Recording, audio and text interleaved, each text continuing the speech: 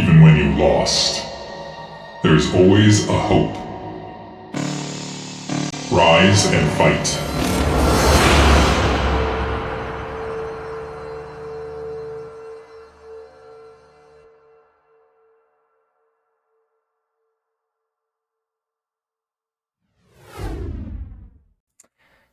Hello, ladies and gentlemen, welcome. I am here with Mr. JIRAIYA, who is a lead caster today. I'm just a replacement caster for Mr. Azzy. He will be here in a few minutes, so I will maybe cast the first match with Mr. JIRAIYA.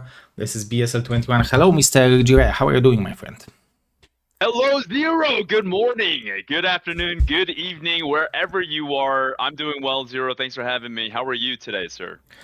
Oh, I'm doing great. I just advanced to the round of 8 of IPSL. I won with Rasover and then with eOnzErG, so yeah. I'm quite satisfied. Yeah, one more win and seeded to Chicago again, so that would be great. Oh, that's awesome. And then when is that event going to be in Chicago? Next year in September. Wow. Yeah. That's awesome. Well, best of luck to you, man. That's exciting. I'd love to hear about all these LAN StarCraft things. Hopefully one day I'll get myself out there. I know there was one in Philly that you attended. No, I attended in Chicago actually. So I was in Chicago twice last year and this year. And yeah, I wanted to go to Philly, but I couldn't do it. Like actually, there were two LANs in Philadelphia, right? There was StarCon and SC for all. And SC for all, yeah. Yeah.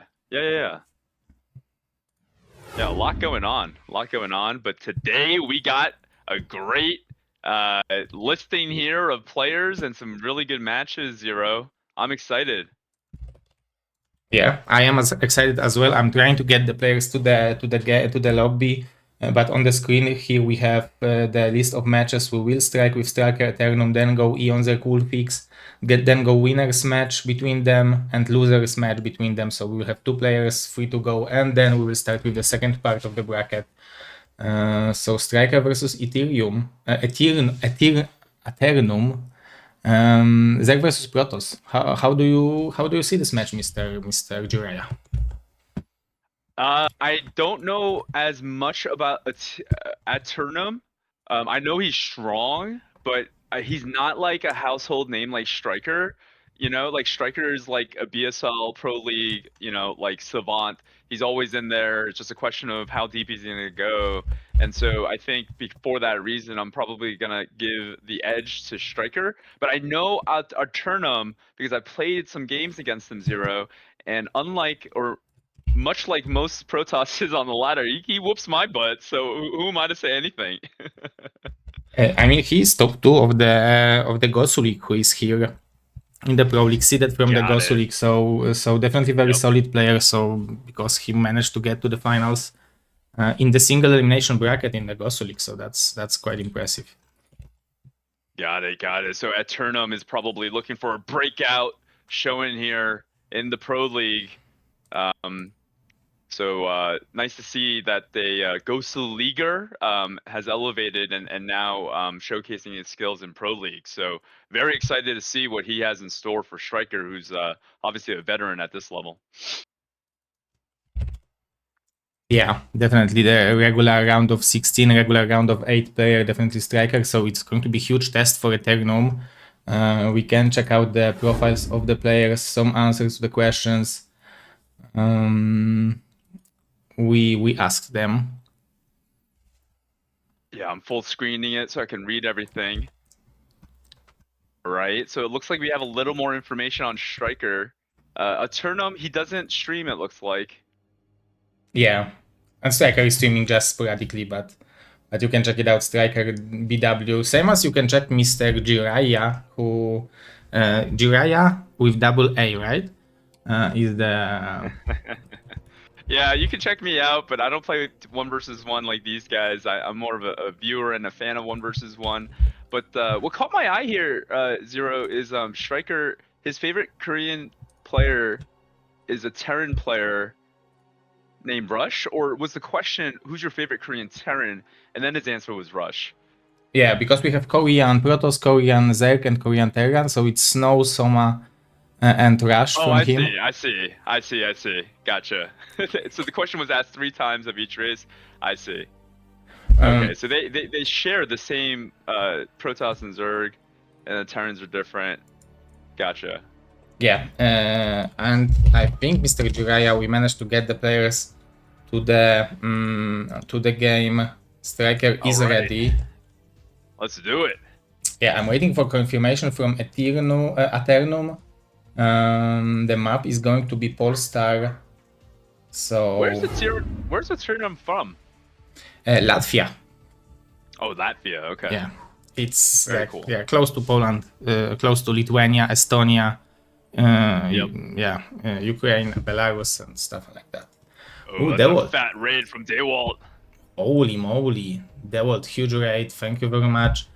Mr. Dewaltinios here. I even asked Mr. Dewalt if he wants to cast because I know it's a lot of matches, but it's so hard to get the third caster to help out you guys. So I hope you will be able to make it. If not, I will maybe just jump in to give you some fresh air.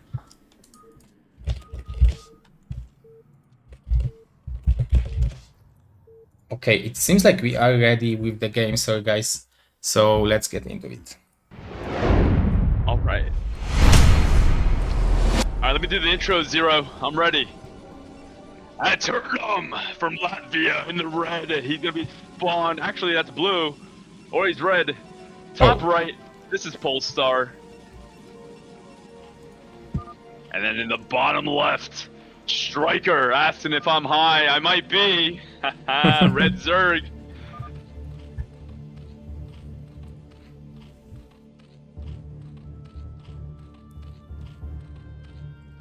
All right, Zero. We got Polestar. Polestar is a 4-player map, right?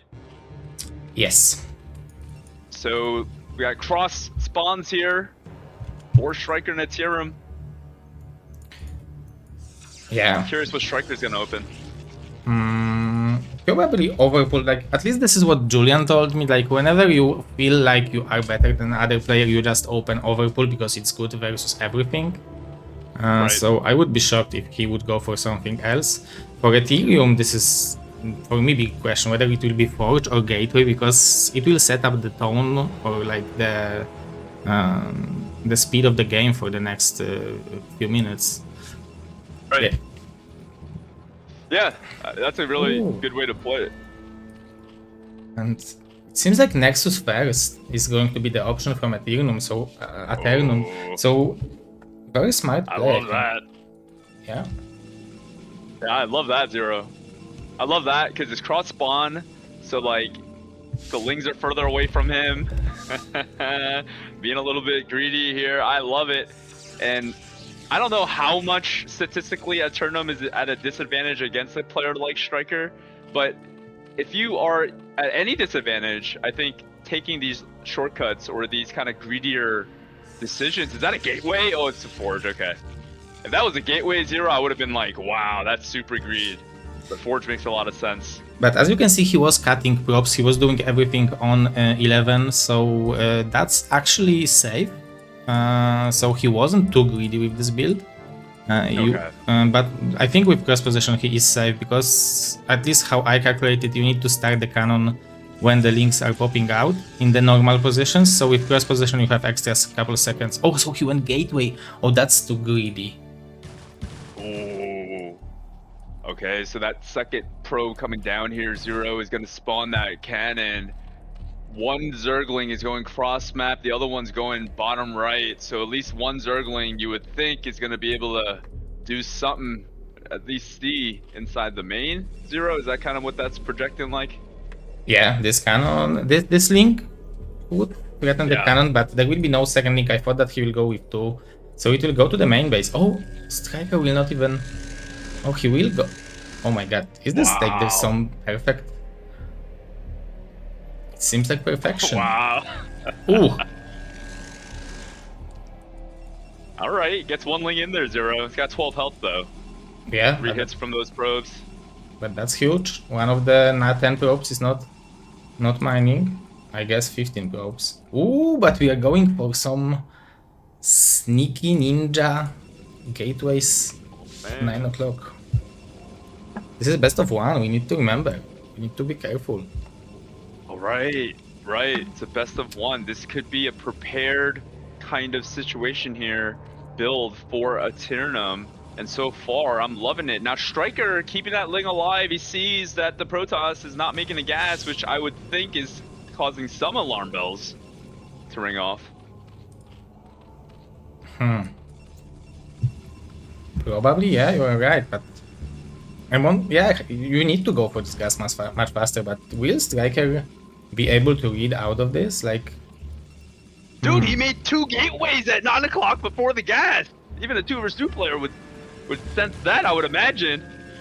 yeah, you're right, but this is hard to realize what it can be. Like, maybe you can expect 1 gateway in the natural or something like that, but double gateway in the 9, like, it's... But anyway, let's see how the pressure will go, because definitely Aeternum has a huge shot to deal some good damage over here. Maybe even kill the third base. Well, Zero, that Zealot that's there came from home, right? So I wonder if the psychology for StRyKeR now is, hey, I killed everything that's out, and I'm gonna make some drones. Now we know StRyKER's going for that Spire. Aeternum doesn't exactly know that, but could be nice here, Zero. This is going, but this... I really don't like the probe spread. Like, we have 20 probes over here and 5 mining in the main base. God. Oh, right, yeah. That's a good call out. Because he would have so much more money if he would send like 5 probes over here. But yeah, those are 4 zealots, which I think this is a good call from StRyKeR. Just sacrifice the hatchery. Right.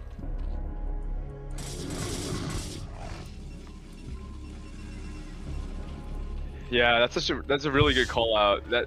That's definitely not the right proportionality main to Nat. You're losing money. You're leaving money on the table when you have that kind of proportionality. Yeah, exactly. But this Zealot movement, Zero, I think maybe, I mean, this is gonna be a lot of Zealots here. And we are supply blocked somehow. Wow, it's great SimCity here from StRyKeR. Those 2 links are able dealing... to take down. Yeah. StRyKeR is not making anything in the hatchery. Yeah. Wow. But Aeternum is attacking the Evo actually, so... The Evo. Not that many drones will fall. Did you get that? Oh, that was good. Okay. Yeah. Alright. Oh, those are lings, Zero. Yeah. He made lings. So StRyKeR has option to go for out of links and try to intercept those zealots, kill the gateways, or go for the counter. It's going to be double Stargate answer.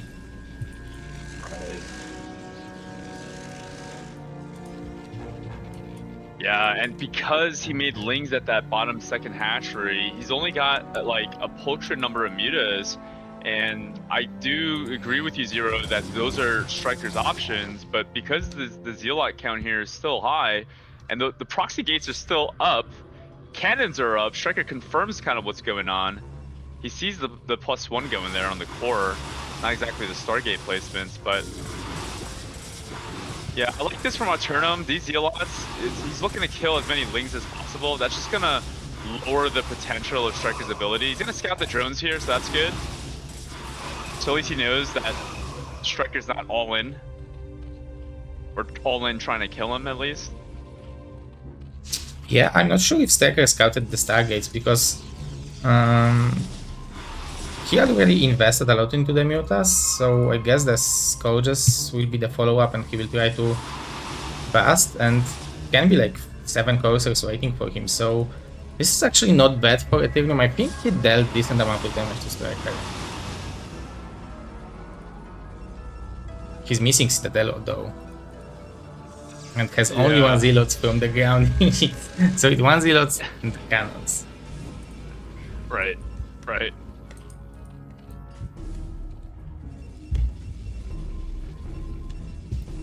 Yeah, and seeing StRyKeR's Hydra Den, it does seem like he is not planning to stay on Muta, and so with this number here, it'll be a question of what he can get done with it as he gets that third base up again.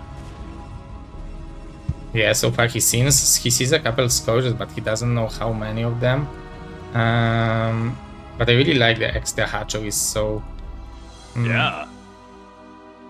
Is this a safe style, Zero? What would you characterize what StRyKeR's doing here? He fled his third base, let Aeternum kill it, and then he kind of remade drones, makes this flock of mutas inspire Scourge.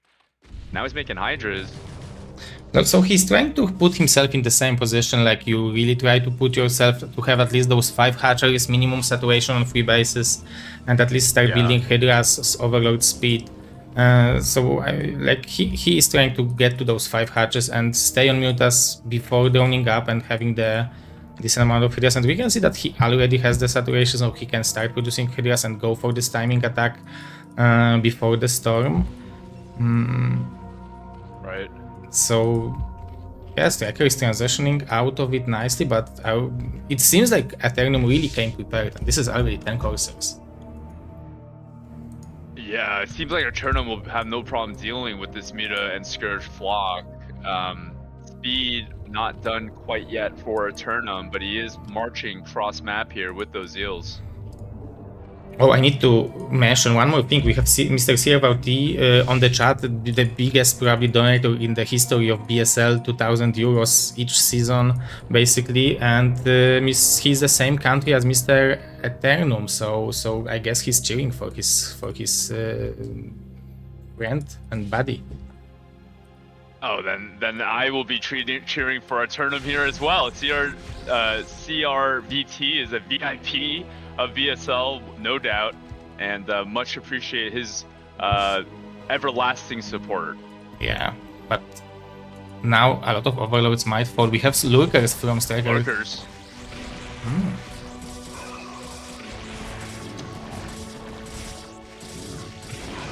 Really nice timing here from Aeternum, but good defense here from StRyKeR as well. Definitely has the air superiority. He's gonna back off here with those Zealots, scouts the lurker eggs. But StRyKeR doing a good job of keeping those mutas alive, and so although that Corsair count is gonna supremely win air, these mutas are doing a good job of just staying alive and just being annoying. He wants to snipe the Templars, but there is no Templar I have, it's just starting. Ooh, and this is going to be nightmare for StRyKeR, so much damage. Yeah, StRyKeR flying a little bit too close to the sun there. Aeternum punishing him for it. But with this lurker tech switch here from StRyKeR, it's kind of leaving Aeternum in a precarious spot. Mutas will go down, but lurkers advancing their position. Aeternum just getting his Templar archives down. Gotta wonder, what's his robo timing looking like?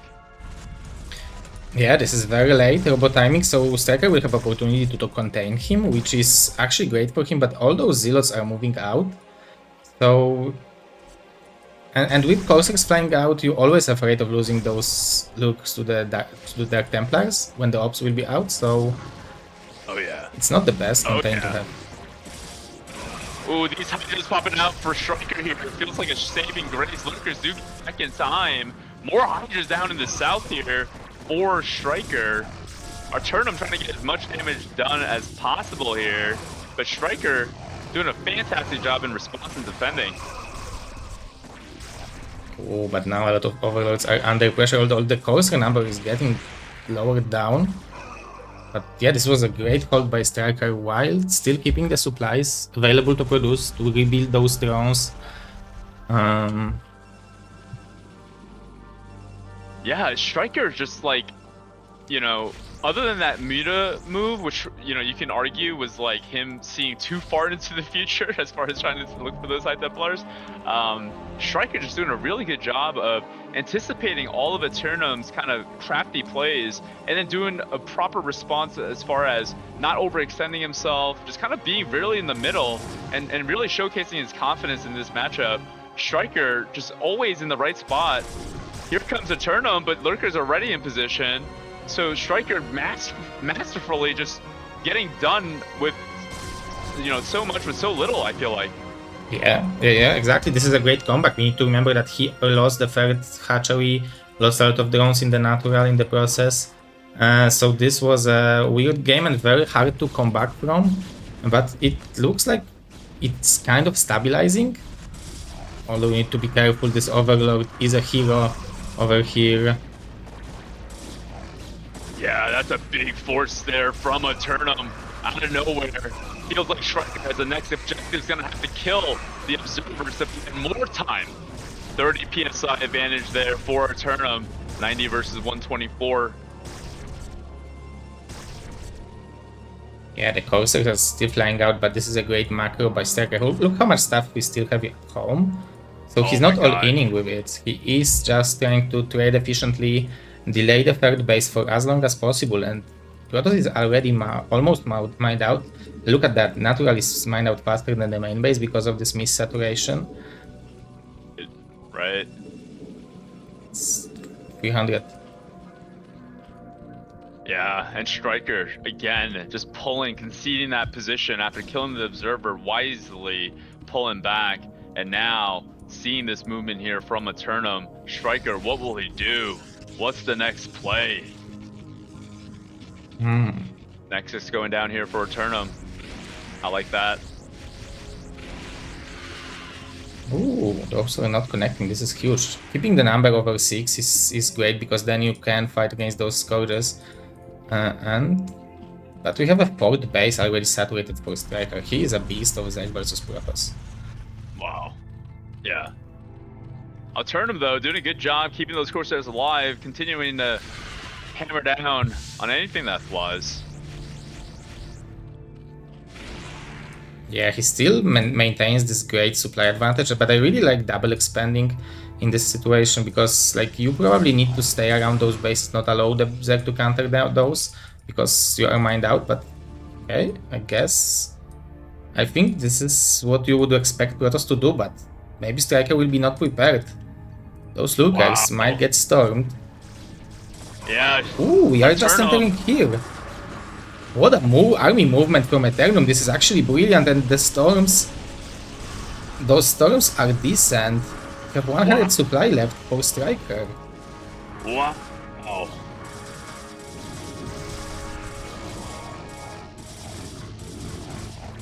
Man, the decisiveness here from Aeternum. Absolutely deciding to puncture 6 o'clock here, and StRyKeR having to pay for it. A lot of Lurkers still alive here, though, but that is still a fair amount of Protoss at that 6 o'clock base. I don't know, Zero, if StRyKeR will be able to clean this up here. I mean, eventually he should be, and he shouldn't give up too early because Protoss is basically not mining right now, so his production isn't that big, but this is actually a great big move from Aeternum. This is what he needed to, I guess, come back to this game if he will lose this Nexus. Yeah, right? Like, who's winning? Who's winning when? What? How? What? Yeah, I mean, that's just what it feels like. This decision from Aeternum continuing to get value from that attack and now reinforcing that same army that he used to puncture 6 o'clock, and now that massive Protoss ball, or at least this 153 PSI worth of ball is now together, and StRyKeR just on the heel again. And yeah, oh my goodness, 153 supply. My goodness, like, I don't know where the rest of this ball is, but maybe it's all in probe Zero, but he's got double the supply of StRyKeR at present. Yeah, but this might be a lot of probes. We can see that the army of StRyKeR is really fighting well, but we have more reinforcements. This is so important for Aeternum to break it now, because if he will allow Zerg to go for more of this well-upgraded links, it will be definitely combat-able for StRyKeR. Wow. Relentless pressure here from Aeternum. He smells blood in the water. He's sending more units from home. He knows that his moment is now in this best of one against StRyKeR. Yeah, he's sending just lots of reinforcement. We can see that a lot of gas stacked up. Same thing for StRyKeR. He has 3000 gas. Eventually, maybe he will be able to clear it out. Oh, he badly needs more lurkers, but he's building only links. When 2-2 will kick in, this is the big question, because 1-1 is still great, because Zealot needs to punch the link 3 times. 44 supply. Wow. Wow. GG! Wow. Whoa! GG. Holy moly. That's why we love the game, baby. That's why we love the game. You never know in these best of 1 series who's gonna win. Aeternum, absolutely coming prepared, Zero. I don't know about you, but I felt like everything was with intent. This was a planned build. He planned on potentially seeing a cross spawn situation. He planned on having a greedier kind of a build there, and then following that up with proxy gates at 9 o'clock. I mean, Zero. That pressure with those Zealots at that very early Spire timing from StRyKeR, I thought was masterfully defended, but also delivered at the same time. And then all those decisions that occurred thereafter from StRyKeR and defending and sort of propelling himself back into a stabilized position, I thought was really, really high level. But then Aeternum just threading the needle there, going south and cutting down to the 6 o'clock position, I thought was really the key all-in moment of the game. Just very decisive, very strong, and really just kind of caught StRyKeR in the middle there, thinking about a counterattack for himself. I felt like it was like a coin flip spot, and Aeternum just absolutely delivered in his decision making. He didn't even make a 1 cannon in the third base, and he went for double Nexus without a single cannon and attacking the fourth base. This was brilliant, right? Brilliant decision making. You wouldn't expect that to happen. Like, did you see StRyKeR was with the army movement to deny the third base? Because this is where usually the battle for it would happen. But Aeternum was 1 step ahead, right? Aeternum, he saw that the tail end of StRyKER's army was at middle with his Corsair, while he was going to 6 o'clock and making that second Nexus at 3 o'clock. And so that's what I meant by the coin flip situation, where StRyKER was kind of on his way to punish those bases coming up. But then I think Aeternum quickly realized that his position was already favorable because he was ahead as far as his position at 6. And so StRyKER then pivoted and engaged with Aeternum at 6, because Aeternum won that position at 6. And I think Aeternum knew that because of his Corsair. So yeah, all of that was intense, and I'm here for it. But what do we have here next on the docket? Mr. JIRAIYA, we have WolFix and versus Eon, and we are jumping straight to the game. Oh my god, let's go!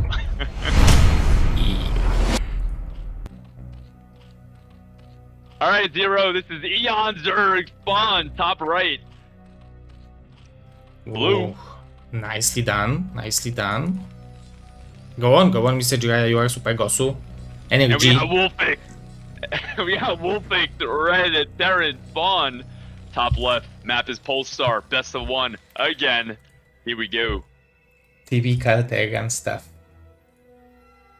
Hello, hello. Oh, Mr. Azzy is here just when we start the Terran matchup. So, guys, I'm going into the Dark Templar mode to just observe the game and update the overlays for you and make memes. So, good luck, Mr. JIRAIYA. Good luck, Mr. Azzy. Here goes Zero. Hey, Ozzy, what's going on, man? What's going on here with Terran?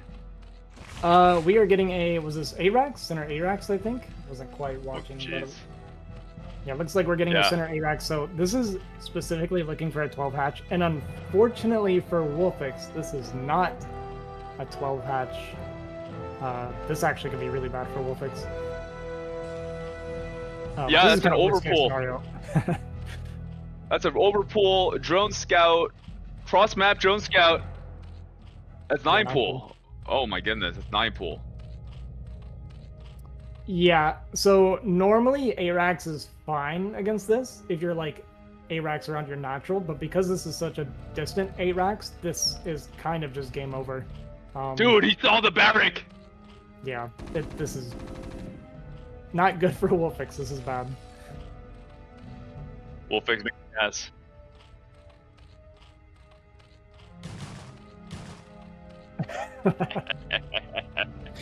No, go on, Zero, go on.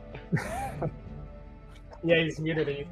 Zero, he's still in casting mode, guys. He's trying to cast while I'm muted for you guys. But yeah, WolFix, he is going to come back with his bio. He recognizes this at least. So I guess it's not necessarily that he's dead. It's a little bit unfortunate. He won't be able to keep making Marines, but he can potentially hold his ramp and try to stabilize here. But it's going to be tough, especially because our SCV is not exactly where we want him. That bottom one's going to get sniped off. Good pull at least to try and preserve, but the second SCV going to go down. First Marine goes down, and these Lings are barely going to slip through, and we might take a decent bit of damage, but there's only one Ling left, actually, so is this okay? But there's more Lings coming. I mean, this is really bad. Yeah, more Lings coming in. I mean, if any Terran is going to be good in these spots, I'm going to pick WolFix, because WolFix is really good with his micro-control, especially in these very micro-intensive excursions where you see literally SCVs versus Lings. Here comes the Vulture, the Factory coming up. Hopefully it could come up. That SCV, what a god that SCV. Did he do that on purpose? How did he do that?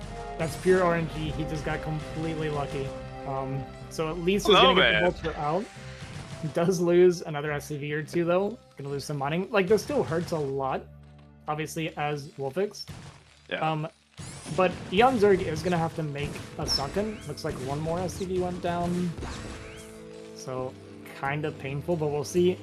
Maybe we can get some damage done. We actually haven't started a creep on. He's gonna try to go straight into Hydras and try to defend with that without making the sunken. Eon, you sick individual. This man is like, hey, I don't need a sunken Aussie. I'm just gonna make Hydras. Yeah, and it's actually gonna pay off because WolFix doesn't know if there's more Lings on the map, so he can't actually send the...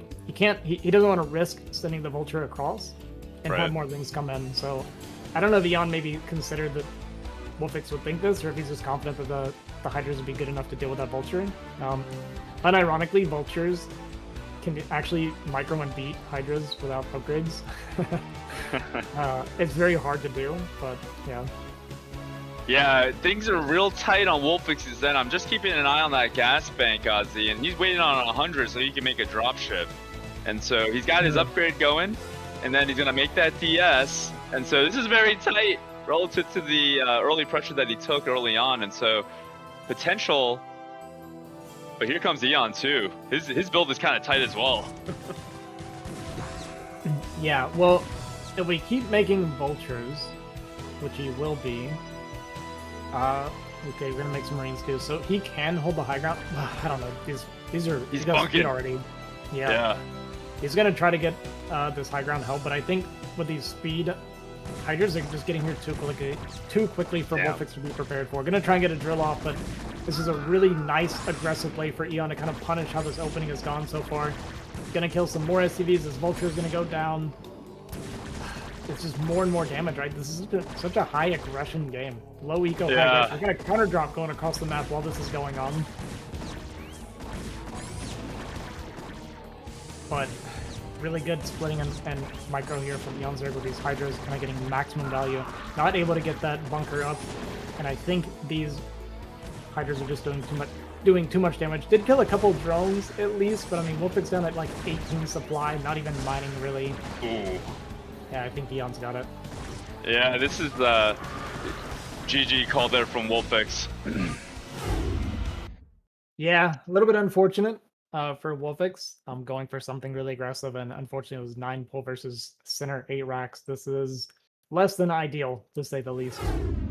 Yep, just unlucky there for Wolfie. One thing I will say though, and Ozzy, we didn't have much time. Obviously, you jumped right in, and we didn't really have an opportunity to talk about the players and kind of like what we thought would occur or whatever. But eOnzErG is like, to me, he plays like a Korean player. He plays like very, very fast, and his Zerg is like lower econ style. I feel like 8 racks against that kind of player is not... Unless you're just like trying to play low econ and just very tight, I feel like that's just, I don't know. I feel like it's tougher against a player like Eon.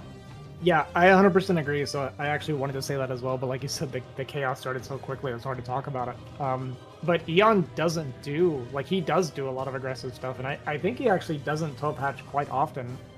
I played him a few times now, and I don't think he's done 12 hatch in any of our games either. So yeah, I 100% agree that going center 8 racks, I think not great. I like 1-1-1 against someone that plays low eco like that, because I think it puts more pressure on their already low eco. builds. But yeah, the center Iraq's a little bit ballsy. I'm seeing here that Aeternum beat StRyKeR. I am very surprised to see this, and that really sucks for WolFix because he loses to Eon and goes on to StRyKeR, which is not exactly easier. Yeah, I'm just noticing that too. And yeah, you're gonna have to catch the game one. Aeternum played really, really well against StRyKeR, really crafty and really calculated. And it was a close one because StRyKeR defended a lot of those craftiness of Aeternum. But yeah, I'm feeling it for WolFix. I would not want to face StRyKeR after facing eOnzErG. Yeah, he's had some tough TVZs lately. It's been I played Crossy and IPSL, and now he played eOnzErG and now StRyKeR next. Like that's a rough Zerg lineup. But yeah, here. So we're gonna get eOnzErG versus Aeternum next. What do you think about this one after watching that first game with Aeternum and StRyKeR? Well, I think in watching eOnzErG go 9-pull against Terran, I don't know how standard that is, but you know, whatever his baseline is against Protoss, Aeternum, I would not want him to go 12 Nexus, which is what his open was against StRyKeR. It turned out to be an okay. Oh, all right. It turned out to be an okay decision, Ozzy, but I just, you know, against Eon and again what we just said, I would not want Aeternum to kind of do what he did against StRyKeR. So that's what I would say as a baseline.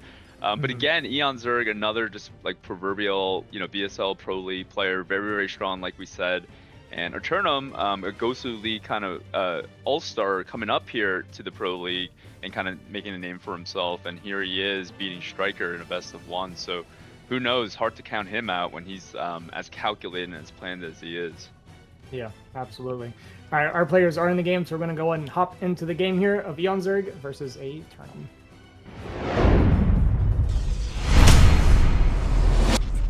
And already, real quick before we introduce the players, I guess, we got a strange forward pylon here from Aeternum, but we'll get back to that here in a second. Spawning here in the bottom right corner, we have our Protoss player Aeternum, and in the top left, his opponent, eOnzErG.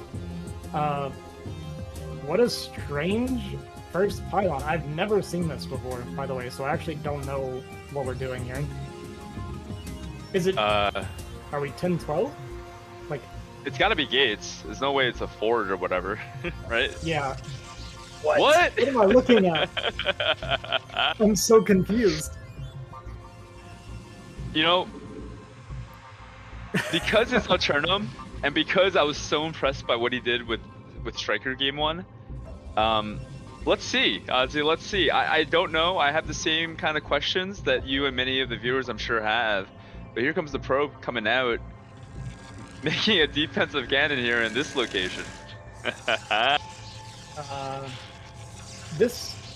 What is this? Are we... I don't understand. Are we trying to, like, blind counter 9-pull? All right. But even then, it doesn't make sense. I'm not understanding. I just don't understand. I mean, you know what this does do is it prevents the scout on the Nexus, I guess, if he's not top right. So are we skipping the Nexus?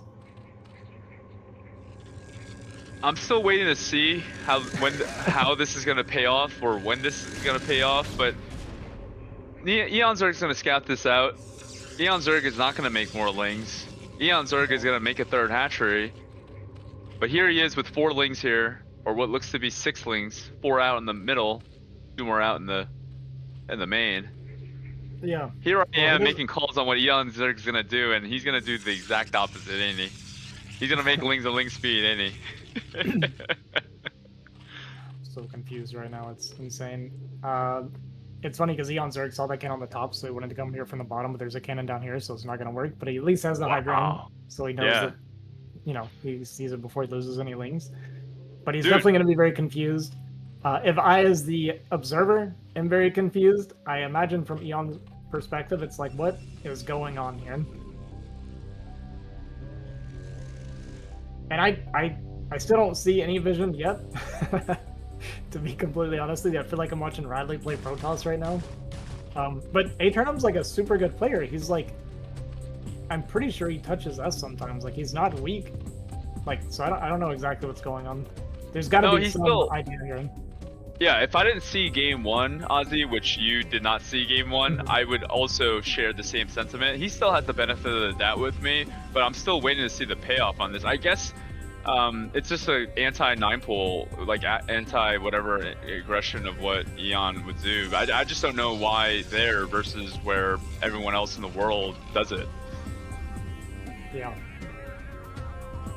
All right, well, we'll see how this develops here for Aeternum with the lair. Yeah, Eon just playing standard here. It's cross map, kind of like what StRyKeR was doing, where he was going for like 3 base layer. That's what he did game one. Seems pretty safe for standard. Yeah. Yeah, I actually like Eon's approach to it. It's like whatever weird shenanigans you might be up to, he's just playing a kind of a standard game, right? Like you get your layer timing pretty much as normal. You go into your Spire. You just play normal because, like, from his perspective, it's like regardless of what you're doing, if I'm going like Spire Terran or Spire Scourge, you know, whatever, right? It shouldn't really matter in the end. Like you make 2 cannons. Yeah. Well, so far the mental games has paid off because Eon is sending these lings all throughout, just kind of like asking questions and not really finding any answers. And so these Zealots are now able to get into these corners of the map with undetected. Which is crazy because Eon had vision like everywhere.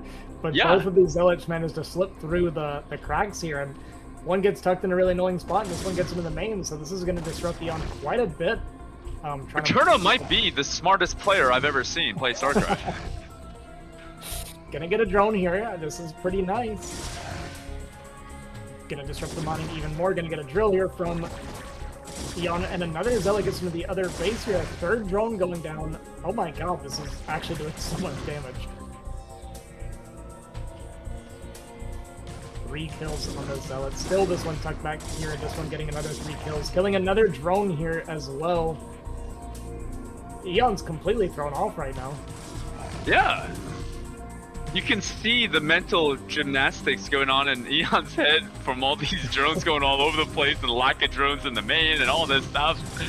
Aeternum. Genius.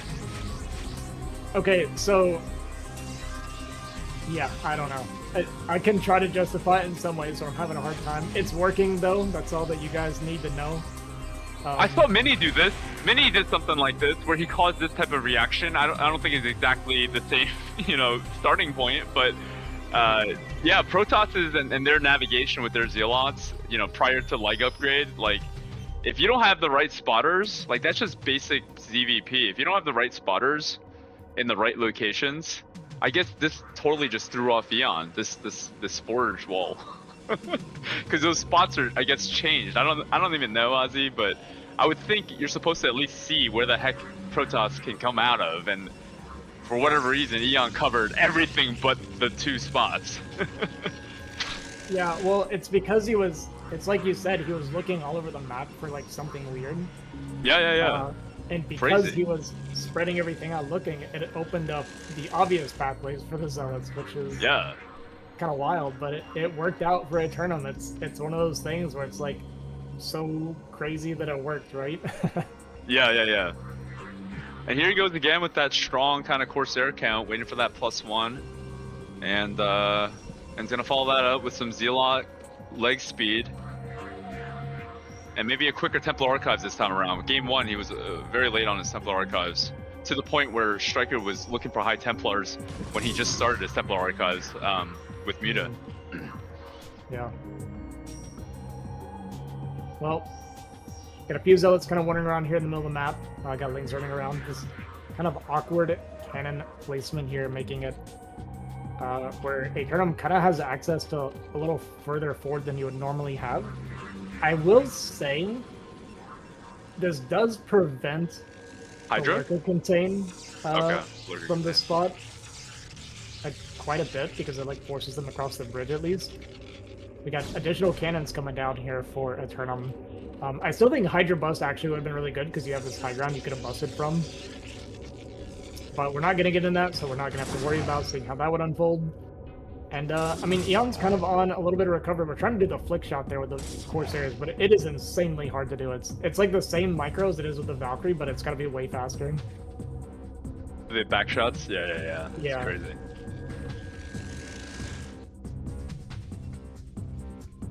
Scan's the only player I've seen do it, like, in a game that I was in. Yeah, it's one of those things that's so hard to do, it's not even worth trying to do. You know what I mean? Yeah. I'm in that camp. Alright, a bunch of speed logs coming across the map here. There's no sunken here at this third base, actually. We did see one Corsair go down at the Scourge, but I think there's like still 6 or so. And I love tucking the DT like this and not doing anything. Just wait for the transfer. Hell yeah.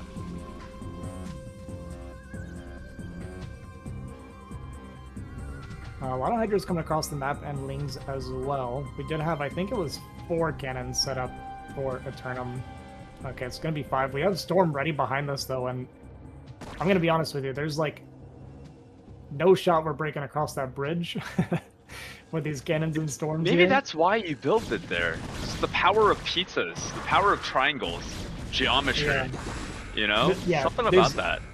It has to be from the high ground. There's absolutely no way you're ever busting across this bridge, so it does at least force you to attack from the other side, but to me that bottom side does look really vulnerable. I think that DT did clear a couple of those drones, because I see only 1 mining there now. Yep. I think the DT did go down, but at least killed a few drones. That's kind of impressive that eOn... like, I kind of expected all the drones to be dead, but there's 2 and the DT's gone. Yeah. That's eOn for you. Especially since I'm pretty sure it happened while he was attacking. Yeah, exactly. Yeah. Yeah, pretty insane. No, Zero is no slouch. Alright. 1 connection. Yeah, 1 connection. There's a lot of Sarah here, and this is after we lost 1. He still got 8, so he went up to 9 Corsair. That's abnormally high. Dude, eOn's taking a 5th base. Yeah, he is getting super expansion heavy here. What is Aeternum? What's our gateway count? I guess we're gonna try and take this 3rd base up high ground now. Only 4 Templar here, but he's gonna have a decent bit of energy. But eOn's very hard to storm. He has really good Hydra movement. You can kind of see like it's really hard to feel like you have an angle to storm here. Decent storm there though, gets a good bit of damage. But you gotta be very careful because this dancing, it makes you very nervous about losing your High Templar. Yeah. The man didn't lose a single Hydra to Storm. Yeah. He didn't lose a single one. You need like 36 Storms against eOn. At least. Yeah, when you think you have enough, you need 4 more. That's pretty much the situation against eOn. Alright, so 3rd base coming down at a decent timing here for Aeternum. And now he has a really strong defensive position. He's got 2 high grounds and this bridge secured. I mean, it's kind of a cool setup now that we're here. I hated everything about the opening before we got to this point, but now that we're here, it seems super strong. You know what I mean? Who, Aeternum? Yeah, this Aeternum?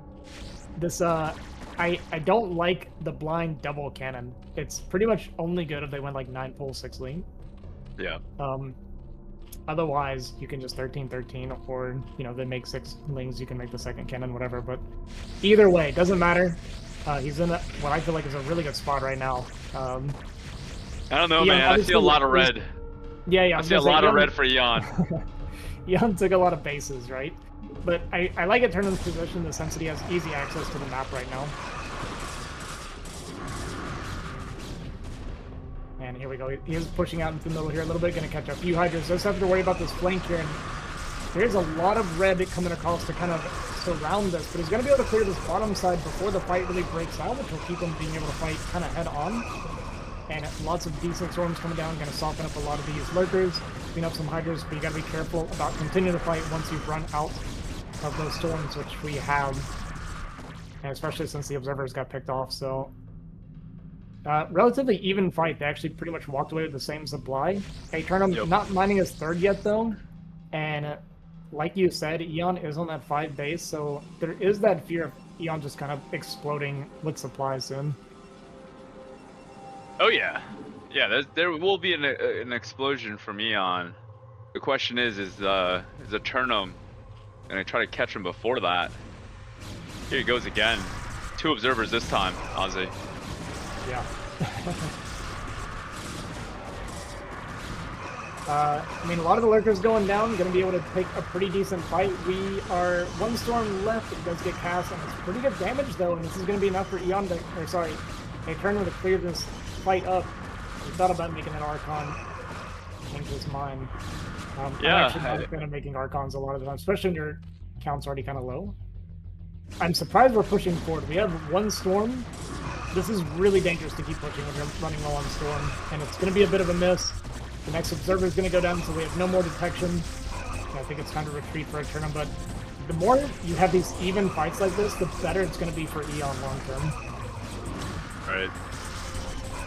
Yeah, it's a good call there, Ozzy. I agree with you. I think book your win, get your forces bigger, and try to win the next one, right? To your point, you didn't have it quite enough to win the next fight, you know, handedly, which you should do after you win the first fight. But here comes Eon just continuing to macro up, and now you see some more distance between the food counts. And Aeternum, though, looking to take his 4th. Yeah, trying to get that 4th, which is going to be nice. You know, he needs access to that 3rd gas. He is on 3rd base, but it's not the typical kind of powerhouse 3rd base Protoss that you're used to, because what really makes him strong is that 3rd gas, so he can keep pumping tempo again. Man, look at Eon come in! This is crazy! Yeah, decent cleanup on some of these forward lurkers at least. Pretty good storms overall. I think he's okay defensively, but like I said, surviving isn't good enough here for Aeternum. Right. And this isn't just layer tech, by the way. Eon gotta hide behind this. Like, oh, does it's he? actually insane, yeah. We have the Fireman on the way. Wow. It's insane how he's growing, dumping army, fighting nonstop, and continuing to attack. Like, he's doing all of it. Yep. Dude, Eon's so good. Eon's so good, dude. Comes in from the east, comes in from the west, comes in from the north, comes in from the south. My goodness, eOnzErG, StarOnzErG, synonymy. Yeah, Aeternum trying to hold multiple fronts here. And as he kind of pushes it back on the left, we see this next fight breaking out here. Does pick off another Templar, gets that cannon down. We do have observers. I mean, Aeternum's not getting broken. He's managed to defend his 4th. So, I mean, he's also doing, you know, well to his credit in this situation. Yeah, Aeternum just masterfully kind of splitting up, divvying up his army count. Warrior-like spirit. Nice storm there. Eon's gonna think better of pushing this pocket. Nope. Eon still doing his thing. Massive amount of confidence. Eon. So strong, this guy. Wow. He knows exactly. Down here. Wow. But Aeternum holds on. Got some probes mounting this base now. Really want to see that gas. There we go. It does come down. But yeah, kind of like what I was saying earlier, because we haven't had access to that 3rd gas, it's not like we're on like heavy goon storm to be fighting as well as we want against Hydra Lurker. Yeah, right. It's why we're so zealot heavy, is because it goes a mineral only base, which you don't really want a lot of zealots here. Nice storm. Good storm there. Yep.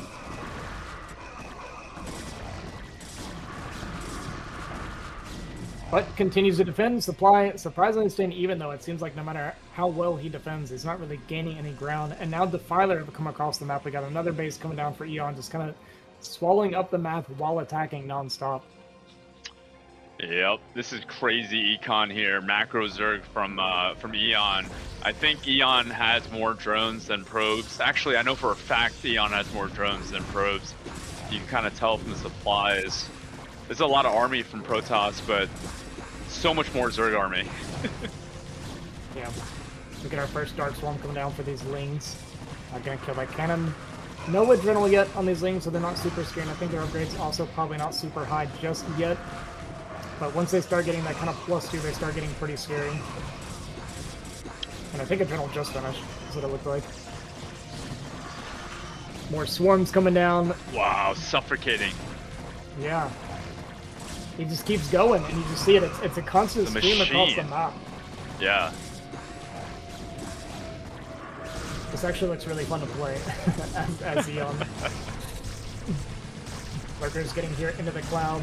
The cloud does run out at least, but it's going to get cleaned up. But Eon's taking more and more of a supply lead. More Lings and Hydras streaming across the map. We got these Defilers back here. There's some okay Storms, getting a few of those Lings at least, but it's constant pressure. And honestly, this is never going to end. Like, I don't think this ever stops. Yeah. Wow. God, thanks very much for the tip. BSO forever. Appreciate it. Yeah, I'd like to see maybe some plagues. It's not really necessary at this point. I mean, it's kind of a done deal. Okay, there we go. There's a big plague. GG gonna be called. Eon gonna take this game. Really, really well played. I love the aggression.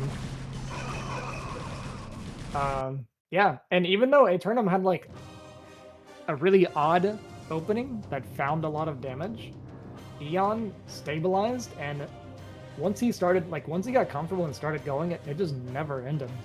Yeah, that's exactly it. Like, Eon, it looked dicey. We were saying, I was talking my ish earlier with Eon kind of playing mental gymnastics, but he stabilized, and then the moment that he kind of got going and then found some opportunity to pressure, and then to your point, not win, but kind of trade the way that he wanted to. I guess when Zerg trades evenly with Protoss, and in a lot of game states, like, that's a win. Like, he just kept doing that, and then just kept putting pressure. Aeternum, for held in his own right. Is this the best of one? Is this the best of three? Okay. It's best of one. Got it. Yeah, so best of one series, crazy look there from Aeternum, but Eon just proven to be the player that he is. Yeah, and that does qualify Eon for the round of 16 as well, so congratulations to him. Moving on after two pretty clean wins there over WolFix and Aeternum. And so Aeternum going to go down to that next round there where he's going to do a match, and if he wins that, he'll move on to the tiebreaker. And whoever loses that one will be out. So yeah, we're going to be losing Got it. a few players today. And next we're doing StRyKeR and WolFix, right? I believe. Yes, okay. Gonna be a tough game for WolFix. I feel StRyKeR. Okay, so from what I know of StRyKeR, he's a very kind of straightforward standard player, but he's very, very good at it. He grinds a lot, he plays a lot. I feel like every day I see him playing ladder, so he's pretty much always in pretty good shape. WolFix, the complete opposite. Hates playing StarCraft, wants to avoid it as much as possible, and still signs up for tournaments, so more power to him. Typical Terran. Typical Terran profile. When I think of my Mad Dinos, I think of my, they don't play as much, but they're always good when they do compete. Yeah. I don't know who's gonna win either. They're both really strong. I think what do you think about an ARAX open for WolFix against a player like StRyKeR? StRyKeR did not go. Actually, that was his EVP, so we didn't see his EVP yet from StRyKeR. So I expect StRyKeR to 12 hatch. So if WolFix wants to go 8 racks, I think that's completely fine. 8 racks into mech is something that WolFix does like a lot. The only thing is he might not want to try it after showing it last game. So he might not want to do the same thing 2 times in a row, thinking StRyKeR, could have been watching and maybe prepares for that. But either way, I expect some sort of 1-1-1 from WolFix. This is just kind of his go-to. I've talked about it before. He wants to avoid the mutaphase at all costs. Right. And these are going to be best of 3s, right, Ozzy? Yes. That's the change. Okay, so that might be just another reason why he doesn't give that 8 racks look. But certainly WolFix is the type of player that has multiple builds. He's not an 8 racks Terran, and so more so just kind of getting a pulse from you on how StRyKeR plays and how aggression could do against that. Yes, StRyKeR is very standard from what I've seen. Yeah, like standards, / strong. Like just very strong. Yeah. StRyKeR is what I aspire to be, theoretically. Obviously, I'm a Terran player. He's a Zerg player, but I want to master my my standard play, and then maybe someday I'll whip out some weird stuff. But looks like our players are ready. We're gonna hop into this first game: WolFix versus StRyKeR on Knockout.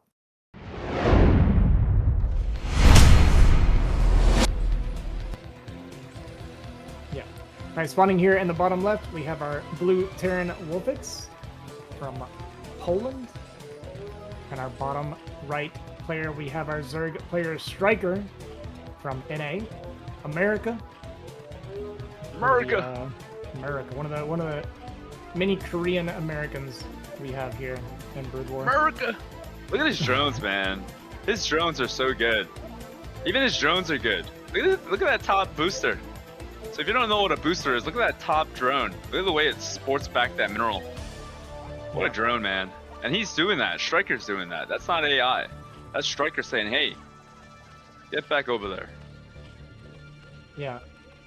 Do you say you know boosting for right side? I just learned it. I just learned it.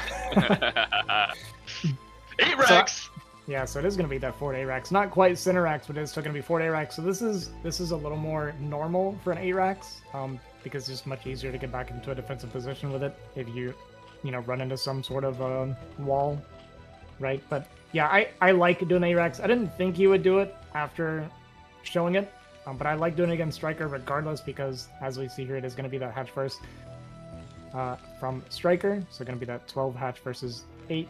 And it is close spawns as well, which is going to be nice for WolFix. So we'll see how much damage we can get done with this. That Ovi's gonna spot it, Ozzy.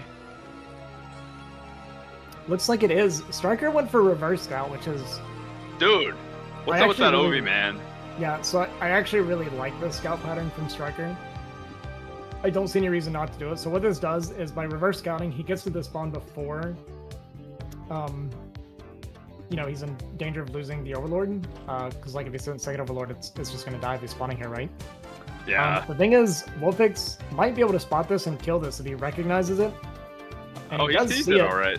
So we're actually going to get punished for reverse scouting, unfortunately. Yeah. Yeah, that actually hurts for StRyKeR a lot. Yeah, I mean, Wow, can you make the argument that...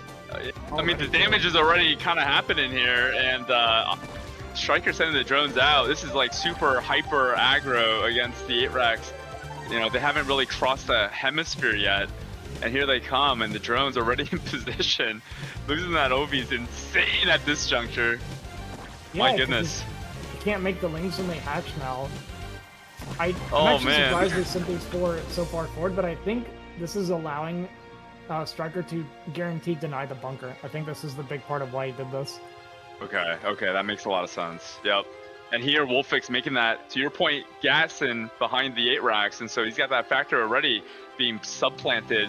And when Zerg is not mining his nat and not winning this position, it opens up opportunity for what will be a vulture. So let's see what happens from here, but I like what Wolfie's doing as far as being aggressive here.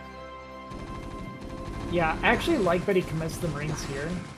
They're gonna die. He's gonna try and trade as best he can, obviously. But by committing here, it means the lings aren't coming across the map. He doesn't really care for these Marines anymore anyway. Right. And this guarantees that he gets the vulture out. All right, Because- StRyKeR. He's not planning it though, Ozzy. He's doing it now. Is that the right timing? Yeah, that will be okay. Okay. So this vulture going to be trying to look for lings. I imagine he's making a second vulture behind us because he wants to go across the map.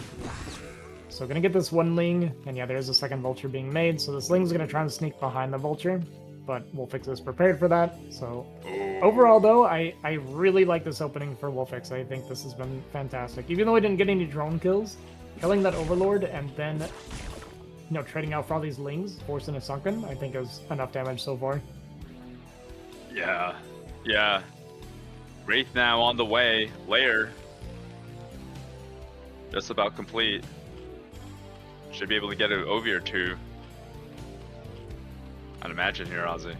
Yeah, you're pretty much guaranteed, unless they're going Hydra quick enough to get an Overlord. But if they make Hydra and then make a few Hydras, that's still like acceptable as well. There is that Overlord on the top side of the map. It's probably never going to be found, though. Although it is actually banking towards WolFix, which is very bold. When you're with StRyKeR's luck, that Wraith is going to go straight to it. Hey, StRyKeR. Very nice to see. Poise from StRyKeR here. Wraith coming over here. Yeah, so Wraith is going to get in here. He's going to see the Spire timing. WolFix, you're very, very happy right now when you see that Spire's lane just now started. Like, extremely happy. Right. Gonna harass the drones a little bit. Maybe gets one kill. Looks like we are going to get one kill, actually. We shot the wrong drone, so we're not going to get that kill. Oof.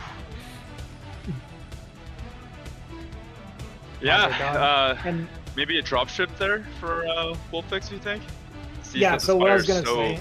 Exactly. Yeah. Exactly. I think because the Spire's so late, that's Vulture speed on the way. And he's going to go into dropship. He's getting his mines out for vision. This is going to be dropship, and then he's going to go straight into vessel. So a lot of times you're going 3 cloak and Wraith, or sorry, 3 Wraith cloak, because of the Spire. But because you see it's this late, it's like fantastic. I can just go straight into dropship instead. Right. Yeah, and StRyKeR doesn't have a third hatchery, and so WolFix not exactly having a second base doesn't really feel like he's, you know, outgunned or outproduced, you know, manufactured by the Zerg on 2 base. Yeah.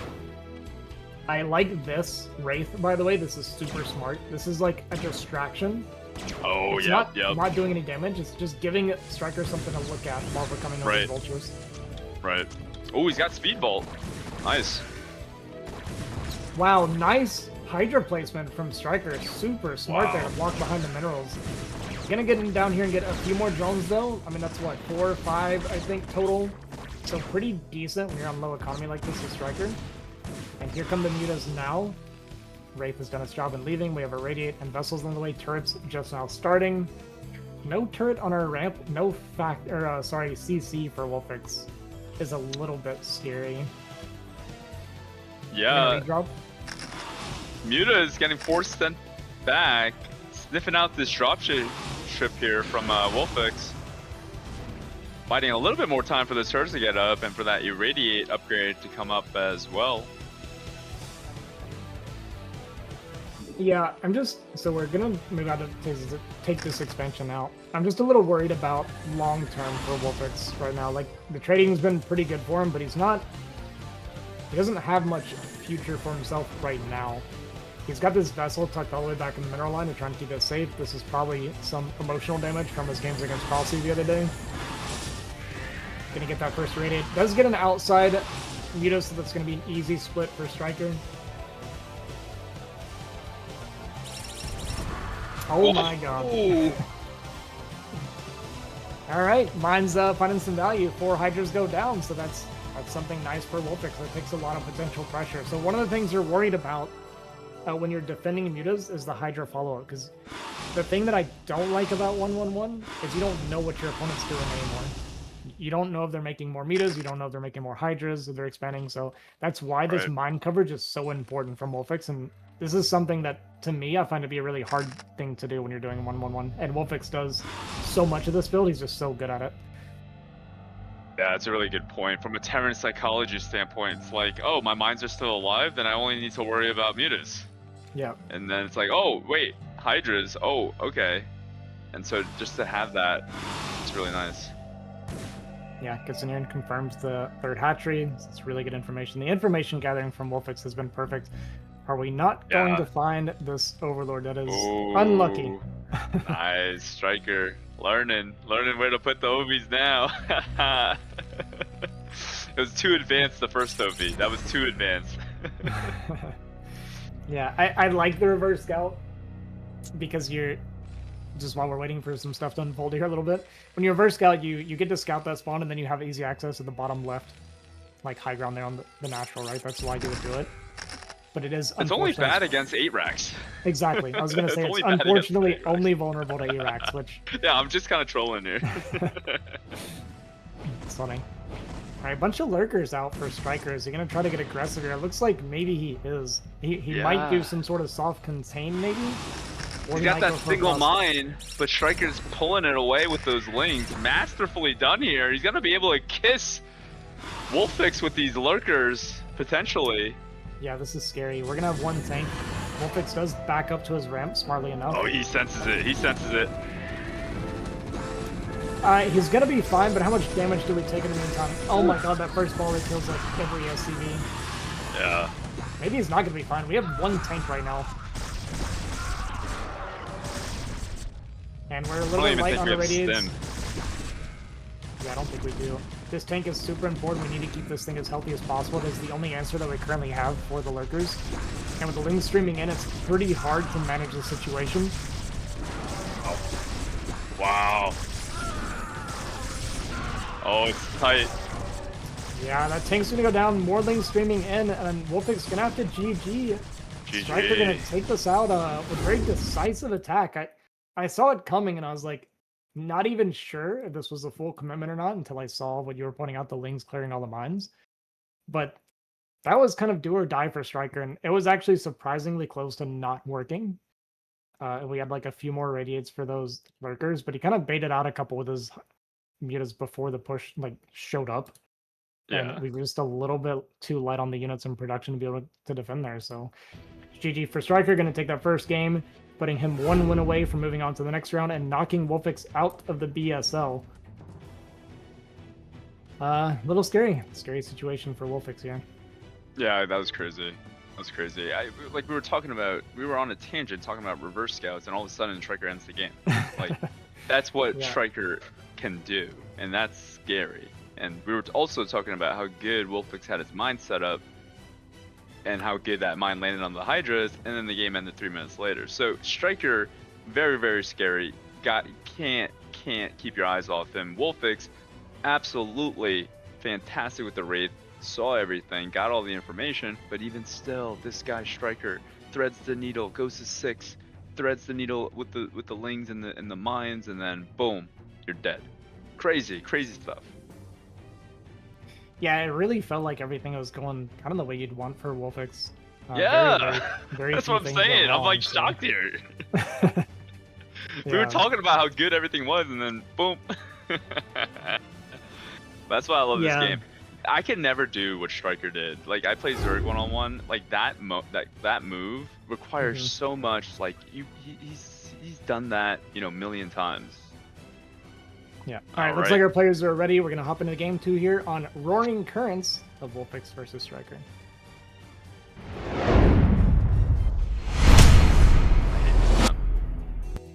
I actually love this map, but why don't you do intros for us this time, Joey? All right, StRyKeR.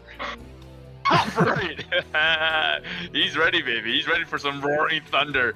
Top right, blue Zerg, NA, America. Up 1-0. And then spawn, bottom left is WolFix, Terran, red, Poland. Alright, I love the energy. I love the contrast. That's what I need, man. That's what I'm here for. If you let me talk too much, I'm gonna put everybody to sleep. I'm a stim pack. It's good. It's very good.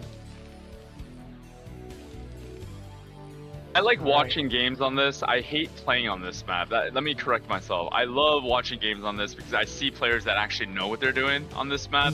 But me personally, I played this like a few times. It's so tough. Like something about this map just, it makes me feel like I'm playing 2-dimensional versus like 3-dimensional. I don't know. I feel like I'm missing a leg or something. It's weird. Yeah, so I like maps like this because it kind of forces a more technical game a lot of times. Which is why I can see WolFix picking a map like this, because he is such a technical player. Right. But I like, so I'm notorious for enjoying the weird maps and doing really well on them in ladder. Like, I lost like one game on what was the recent one we had where you were like trapped in by all your minerals. You had to like mine out to get out on the map. Oh yeah, I hate that map too. Yeah, like I love this map.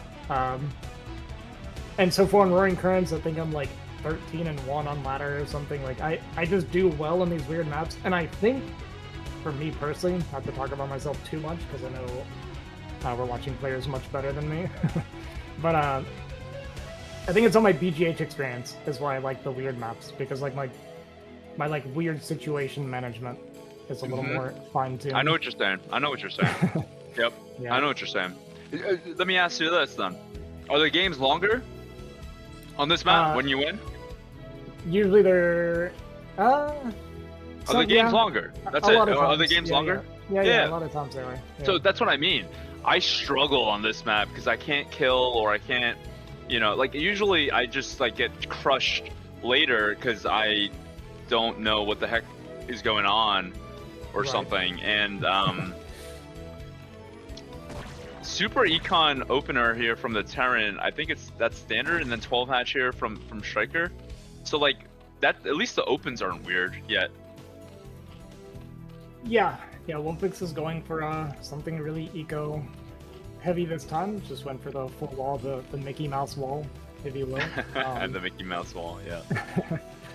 And just completely skipping Marines for as long as they can, and just being as eco heavy as possible. So you're Terran in this spot. So we know WolFix is going for mech. Like mech is good in this like Goliath heavy. Mech can be good. Like slow pace mech. Yeah, like mech can be strong. I think that Valkyrie builds on this map are going to be like super strong because controlling those islands are actually really, really important. So one thing that makes Zerg strong on this map is they have one opening to defend and they have access to 4 gases by defending one spot. So this is what can make them really powerful if you try to play like a more standard game. And it comes down a lot to like the island control and air control to deny these bases on the islands, because the island bases have much more money than the low ground bases do. Oh, okay. Interesting. Yeah, interesting. I think It's almost like a Sparkle concept. Sparkle? Is that okay? Yeah, I think the gases for the low grounds are like 3,000. So like everything. Oh, we're going. Wait, 3 port? Or 2 port? All right. At least 2 port. Armory. Okay, maybe Valks. Yeah, it looks like Valkyries, but this is an early armory for Valkyries, so kind of a strange armory timing actually. I don't think it's too early to go Valks, because he started the start ports and then the armory, so that's not too bad for Valks, because he's got to do the control add-on. Yeah. Well, that's what I'm saying. The armories are early. You would do the armory like when the add-ons are starting. Something like that anyway. Yeah, a little bit later. No, because or earlier. Okay, all right. Let's see. I'm curious because I think the armory here is not bad for WolFix. Because look, he's got to make the control towers, and then when the armory's done, he can start Valks. Yeah, the armory takes a minute. The armory takes a minute. Yeah. Oh, so 750. So you're saying these control towers? Okay, so control towers actually take longer. I was saying the armory start early. Yeah. Okay. Yeah, it is a bit early. Yep. I mean, it's not a big deal. It's like a really small thing.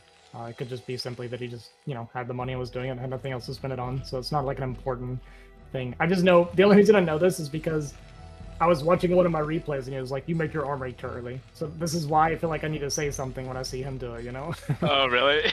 That's funny.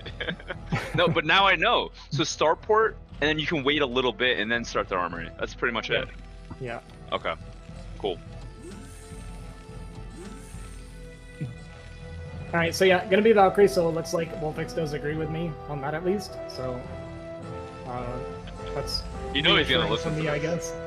Yeah. Does he get the +1 air weapons as well? That I don't know. He is. It's punch.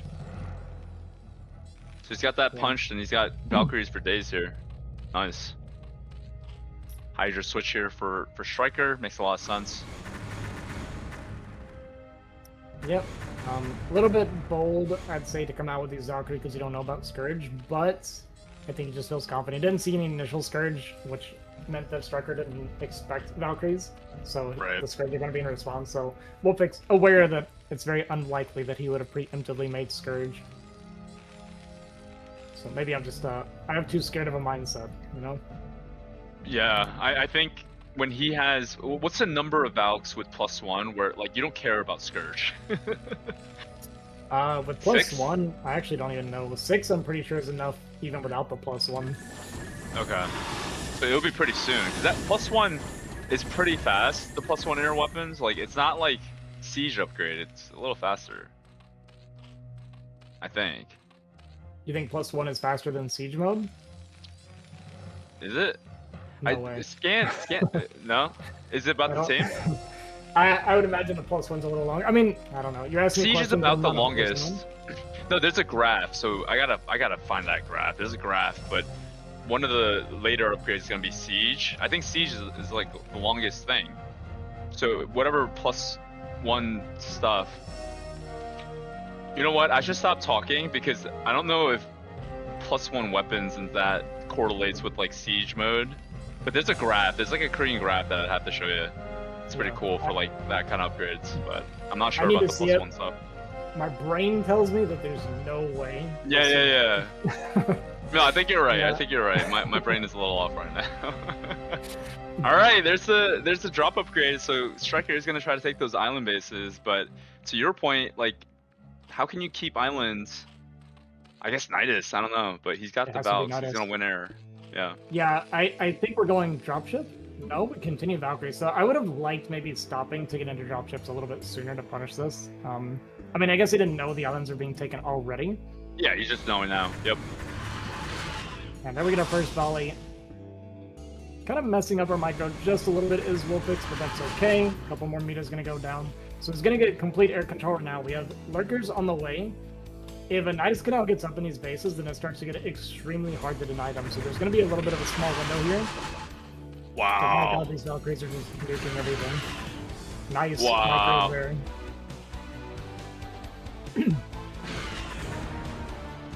This is one Valkyrie, but that's fine. I mean, this is plenty of damage. And here's the dropships behind this. I love this from WolFix. He clears out the air, shows up with the dropships. Although this might have been a rally. I think they're a rally. Yeah. Wow. That's a little bit unfortunate. But he's going to get all this air cleared, and this is going to make those islands vulnerable. Are we getting static maybe at this island base on the bottom? Ooh. Great control so far from WolFix. That is sexy. That is sexy. Keep going, man. You ain't done. Yeah, keep going. Yeah, Hive is done, so we are kind of running out of time potentially.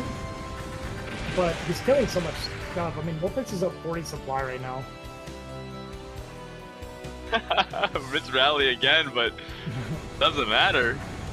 No, Azzy, I think what you said prior to the game about your concept on this map, the fruits of that concept is being shown here. I mean, he hasn't eliminated a base, but there's a lot of gas on Scourge.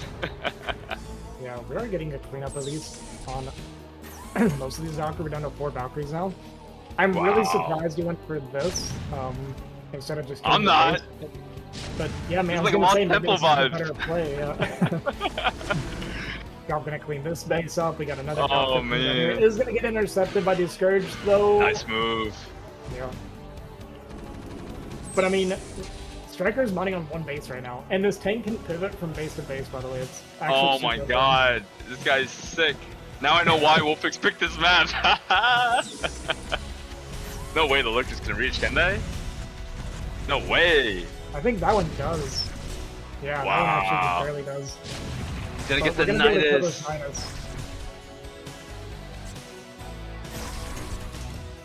Let's say, let's not lose this tank. Just back it up a pixel. Maybe pivot to the other base again, I don't know. But yeah, this is pretty good harassing damage from WolFix. StRyKeR on 1 base mining right now versus the 2 base Terran. This base is dead. We get an unload over here now. Skimrain's gonna go forward.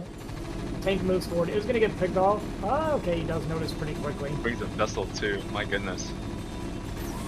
My goodness. And I think StRyKeR's just gonna go for a counter punch here. We see some units skimming across the map right now. And he just can't mine, but this is only Lings. This is not scary at all. Oh man. Dude. WolFix playing this really, really well. A command center gonna be floating down to that 6 o'clock base. Scans top left to make sure he doesn't have that island as well. WolFix really covering all of his kind of all his basics here to make sure nothing's going on. Gonna see all these units out here. Maybe gonna turn around after he sees this. Really don't want to lose these shuttles. Like, I was worried about those dropships getting picked off because I'm pretty sure there's a full And here comes a counterattack, but we got 2 bunkers and a siege tank up. And there's just nothing StRyKeR can do here. Yeah. Yeah, feels kind of like checkmate, man. He's got the Defiler tech, he had the Niduses, but this position with the tank, it's like, what can Zerg do when they don't have air control? Yeah. Yeah, this was a very, like, theoretical win for WolFix and an execution of that theory, right? Like, that's kind of how I feel about this game. He really had a game plan, and it looks like it went pretty much exactly how he wanted it to. Yep. If I'm Terran player, I would take notes in this game, man. Like, this concept seems really solid. This sparkle concept, this island map concept. Yeah. Now, can you abuse? WolFix loses You can't abuse the same. this You can't abuse the same as bottom left as you can bottom top right. You can. It's the same. Okay. Yeah, there's that patch right there. Oh, I yeah. see. Gotcha. Wow. Well, there you go. That's why I hate this map. Now I might like this map.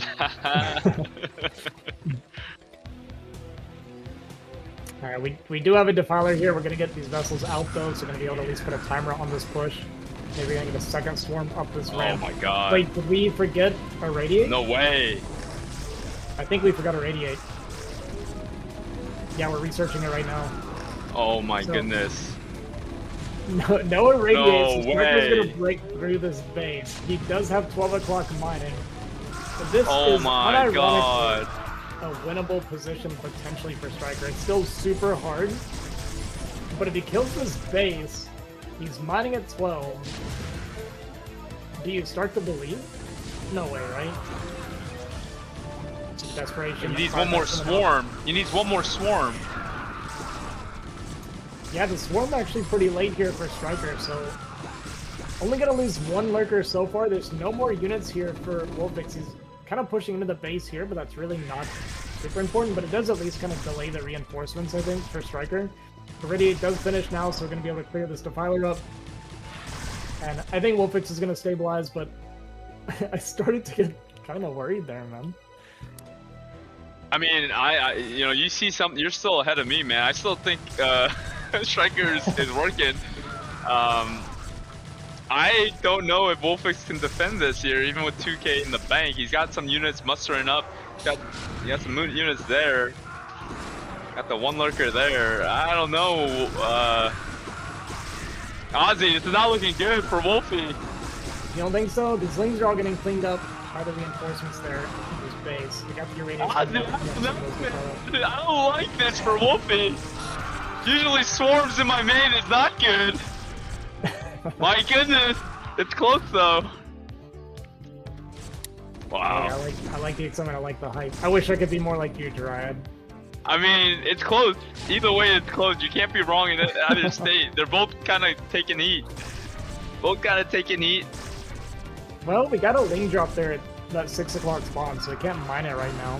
A drop here to try and clean this up. The Marines are actually going to win this fight. But he's reclaimed his natural. We have 1 more lurker to deal with, annoyingly enough. The swarm does finally run out. The irradiate gonna kill it, actually. Oh! Hidden We got a Shadow Defiler! Shadow Defiler! Coming out of the depths of the shadows! Doesn't have energy, though. No more units coming in here. WolFix doing a good job of kind of having separate groups of units to just kind of try to stabilize, have more control. StRyKER, though. Yeah, StRyKER, he's moving up to 4 bases right now. WolFix's main is pretty much mined out. This natural also getting a little bit low, and we can't mine 6 o'clock, so he has to continue doing something from here. Because if StRyKER is uncontested here for, like, I don't know, 45 seconds, it actually starts to get really scary. And WolFix knows that, that's why it's moving across the map. Yeah, really good response time.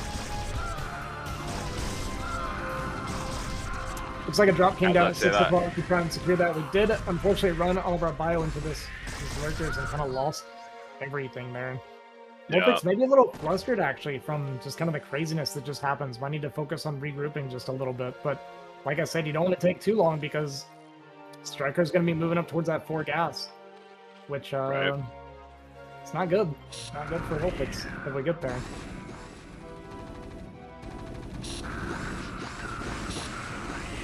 It does catch a lot of these lings, so that's kind of nice. And like I said, he did clear up those lings at 6 o'clock, so I think he can start mining there again finally. Yeah, I mean, StRyKeR is continuing to make Scourge because he knows that the vessel count is starting to get absurdly high. But the number of lurkers here is very thin. Gonna try to bide some time here with the spells from that Defiler. Yeah. And But yeah, this is you're kind of right. what I was talking about right here, right? Like, Yep. he's dropping one swarm on the bridge, and it's like, all right, I can't push anymore. All right, gets the Defiler. Do we save the vessel? Nice movement. A little desperation D-Matrix after we killed the Scourge. Into... Ooh! No, not quite. That was actually pretty close to not dying, Yeah. though. But this is annoying when you're in Terran here, because it's like, you know you need to be doing something, but you can't. Like, this is the part that you want to avoid on this map.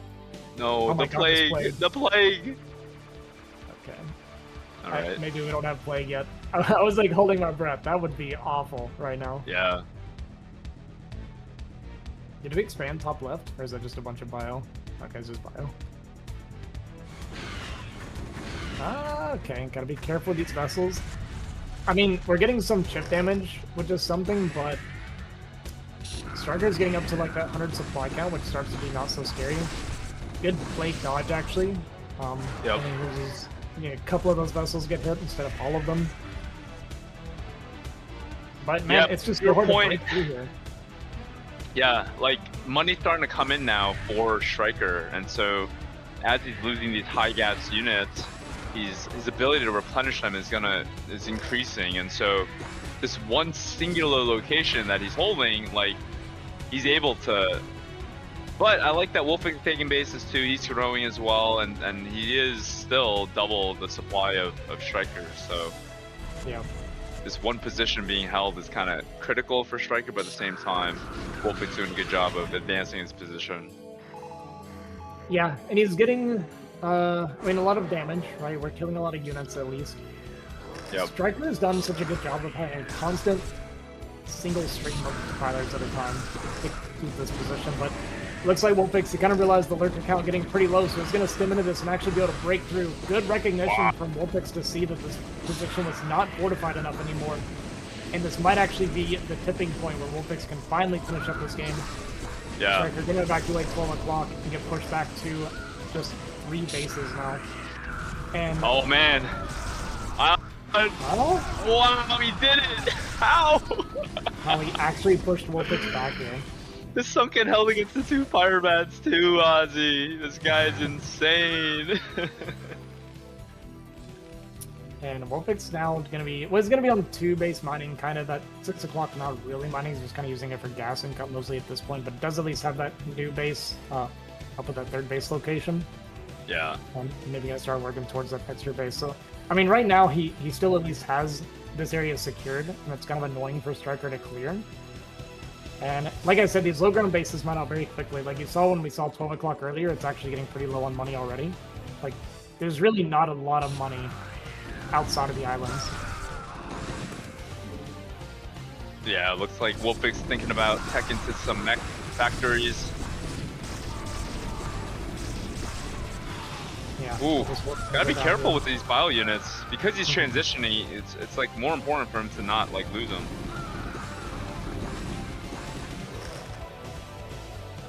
Yeah. Were these tanks in here maybe? I don't think so. I didn't see him load any or make any tanks.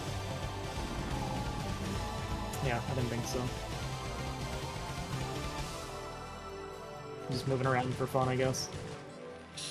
This single lane gonna be over here and be really annoying. Delay that factor a little bit, but the 4 bases now on the low ground here for secured for WolFix, plus the 1 island base right now. But StRyKeR gonna push in here. This is a pretty scary army composition. We're at that 100 supply count where Zerg can actually start fighting pretty decently with a lot of good unit management here. So we're going to see those swarms and lurkers pushing forward, and there's really not a lot of ground for WolFix to give before it starts getting on top of both of these bases. Yeah. Wow. Is StRyKeR going to pull this game back? Dude, I think I mean, this is such a massive move. Yeah. Where are the vessels dying to that Muta because of the plague? Like, that was so key, because he would just so easily push this. Yeah, and here we go. Swarm coming down on top of this base, which is going to dislodge this base for now. WolFix supply gap has actually closed quite a bit between the two players. We have 3 vessels coming out with a decent bit of energy to at least try and push this back. StRyKeR is going to be running out of money relatively soon, so if WolFix can hold on. But StRyKER's just being so efficient with what few units he has. Yeah. Oh, another cast there with the swarm. More defilers coming in. Yeah, he's so good at like continuing to stream in defilers. It's just, it seems so like critical. every time one dies, another one shows up immediately. Like there's no downtime between the lurker and the defiler. Seriously. So now this base is going to get broken too. WolFix is going to be on the back foot now.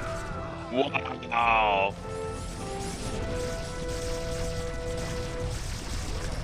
You're going to plague on the factory there.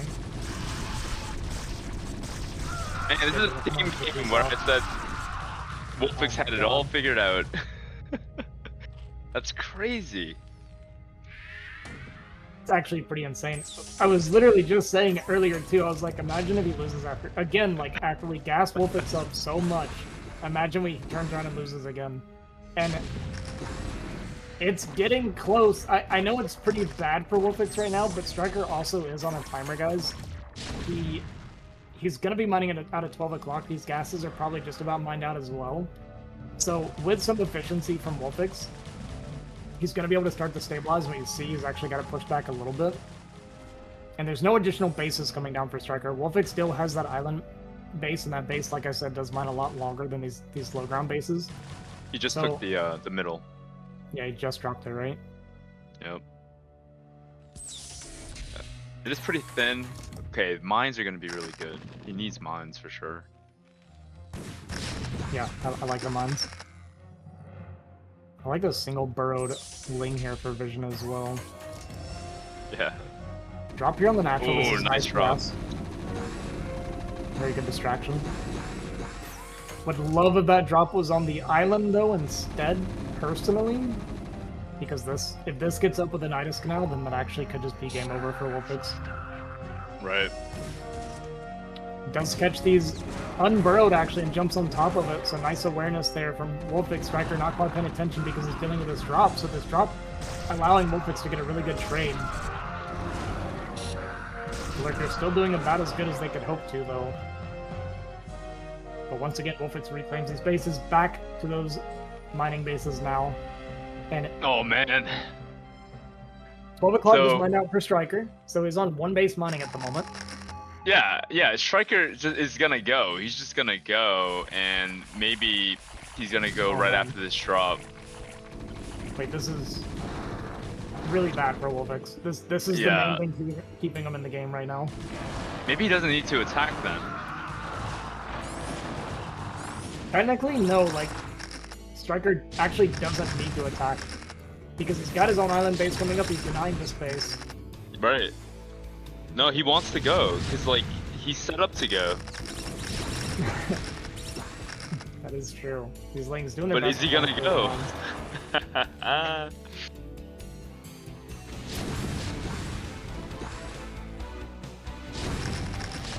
This game is so close. Yeah. It's kind of insane. If he might lose or he might win. He wants to go. That's why he keeps doing this. But oh, we get the drop here. We're gonna kill this. So this is huge. This is so important for WolFix to keep him in this game still. So now he has to go. Now he has to go. I was gonna say I think StRyKeR has to pull the trigger now, but there's mines. He's got dropships too. Sorry, mines and tanks. Oh, you're dropping ultras. Good swarm here. Wow. He's gonna be able to break this position. Wow. Dude.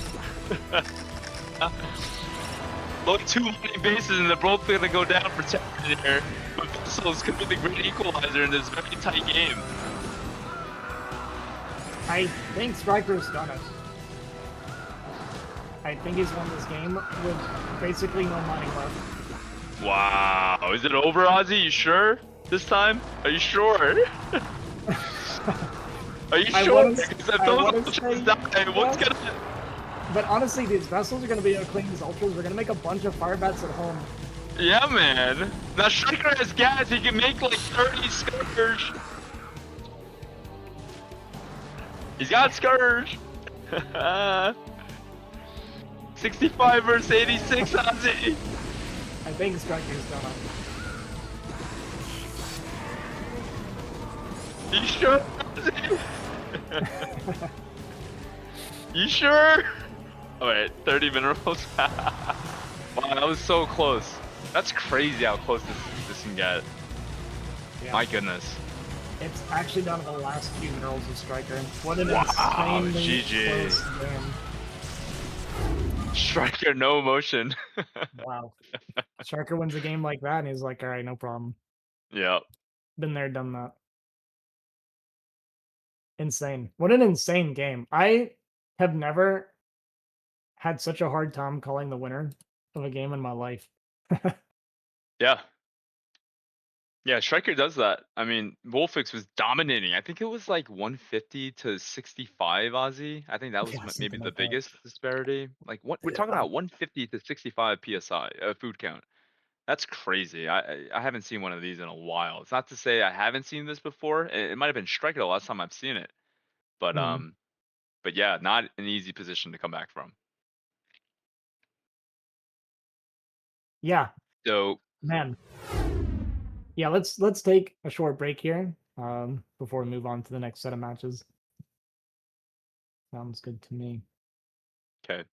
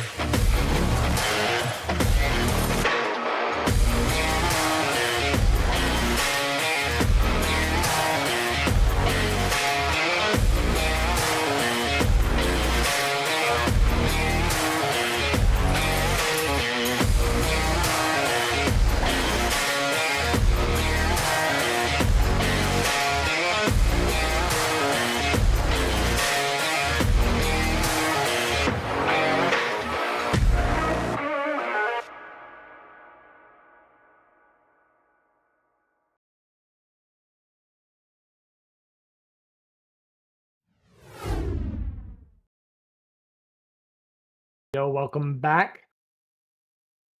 We Yo, are yo. ready to continue here. Next up, we have, I think, Tarson versus Julia. It's going to be on Polestar. A Polish specialty, for sure, this series. Yes. For this. Julia, kind of infamous for his weird play. Does a lot of non-standard things. Likes to take some weird bases, and if you scout them, you're a cheater. But that being said, he's actually also a very strong player. He's kind of annoying for a lot of people to play with. It's funny when for the IPSL stuff, when people are asking about like what group they want to be in, and one of them's Julia, one of them was Zero. Even though most people would agree that Zero is a stronger player than Julia, most people pick Zero because Julia is just so annoying to play against because of his weird stuff. Yeah. Yeah, Julia's reputation precedes him. I think him being in Pro League makes a lot of sense. He's definitely a high caliber player. Mm-hmm. And Tarson as well. So I'm looking forward to this one. I haven't seen Tarson play in a minute, and I haven't seen Julia honestly in a minute because he didn't participate in the Pro League in BSL20, I believe, right? So I'm excited to see both of these guys because I haven't seen them play in a minute, but I know both are strong. I think Julia probably has a better relationship with Tarson, so I wonder if he's going to pull the same kind of antics. Yeah, or am I wrong about that? I don't. Yeah, I don't know if they really get along per se, but okay, all right. Some added context. That's always good to know. Because honestly, I know it's a longer list of people he doesn't get along with. So I don't know who he does get along with. So. Yeah, that's fair. But I'm a big fan of Julia. I like his drop play, his lurker drops, his guardian play. I think it's strong. If that's not standard, then I would still characterize it like, that's annoying to deal with if I'm Protoss. So, right. But we'll see. But yeah. All right. Zero's saying they're ready. I'm ready. Ozzy, you ready? I'm ready. Let's hop into the game. Let's go. Let's do it.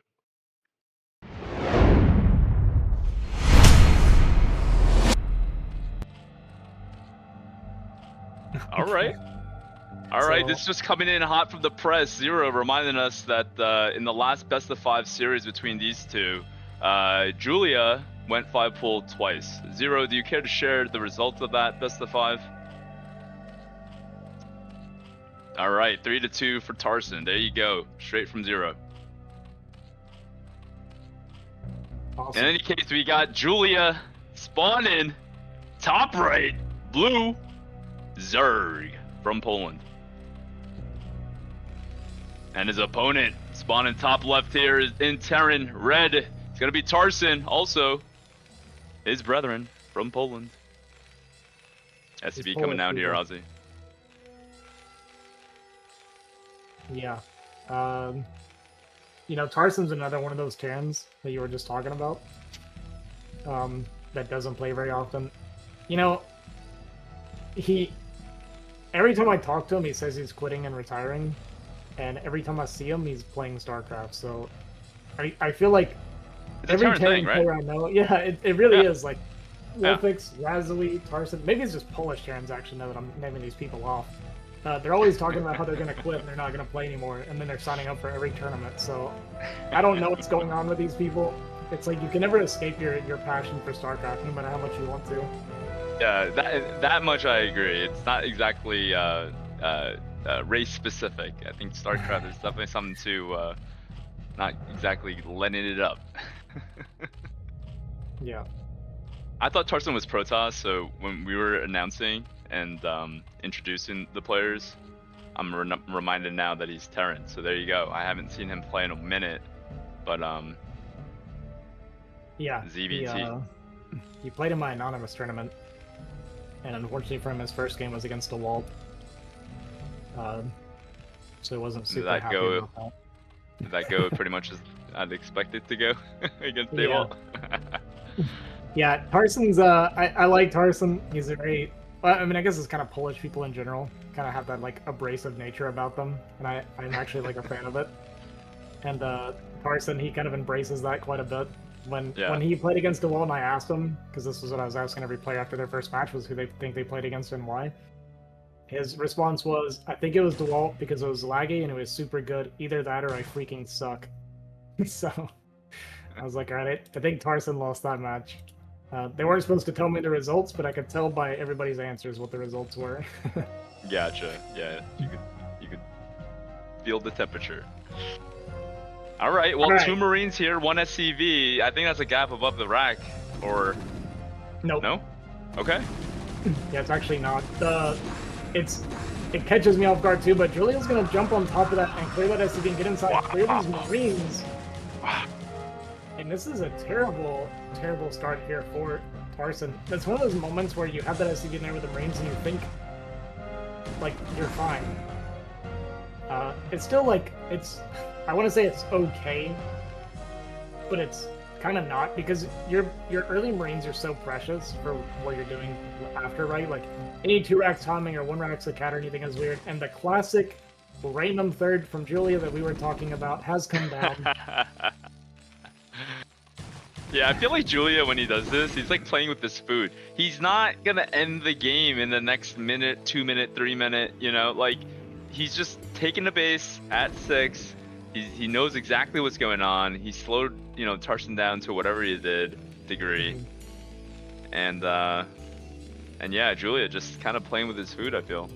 But this is his way, and so that's not really playing with food, I guess. It's his standard. Yeah, this is his normal play, right? This is as normal as it gets for Julia. Yeah, and we'll see where he wants to take it from here. I think that's is that a, what is Tarson building? Is that a factory? It's a factory, Yeah, right? that's a factory. Yep. Yeah, okay. All right, so And he gets a full scout off. Wow.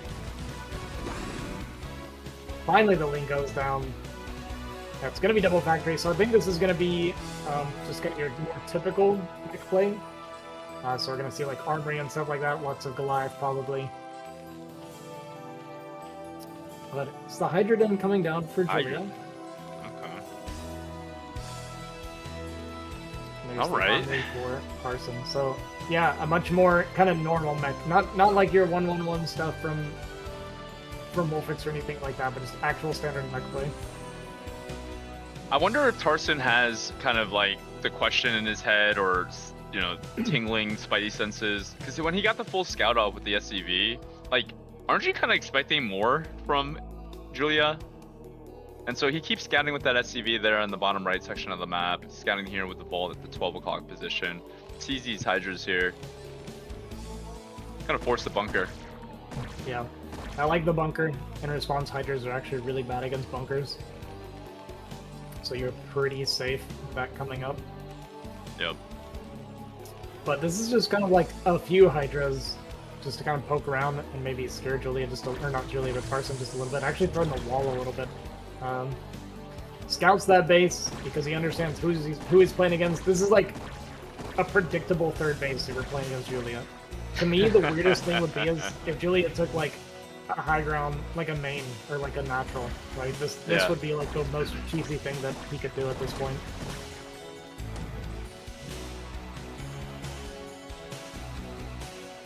Well, Julia did show 2 non-speed upgraded Hydra marching down towards the Terran wall.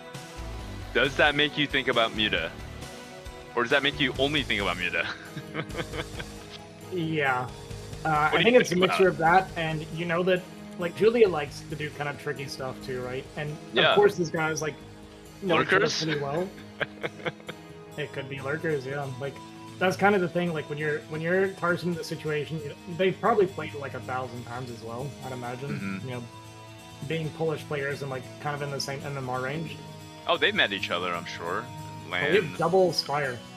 We have a second hidden Spire, so we're just gonna go full max mutas and max upgrades. Wow. I like that kind of like that. Yeah, and these mutas might initially catch Tarson off guard. He did push out a little bit, so these mutas are going to dive into the main. We'll see how quickly we respond, how many lanes or SCVs are going to go down. It is only 5 mutas, so they're not going to be one-balling at least. So that's going to buy him a little bit of time to kind of mitigate a lot of the damage. Yep.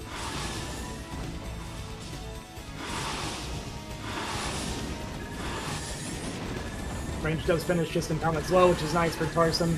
Gonna pick off one Muta there. And sure, not quite gonna finish, annoyingly enough. More SCV is gonna go down.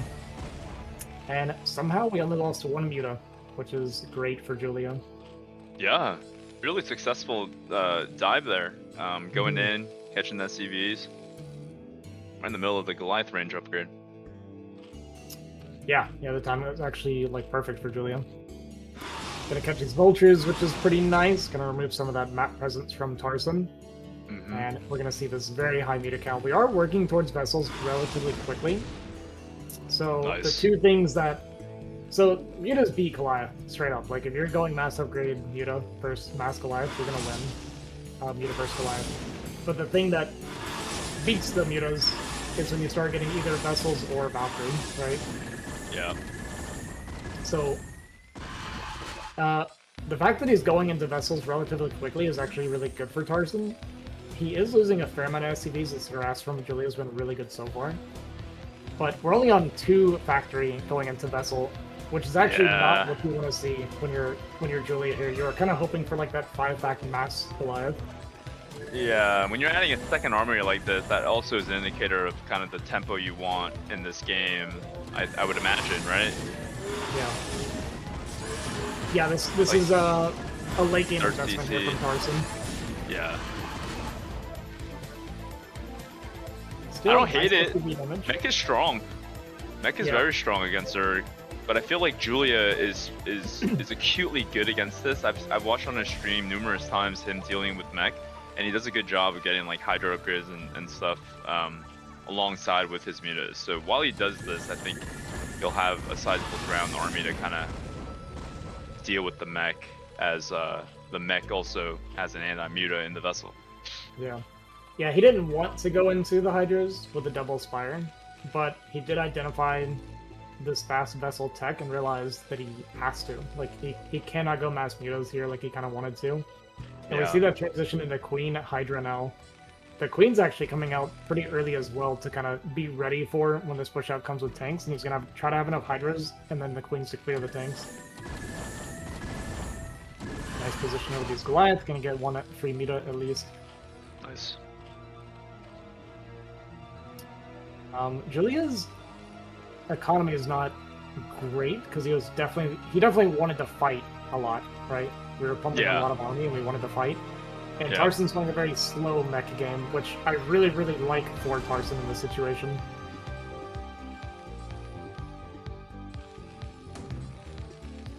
I feel like so often I see this like 5-factor Goliath, they kind of get stuck on just like pumping army the whole game off two base basically, without having to like in-game transition properly set up. Yeah, like it's almost like all in.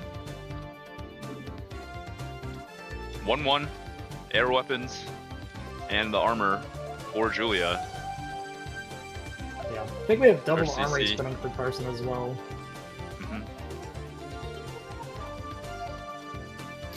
1-0. Gonna see the Hydras are being made.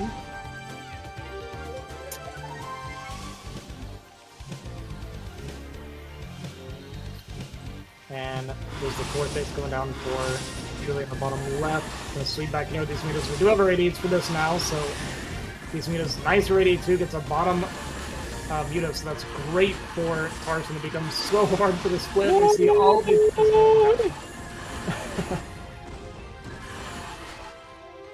What a great irradiate from Tarson. That is such a nightmare to deal with. Yeah. Zerg. Oh, yeah, I love the pacing of it, man. I love whenever I see even Protoss players when they kill a lot and then they take another base and just sit. I love it. Yeah. All right, Julia not giving up though with the 3 mutas that he has left. I swear Julia's thought process when he plays StarCraft is, what would a normal person do? So it's like, okay, there was like 20 Goliath here and I just got irradiated and lost like 10 mutas. So a normal person wouldn't go in. So let's not do that. Let's go back in. You don't like them. You don't like those 3. Specifically those 3 you don't like. Here comes Julia! Got the Filer. Yeah, tank line though. Yeah, that tank line's very scary. So just gonna hold this position instead, but that means that these Defiler are vulnerable to the irradiates. So both of them gonna get irradiated and go down. Here come the Queens though to look for those tanks, but these Queens, Goliaths, baby. they get the kill in time. They don't actually. So he falls back. Okay, there we go. Yeah, I'm surprised, right? Because if you kill the Queen while the Broodling's in the air, it actually cancels the Broodling. So does it really? Yeah, it does. So if you just focus the Queens when they come in, it's actually really hard to get them. It's really hard to get Broodlings off when you're just sending the Queens in because of that. Okay. So Goliath should almost be forward all the time. Yeah. Okay, that makes sense. And a little bit worried for Julia right now, but the Defilers all got cleared up, so this mech is pushing out. Does at least kill the vessel, which is nice. There's a Queen here, but he doesn't have enough energy. He is fighting on the high ground, which is great for him, but he's just so outgunned that it's not going to matter. Yeah. Let's get these 2 lurkers in here, though, so that's kind of a nice, annoying play there for Julia. Going to kill a lot of SCVs.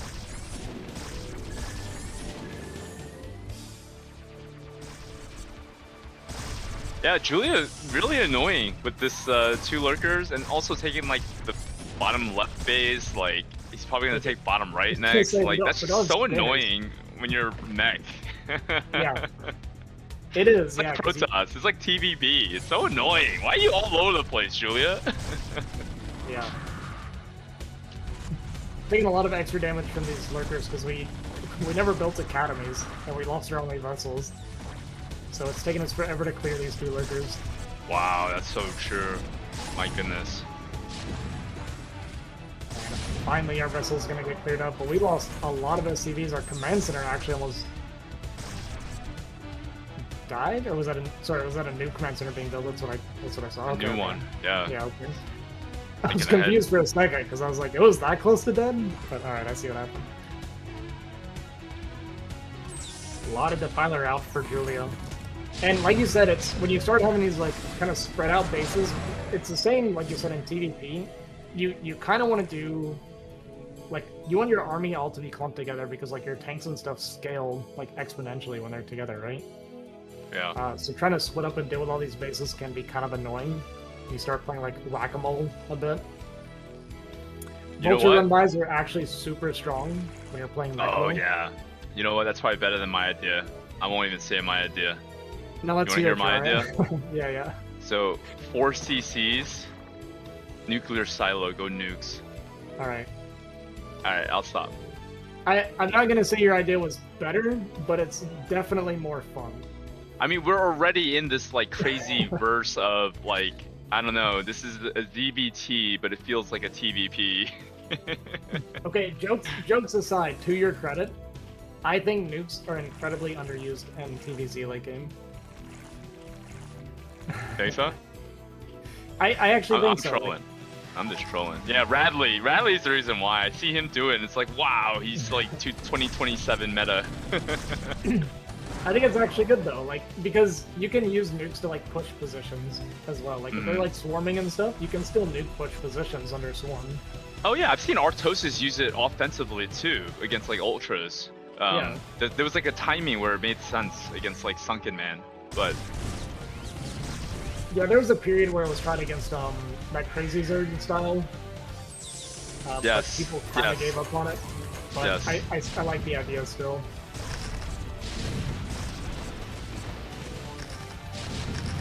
So for instance, you know, we got swarm here and a few lurkers, right? Imagine we just drop a nuke and blow that swarm. Yeah, like forget about the OVs, just somehow escape the OVs. Just imagine dropping a nuke on that MF. Exactly. Gonna push forward here with these lurkers. Gonna get a swarm all three, and the lurker's gonna get underneath, so we're gonna have to back up. All it takes is one. Position. Yeah. Even eating our own Defiler, a little bit desperate to kind of hold this position. And I mean, Julian got up to 5 base. We are going up to 4 base mech though as Tarson. And when mech starts getting late game, it's very, very hard to kind of trade against the mech anymore, just because the tanks are doing so much damage. Even when you're like walking towards them, right, to try and get under the swarm, you're just dying trying to get there a lot of the time. Yeah, Tarson is gonna start allocating that 180 psi more towards this southern part, which I think I just want to. I'm a little bit worried for Tarson because the mine then is gonna leave susceptible to his third and fourth base now at 12, or he's got this fifth base at 9. But the mech is really strong, but he's got like 70% utilization down here, which is probably good. But there's lack of mines, I think, kind of at that Zerg main at the top right. I'm a little worried about that lane for him. Yeah. But looks like Julia is gonna. Okay, here comes Julia doing his thing. Yeah, he's gonna deny that 12 o'clock base while trying to break through here, but again, like ultras don't do good against so things. Strong, dude. He's the mech is 2-2? 2-1, okay. Yeah, 2-1. Julia's doing a good job denying a couple of these bases. He's got like a swarm and I think a lurker from that 9 o'clock as well, while denying this 12 o'clock, so... Yes, Tarson is making a lot of headway here, and if he breaks this, then that's fantastic for him. Wow, is he gonna do it? No.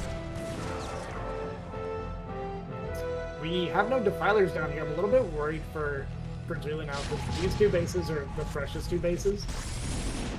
Oh my god. That was oddly satisfying. It was because of the, it was like the train of them dying instead of it being like all one shot.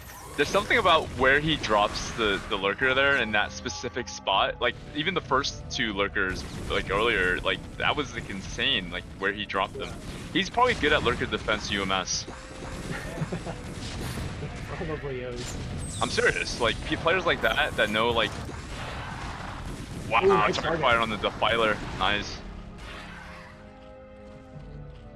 Yeah, and the other guy, I don't think we have any more defined. Okay, we have one like in the middle of the map, but this is pretty much just Ling Ultra here at this point in this base. So it's not hiding behind the mini map.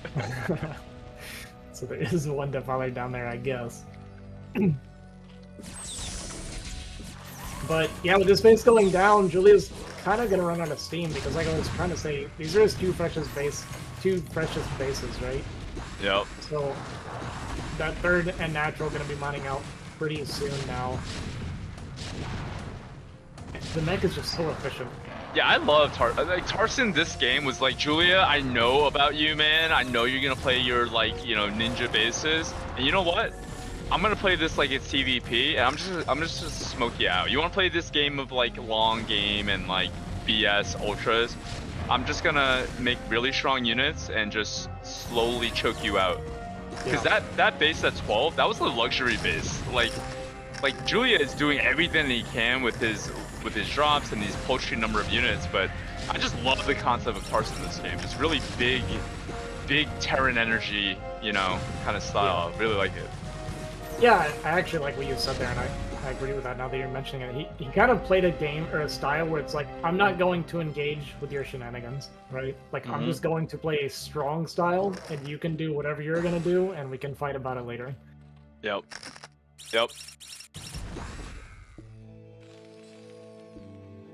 And we kind of see that. I mean, Julia's finding a little bit of a tough time kind of mounting an offense here. He's trying for these little counterattacks, and, you know, they are finding some damage. He is still holding bottom left, but Tarson's on 2-base mining right now, and, you know, as a mech player, 2-base mining is, well, really as a Terran player, 2-base mining is about all you need in any matchup. Yeah. No, he's definitely ahead here, right? Yeah, for sure. Yeah, okay. Because Julia's going to be running out of steam real suddenly, so we're getting to that point where the main natural and third start to mine out pretty close together.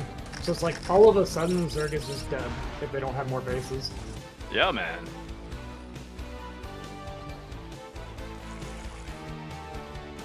Yeah. He is getting a couple more bases up. Actually, we're dropping 3 bases at once here on the right side, so if he can hold on to those... Dude, he's so good at this. This is so annoying. Oh, man. Julia, trademark lurker up. Yeah, I feel like this, when I think of Julia's kind of his specialty, is like, he knows how to properly execute really annoying tactics that are like very minimal cost to him, right? Like, this is one swarm and a lurker, and it's a nightmare to dislodge. Well, he's gonna have to keep doing it because there's still a lot of mech left, and well, there he goes. Oh my God. Cleans off 3 tanks right there. We're ultra dropping on the tanks here. And yeah, I mean, Expoing he's, there, expoing here, expoing there, Ozzy. yeah, it's actually kind of working out for him right now because he's not only did he disrupt the mining, but it really took a lot of Tarson's focus, right? So now he has to like do this 9 o'clock reset. And while this was happening, he completely stopped leaning on Julia while Julia's triple expanding. So he's allowed to keep mining this bottom left and get 3 more bases finished while Tarson was defending that. Now, StRyKeR in this spot, you know, not exactly the same spot, let alone, you know, the ZVP and ZBT, but like, it's going to require a lot of things on the part of Julia to do anything here. Yeah. With this proportionality. It's tough. But we've seen that it's not completely impossible depending on the players, right? But I do think the situation is much harder for Julian. Do I think it's harder? I thought it was impossible for StRyKeR to be fair, but... Right. I'm just throwing that up there, but from a Terran standpoint at this stage of the game, it's like whack-a-mole, right? You're not too worried about getting whacked. It's more about which one do I want to whack? Yeah, I think that's a good point. StRyKeR had some offensive options, right? Whereas Julia kind of doesn't. Yeah, Julia's just trying to stay alive, and we see his supply just suddenly dipped pretty massively, now down to 60 supply. Yeah, even keeping a couple of units at bottom left, just to make sure, man. I don't want you planting another hatchery down. Calm down there, Julia. Yeah. Yeah, denies really space. Strong. Nice. Really, really strong. Yeah, it's looking pretty doomed now for Julia. Tarson. You think it's doomed for Grim. Tarson? Yeah. Doom. Sorry. I think... Yeah, so we're complaining about some balance, possibly. Not a fan of the mech style, I guess. What does that even mean? Complaining about the balance. I would take that as a compliment if I was Tarson. Looks like my camera. Are you saying I'm better than you? Yeah, for sure. GG. Is my camera bugging out? Is that what I'm seeing? No, I see you. You're good. Looks fine now. Okay. Yeah, I just thought I saw it getting like super pixelated. Is that the new place, Ozzy? Yeah, I built nice. I built a tiny home for myself. This is my bedroom up here, up above me. Nice, man. Awesome. Yeah, it's all one room, but yeah, I'm loving it out here. Excellent. But yeah, really well played from Tarson. I really liked his approach to that game. I like the you know, just going for the mech, like I said, just kind of avoiding Julia shenanigans, not getting drawn into the kind of game that Julia wants to play. Yeah. And next up we have Doodle, and OLDboy, right? I'm a little bit, we'll say minorly invested in this one. OLDboy is actually so OLDboy is the guy that I met in the Chinese VGH group. He's in the WeChat group that I'm in with the Chinese, and I got to know him there a little bit. He's like a 2100-ish Terran. I think he's actually been improving a lot recently though. And I ended up playing him in like 5 different matches in the Chinese group. And just from talking to him, he seems like a pretty cool guy. So yeah, I at least know him a little bit. Of course, I know of DoodleDoodle, but I never really chat with him. Yeah. And I think they actually played just recently in IPSL, and I think OLDboy beat Doodle, surprisingly. Wow. Okay. Yeah. So this might be a bit... I need to recheck that, but I think this is a bit of a rematch going on here. Okay, well that's definitely a very good context considering Doodle is a what is he, 2400 Protoss? Yeah, I don't know what his MMR is, but I do know he's like super good. So yeah, it was definitely what I would call an upset. So it would be kind of cool to see if OLDboy can continue the upset here. Now, is OLDboy old? That's my first question. Let's see here. 1987. Okay, so we can say OLDboy is okay. That makes sense. OLDboy reminds me of Nal Ra, because Nal Ra, if you guys know Nal Ra, who was one of the most famous Protoss ex-pro gamers, he had a series OLDboy, because that was like his nickname and whatnot. So I wonder if he's drawing inspiration, but he's a Terran player, so I'm not sure if there's any lineage there. But interesting context, Ozzy. Yeah. Yeah, pretty cool. Looks like our players are ready, so we're going to be hopping here in just a second. But yeah, it's going to be OLDboy versus Doodle on Polestar, right? Yeah, Polestar.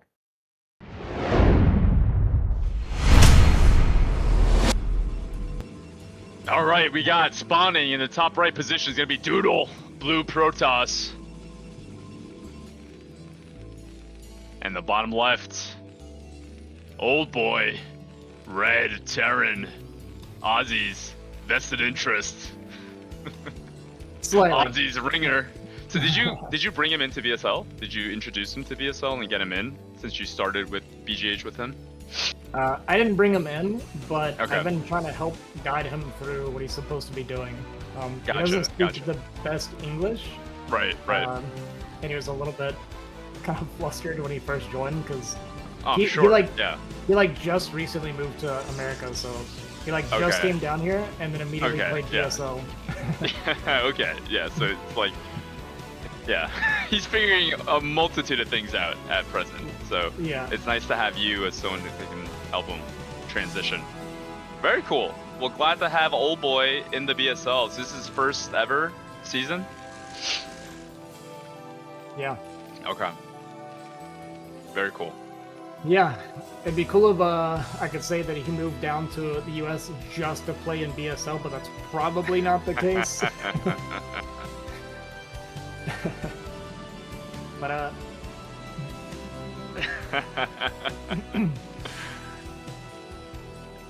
yeah, we'll see. We'll see if I'm gonna check those numbers a little bit here as best I can while these games are happening, because I'm curious if I got that right, that he did actually beat Doodle. All right, well, we got 11 gats open here. OLDboy. Yeah, I will say from what I know of OLDboy, he is very aggressive. At least he was in our games for sure. Yeah. Every time I played him TVT, he was like hyper aggressive. It was always like 2-fact, or it was some sort of one-base build every single game. So him going 11 gas, not super surprising. Gonna be looking for some potential aggression here early. That depot on the bottom left, is that a booster, Ozzy? No. It kind of is, kind of isn't. So I'm not a fan of it. It does actually slow it down slightly. Okay. It's better if you just, like, technically it's kind of a trade-off. It's better if you're like managing the SCV and you're making sure it's on the outside without the depot there. But if you're gonna like mine it incorrectly because you don't feel like dealing with it, then technically the depot's better. I see what you're saying. So it slows it down, but not if you're manually doing it without the depot. Gotcha. So it's kind of like the top right patch for right side mining, right? Where it's faster. Yep. It's faster if you're boosting it, and if you're not gonna boost it, then just don't mine it. That makes sense. All right, a little bit of lag situation here. OLDboy gonna get the scout. Eventually, we'll see something.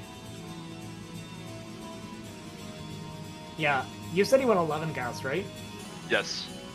So he had a 229 factory on 11 gas is not great, because that's basically a normal factory timing off of 12 gas. Yeah, so he did the... Oh no, he didn't even make the... Did he make the depot before the factory then? I wasn't watching that. Yeah, it looks like he did because he just got 26. So he made 2 Marines and he made the depot before the factory. So yeah, that's the reason why. And so it's like, why even go 11 gas is what you're saying. Yeah, you're just down in SCV essentially for no gain. Right. It's not a big deal, but could be nerves, you know? Like, it is his first time here in BSL, and he's kind of on the main stage at the moment, so... I'm really mentioning it because it could be nerves for some people. New environment for him. Kind of a big tourney going on. He's playing a potential rival in the making here. Gonna catch the screen a little bit, get some decent damage on it. Actually pretty good for OLDboy. The Vulture did take a few hits, but as long as the Vulture gets out and gets repaired, it's fine. But Doodle actually doing a good job of predicting the Vulture movement here and gets another shot off. So this Vulture is going to retreat back home to get repaired. And as Doodle, you're pretty happy that the Vulture gets stayed home. It's going to check and make sure it's still here, and he sees that. So this means he doesn't have to worry about the Vulture and mines being out on the field just yet. Ooh, love that. Yeah, so he can kind of sit out here with his goon and just continue to track this Vulture movement. And so yeah, here we go. So now it's basically like, okay, I know your Vulture just came out, it's going on the left. He could potentially move his goon to the left to try and intercept that as well from his main base. But it looks like for now we're going to focus on using our range advantage here to kind of punish this late bunker. Gets one Marine kill, going to back up because the tank is out now. So, you know, little dance, kind of the standard dance TVP early a lot of times. Yeah. I would say slightly Doodle favored though, all in all. Yep. It's pretty minimal, but when the level's high enough, those minimal advantages are, you know, what makes or break the game. Right.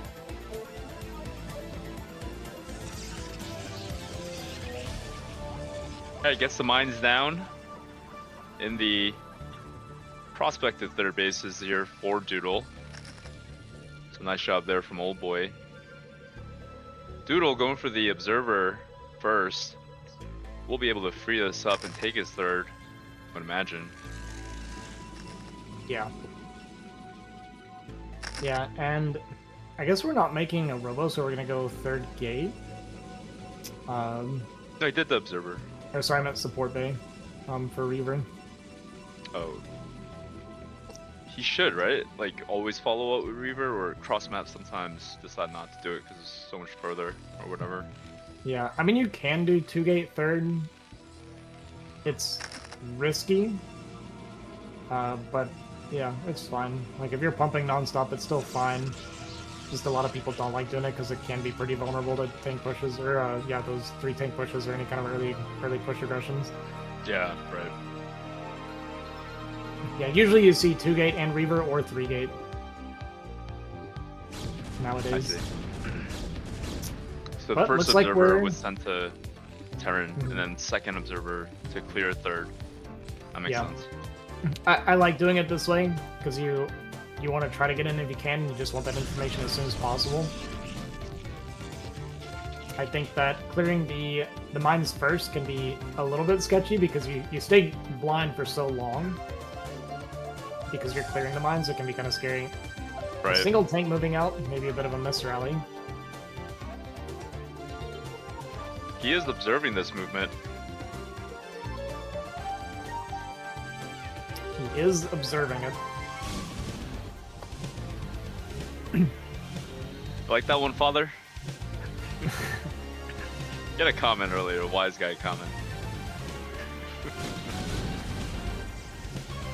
Alright, alright. I like the goon kind of defensive posture here. Really smart positioning. Okay, it is going to be that Reaver.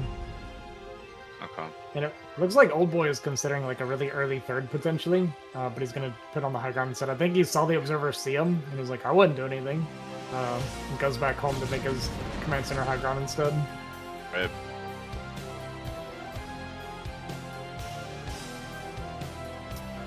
But that's a very early command center, like super early, by the way. 2-fact third.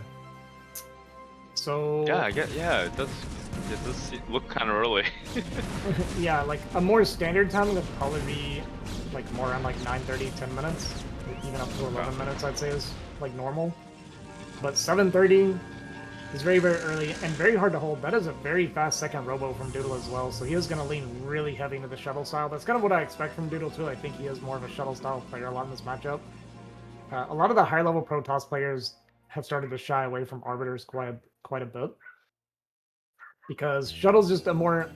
It's like Arbiters, but more high-paced and aggressive earlier in the game. Right. It's a very, like, fight-heavy style when you're doing double robo. Does this slow down your fourth when you have a double robo, or not really? Does it slow down your does. macro gates? Okay. Yeah, it does a bit because you're looking for a lot of aggression, so you're going to be pumping a fair amount of, like, shuttles. And, Right. you know, those are 200 a pop, right? So it does actually add up. And Right. essentially you're going to, when you do shuttle style like this, it's usually like we're looking for a lot of fighting and trading and kind of slow growth. Right.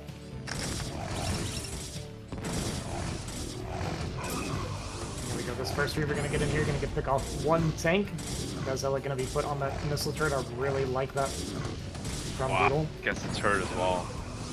Yeah, and that just frees this kind of range of movement up for these shuttles quite a bit.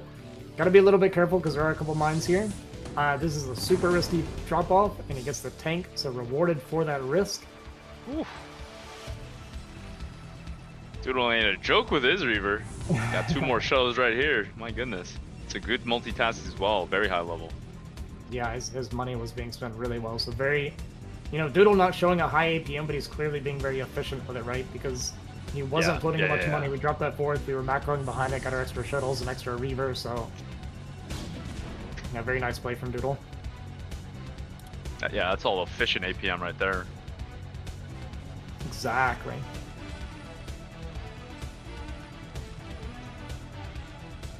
OLDboy though, he's got a third base.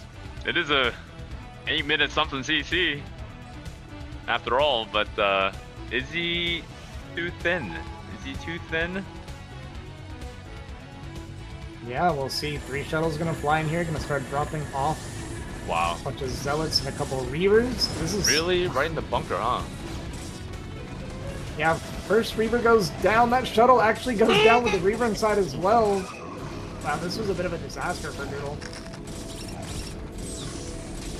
What? We're sieging here? I think that was an accident. Maybe he meant to siege those.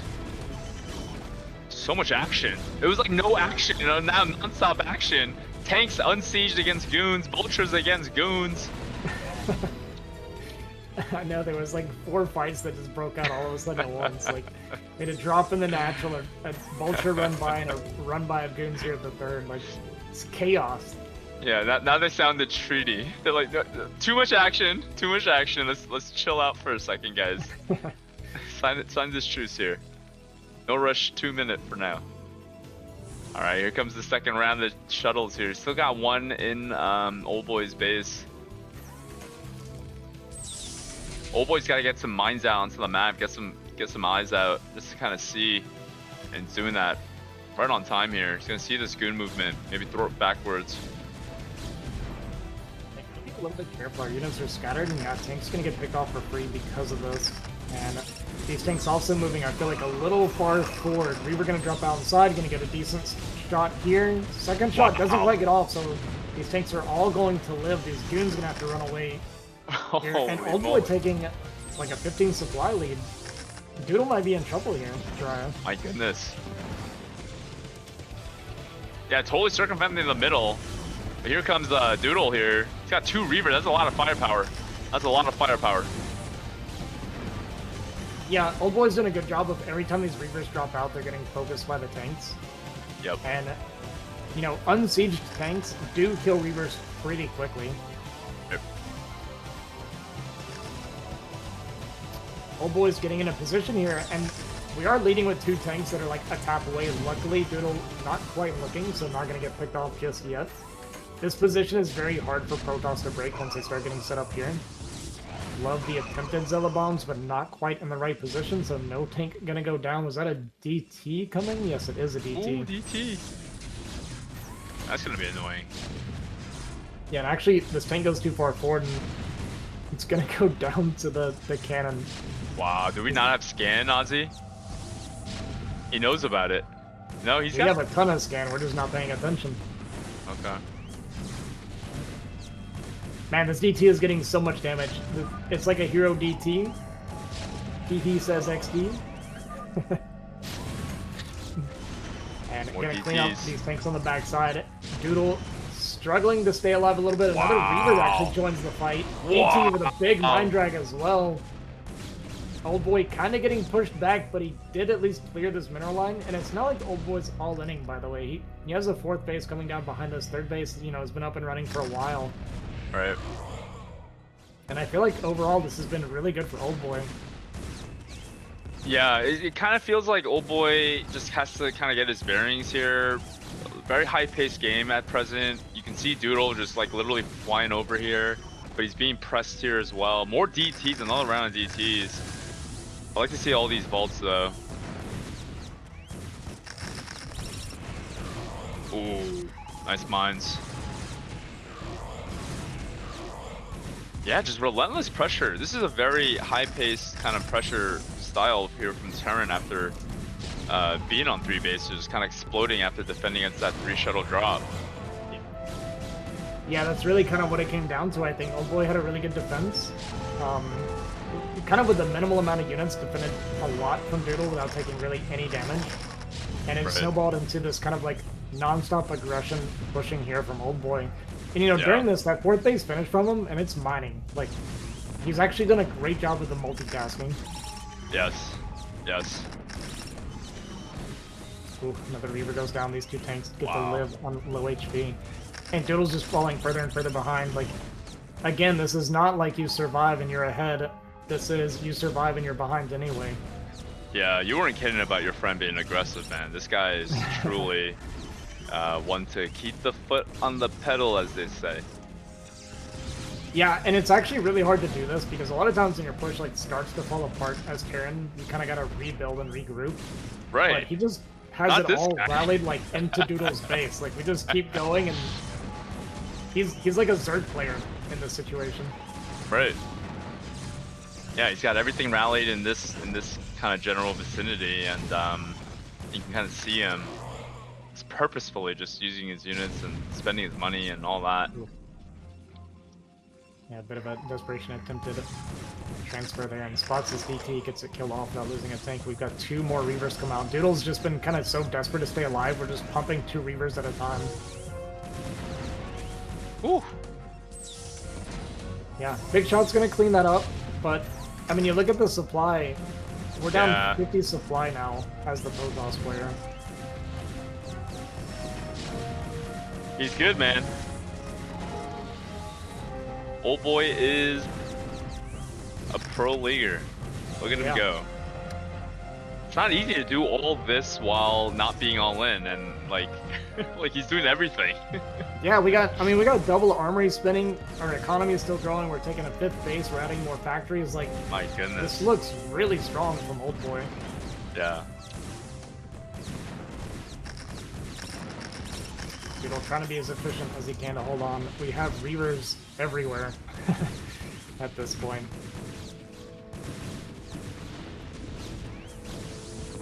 But it's not going to be enough, unfortunately, for Doodle. Even if he somehow cleared all this, right? This constant rally, which, you know, it looks like it's finally going to stop. But it's like when the dust settles, is it even playable for Doodle anymore? You know, we're about to be on 1 base mining with no tech to show for it against a 5 base Protoss. Yeah. Or a Terran. Yeah. Yeah, if Doodle knew the game stayed right now, he'd be like, wow, this guy, I'm gonna have to step it up to game 2. This guy. Well, there is no game 2. This is best of 1. Oh, it's a best of 1. Okay. I forgot. Yeah. Yeah. Yeah, and I think this means that history. we get a TVT next, right? It's going to be OLDboy versus Tarson next, so we'll see how he fares against a very high-level Terran player.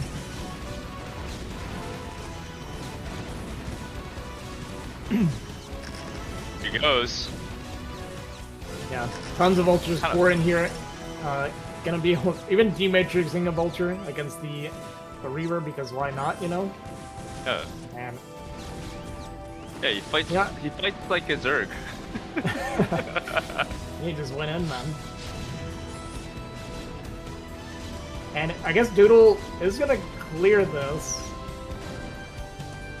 but it's not going to matter, I don't imagine. Wow, look at the dropship play too. And the only mining base we have. Very impressive. Relentless.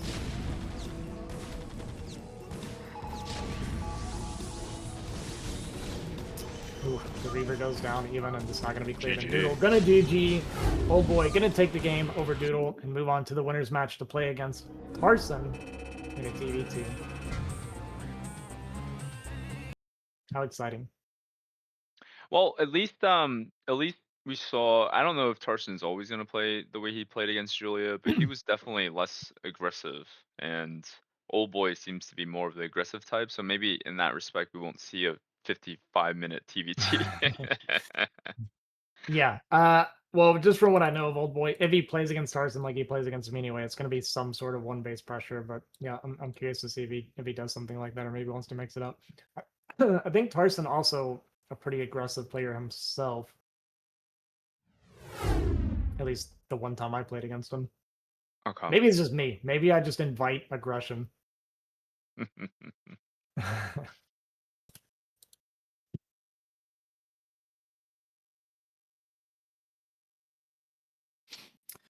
But yeah, that'll knock Doodle down into the losers bracket as well. You see, he's going to play against Julia now for his tournament survival. But we'll go to that game, I guess, next after this series here. But Tarson versus OLDboy TVT. Going to be a best of one on knockout. And it looks like our players are ready, so we're going to hop into this first game, or really the only game of Tarson versus OLDboy. He's 86. I just saw that too. So Tarson is 86, OLDboy is 87. I'm 89 and I'm freaking old, so I feel good being the younger man of the three of them, or the three of us. Let's not mention anyone else in that. I'm 87 as well, so. Okay. And I Zero, I think, is younger than me. So I'm in the middle. Yes, I'm in the middle. Okay. And Zero's the baby.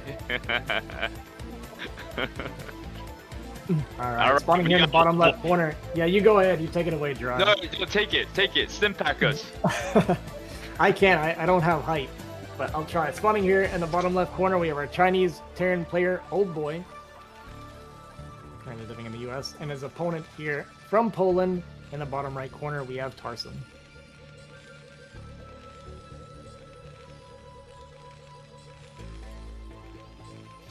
No Iraqs. Alright. No Iraqs. No Cinerac shenanigans. Nope.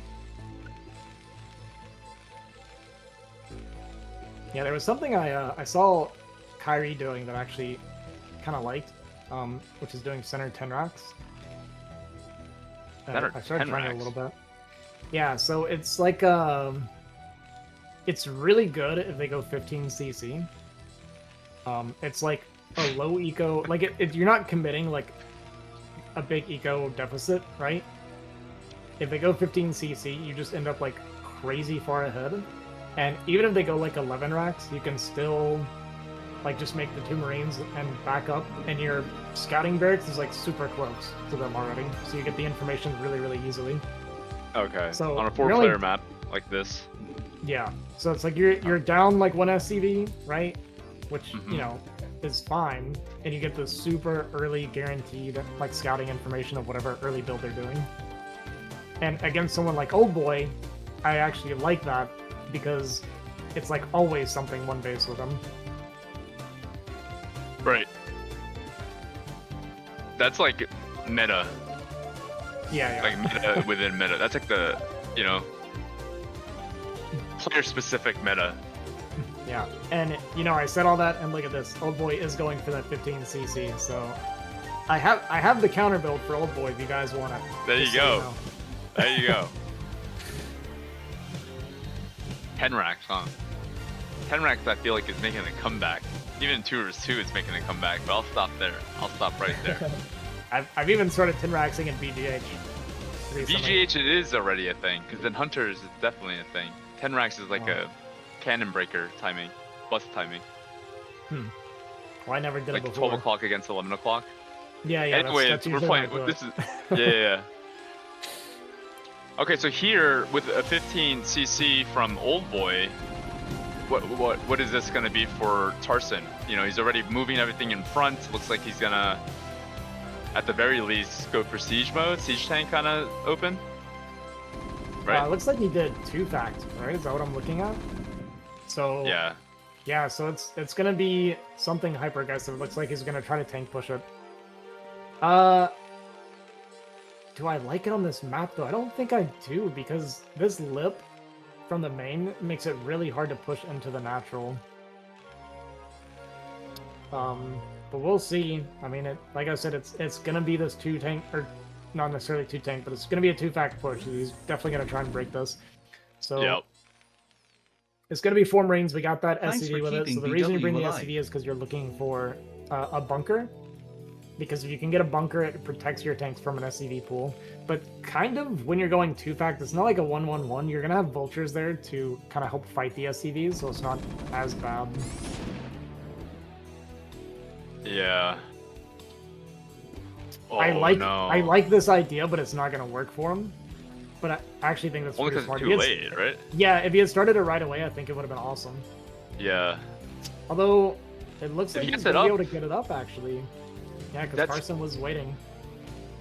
So like I agree with you on this map. I think it's such a good position for OLDboy to be able to get that high ground, but it's all dependent on his ability to get the tank up and all that. So he's getting the gas there. He wants to get the siege mode ASAP. But what I like for Tarson in this map, relative to what he's doing right now, is if you invest 2 factors, you deny OLDboy's second base, that might be enough to win the game. Like from there, it might. Yeah. Is So that it's- kind of how you think about it, Ozzy? Like Yeah, at minimum, that's- you got to do at least that. Okay. That's the whole goal. Your goal is to Right. deny. If you can deny them natural, you turn it into a contain and take your own natural, and then you just Right, literally play the right, contain right. game. Yep. That's like the high level way to think about it, right? Instead of like you have to kill him, you gotta just don't let him take the second Yeah. base. Okay. Exactly. You're not looking to kill. If you kill your opponent, he made a massive mistake. Right. Yeah, gonna move the siege tank forward so it can start shelling those SCVs. But The I mean, this OLDboy- when is buying It's like a so sunk much in. time. Yeah. It's like a sunken, one of those sunkins that you kind of put in the front and like, hey, eat that when you get your defiler up. So finally, this bunker gonna go down, but there's a backup bunker, guys. Like, he is still gonna be buying a lot of time. Tarson very smartly tries to move forward and catch these Marines, but there's already Marines in that backup Right. bunker. It is gonna be 2 tanks, and you gotta be very careful that this tank does not die. Tarson, did he rush it or did he just perfectly thread the needle there? I think this is great for Tarson so far. There's a lot of This tank is gonna units, be very Ozzy. exposed. Yeah. Yeah. He's got at Gonna least 2 try and run SCVs forward in to that get bunk. mines out actually on top of this tank. Wow. This tank is gonna go down. We did lose everything for it. Oh, We're you got gonna that unseat and one, move forward, but yeah, Got the high ground, Ozzy. This is what we were talking about. Like, it's not good So- on this map if he has this, but this is kind of the angle that I think Tarson tank is needs so to low. deny. Yeah. SCVs are so good against siege tanks. Wow. Gonna clean that one up, and this next Oh. tank gonna go down. And I think this is a successful Dude. defense. Yeah, I mean we lost a lot of SCVs, but Mhm. that CC I think is only just recently started for Tarson. Who's gonna have, yeah. So this is not enough for Tarson. Wow, good defense from OLDboy. I actually thought Tarson did it. It was very, very close. Yeah. It was a lot of red. That's all I remember. There was a lot of red, not a lot of blue. Somehow Very Goliath bold follow up. movement. Yeah, the Goliath follow-up was because he was afraid of Wraith, but it actually was just going to be that 2-fact tanks from OLDboy.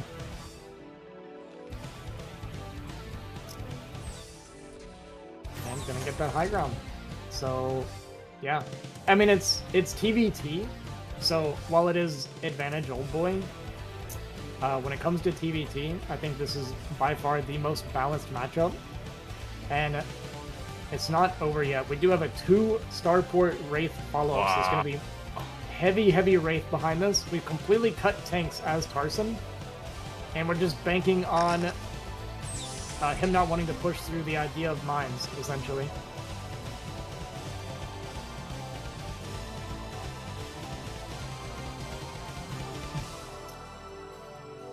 Wow, is he going to come from this low ground? Because that would be That would be the worst, considering that's where worst most of the case mines scenario. are. Oh my goodness. And we got that mischance as well. First tank gonna go Oh. down. Does he keep pushing into these mines? No fear shown. One more. I'm not Okay. gonna take any more damage. Well, this is the start of something. Now, starports, double starports, Wraiths on the way here. And I don't even know if an army started for OLDboy. Ozzy. Yeah, I think this is going to be catching him off guard pretty quickly. Additional factory coming down. Yeah, there looks like no anti-air on the horizon. So, how many SCV kills is he going to get before this gets cleaned up? Those Wraiths are going to take a very long time to clear these tanks. Yeah, he's going to start focusing on the 4 tanks. I think that is the correct call. And OLDboy He knows he needs to fight. Go. Yeah. Yeah, he knows he's got to get as much damage as possible. I'm sure he started like an army or eBay back at home to try and not take too much damage. So it's a matter of how much damage do we do here and how much damage do we take at home after. I imagine he's got more than enough time to get his defenses set up at home. So this feels like a bigger advantage here for OLDboy. Wow. Yeah, I mean, I would definitely make vultures while I'm making armory. I mean, right now, Tarson doesn't even have a barrack to land. Like, there's nothing that can stop units from just going in and killing SCVs. And so, when you say Wraiths are going to subsequently attack his home, when? Yeah, it's going to be after he clears up these tanks. You know, can he get more blue units in there? I see OLDboy sending more units in. Really nice here from OLDboy. But the supplies are pretty close, and so we shall see. Yeah, and here we go. The Wraith having to come back home again, right? Like, this is not what you want to be doing as Tarson. You need to get over there and do some damage, but you also can't afford to take any more damage. So I like the additional vultures here to buy some additional time. Turret should be up by now. Our army did finish behind this as well. So really, really liking OLDboy's position. Is that a CC for Tarson? My It is. Wow. Right in front of the barrack too. Pretty bold. Yeah, he's gonna go across the map to see if he can find some damage, and then probably come back for the barracks. But with this turret up, this Wraith easily gonna be shoot away. Oh, this is good for Tarson, I feel. Yeah, very, very aggressive there from OLDboy. I think that was 4 vultures for 1 SCV. And that Goliath is now a love tap away from death. These Wraith gonna be coming back for this barracks now. Making SCVs from the 3rd. Yeah, I like it. You know, you're not quite ready to move out and take your 3rd yet because you don't know how many mines are out here. Yep. Makes sense. And you've lost so many SCVs, like let's just go ahead and kind of replace some of those losses.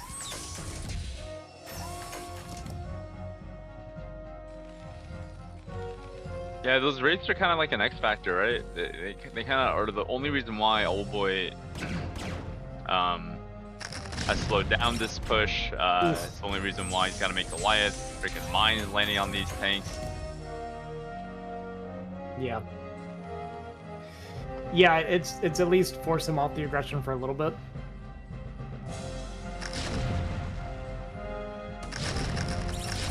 Ooh. See you, tank. Oh. Yeah. Man, he's so aggressive. Like Yeah. Oh, there's 8 tanks that are sieged here. Let me try a run by. Oh, gonna fly into these Goliath and not paying attention, so 2 of the Wraith gonna go down.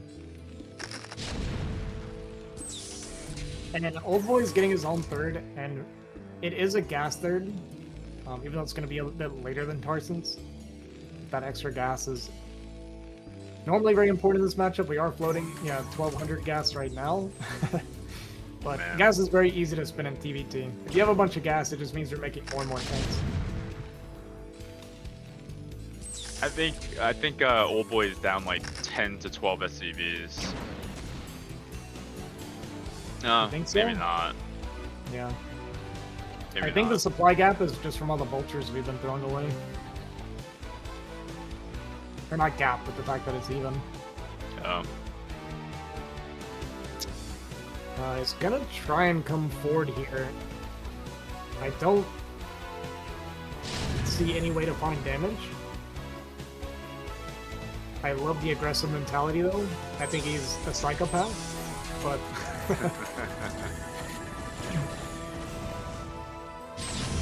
he's gonna try and get in here. I mean, if he gets to that little kind of crevice there is really strong because you can start hitting the CC, but you know, you got this high ground of tanks here that we see is going to do really well against these tanks.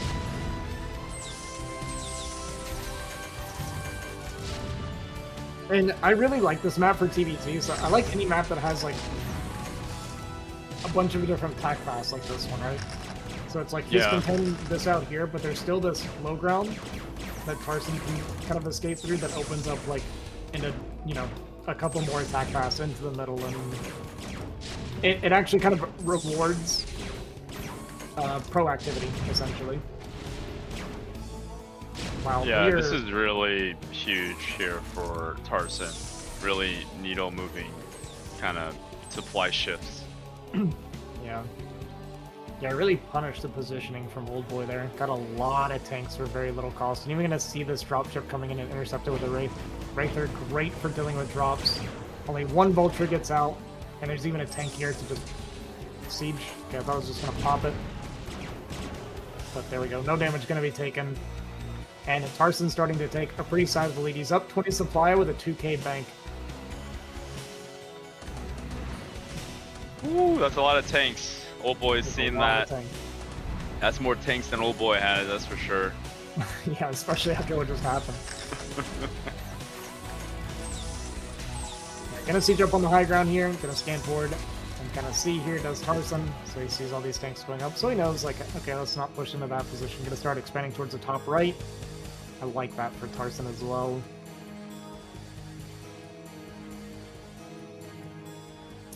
And yeah, so he's just going to move out into the center of the map here.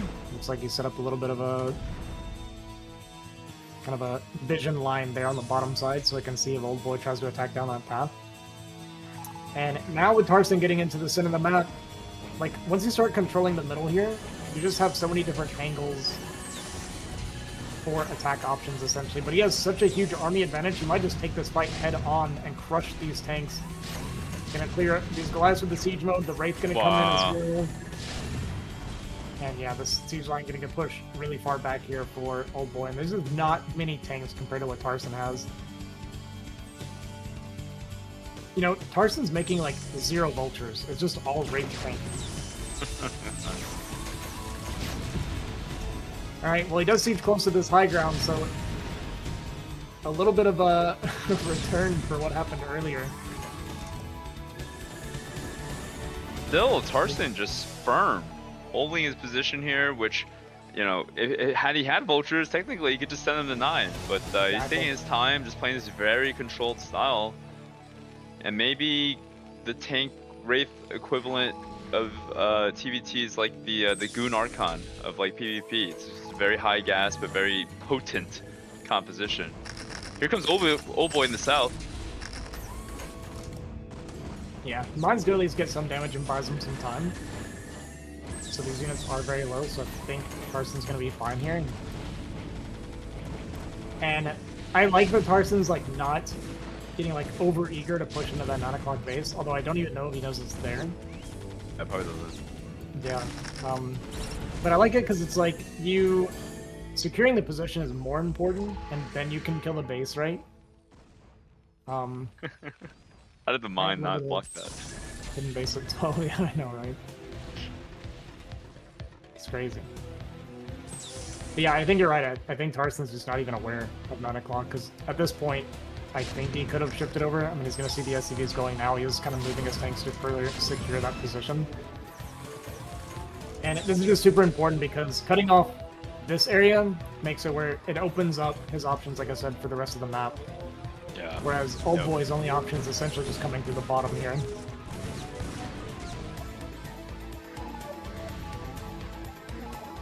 And he did move forward on the high ground a bit here, so going to clean up a few of these tanks, which is nice. Got his own Wraith coming out to join the fight with his Goliath.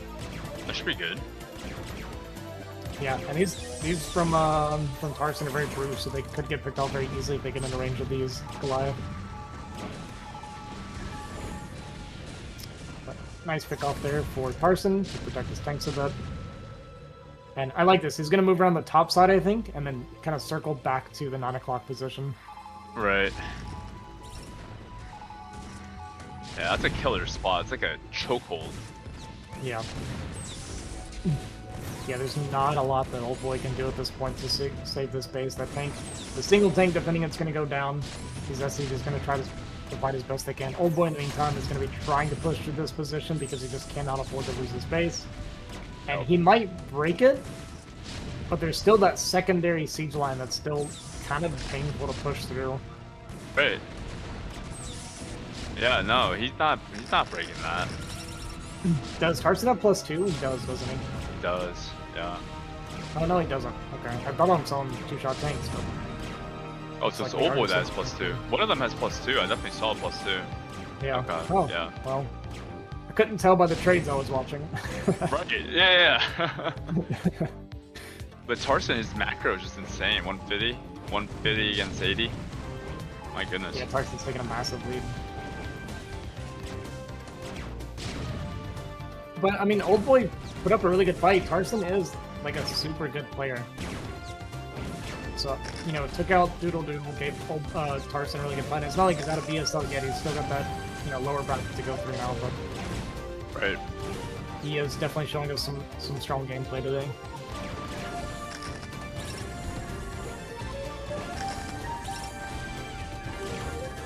Man, those last couple lines is taking your tanks out. It's painful.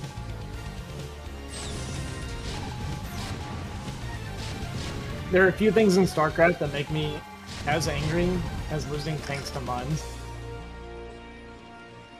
I don't know what it is exactly, but it's like infuriating when it happens. Oh, when that happens? What would be something else that pisses you off? Like when I run vessels into StRyKeR, that's annoying. Oh, the worst is probably just stop lurkers. Oh yeah. You ever have MM and you run into stop lurkers? Oh my god, it's the worst. It's like I had all these units, not anymore. See, I'm a little more... When that happens, I'm usually calling myself an idiot for not knowing better. Because like, if you look at the timer, you know the game's... Like, you should know it's possible. And there's definitely been... Almost every time it's happened to me, I walk out on the map, I'm like, this is a bad idea. Yeah.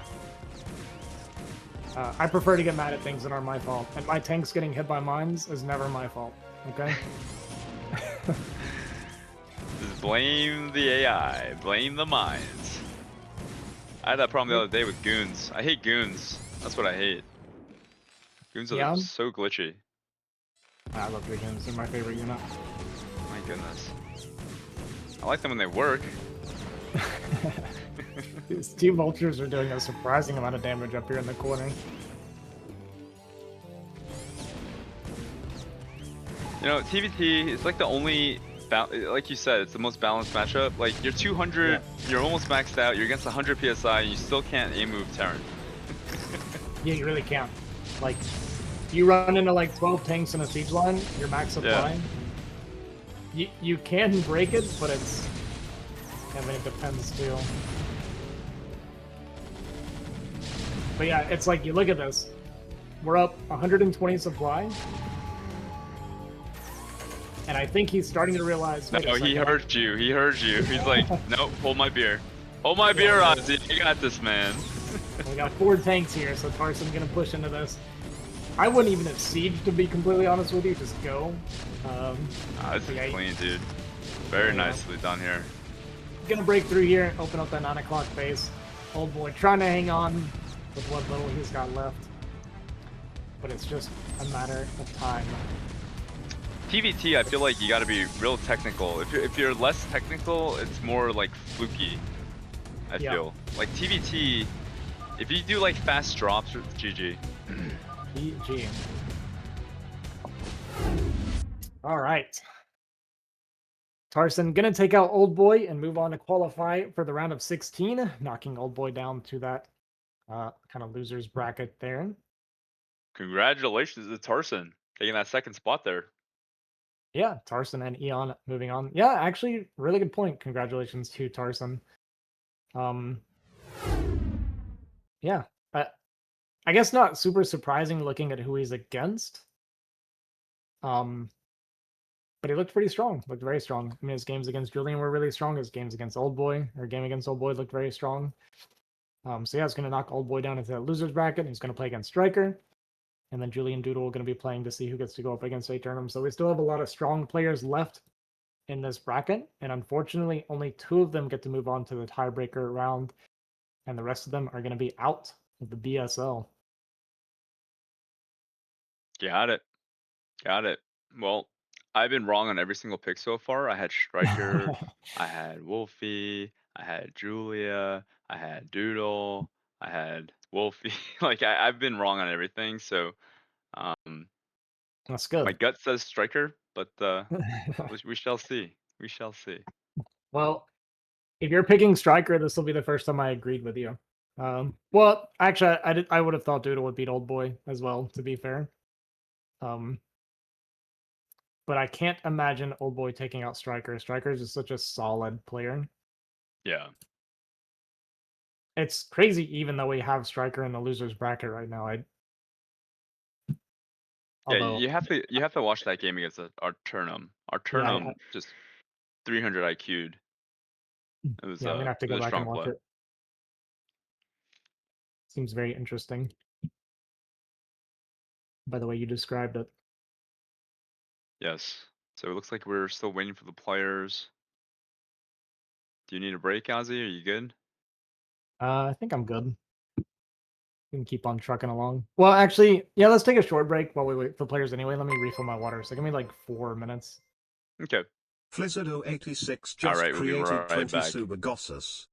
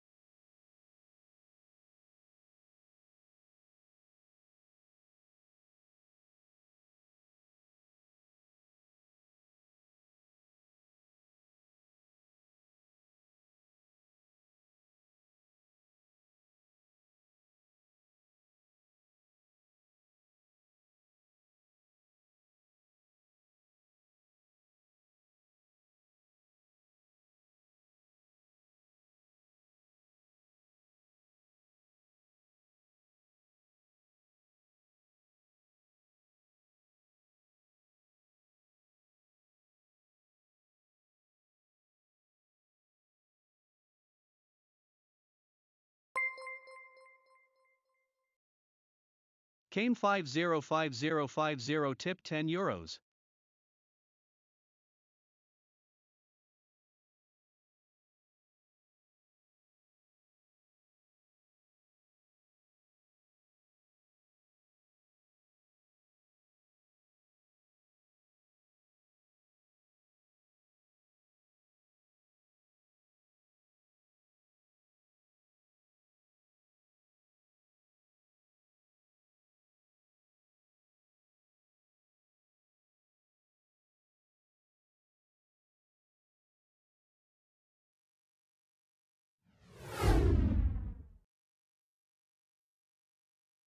All right, welcome back. Welcome back. We got Julian and Doodle coming up next for you guys. I think our players are ready, so we're going to go ahead and jump straight into this game. Doodle and Julia on Knockout.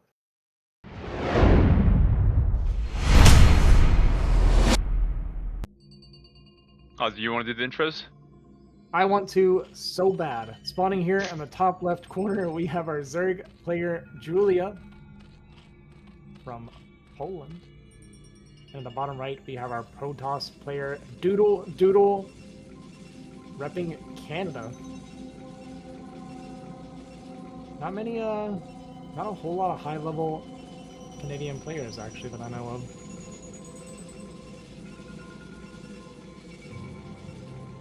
Is that a dig at Gypsy?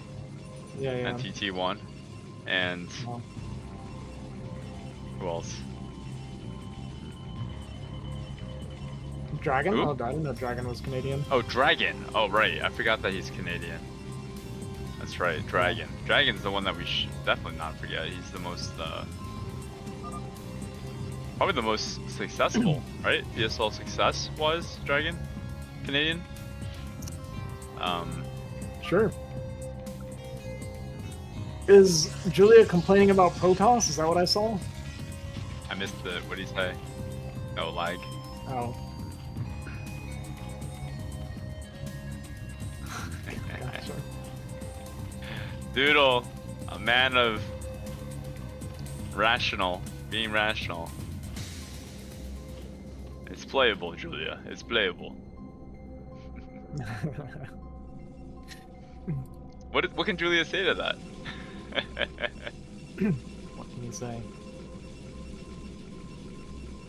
Alright, so we did Pylon Scout, so this is most likely going to be that Forge dropping down for Doodle. Okay. Which I actually thought he was more of a, and this doesn't mean that he's not a gateway expand kind of guy, but I just thought he was, typically. But I mean, most Protoss players mix it up nowadays anyway. For the I most see it part, less. I see it less. Even in pro scenes, I see it less. Which, the gate expand? Yeah. Yeah, it kind of fell off. It was really nice for a while, but it's one of those things, it's like, there's a lot of builds that come out, and it's like really good, right, when it first comes out. And then as players start to get used to it, you just stop. You just stop doing the build. Yep. Like the whole like 5-fact being like unstoppable TVP for like the longest time, right? Now it's like we're back to just mixing things up again because it's like, all right, well 5-fact kind of sucks now.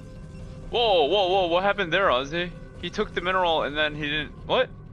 Yeah, Those so are the mineral patches. Yeah, the mineral patches are 0. Oh, 0. Okay. Yeah, That's so fun. it allows you to mine them out. And this actually hurts, I think, Zerg more than any other race. Because one thing that I actually love to see Protoss players do, or more specifically Terran players, maybe not Protoss players, but Terran players, if you double scout, you can actually just mine those patches out so that if you get to later in the game, it's actually a lot harder for Zerg to hold those bases because they don't have... It's like a much more open ramp for the lurkers and stuff. So your bio can actually push up it faster. Yeah, it's like a fatter ramp. Yeah. Yeah. That's interesting. So when as you're double scouting, you just do that, even though he's not there. You just do it Yeah. for future ramification. Okay. Yeah, Interesting. It's a little bit risky because if they're going like 9-pull or something, it's gonna cause you to miss the 9-pull. Yeah. But still, it's when it does work out, it's pretty satisfying. But yeah, we had a really fast third hatch from Julia on Expo location. kind of across the map here. So I'm pretty sure Julia really likes to play a turtle style ZVP. So he really likes to drag games out, and he really loves doing things like lurker drops in this matchup as well, and like putting guardians like in the dead space between the natural and yeah, just like really annoying things like this all the time.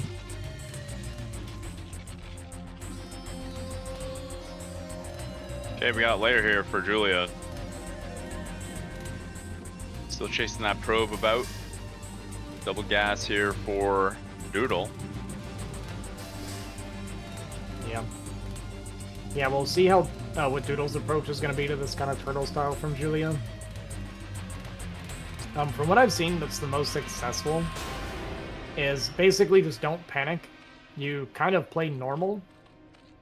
And what ends up happening is this style from Zerg makes them want to... Yeah, you see, like, you can't stop the scouting, right? Because we mine those patches out. I just saw it. Indeed. But yeah, so you just kind of play normal. I can totally see Terran busting Zerg with that. Yeah. That's actually pretty neat. Yeah, they really wanted Zerg to not win ASL this season. I think a lot of the maps heard. But they didn't stop them, so it is what it is. No, they didn't. Freaking snow. Maybe next time. Yeah. Every year is gonna be, or every season is snow season. It cracks me up, but I don't want to get sidetracked too much, because I will. I get sidetracked way too easy. No, let me bring you in. Let me bring you in.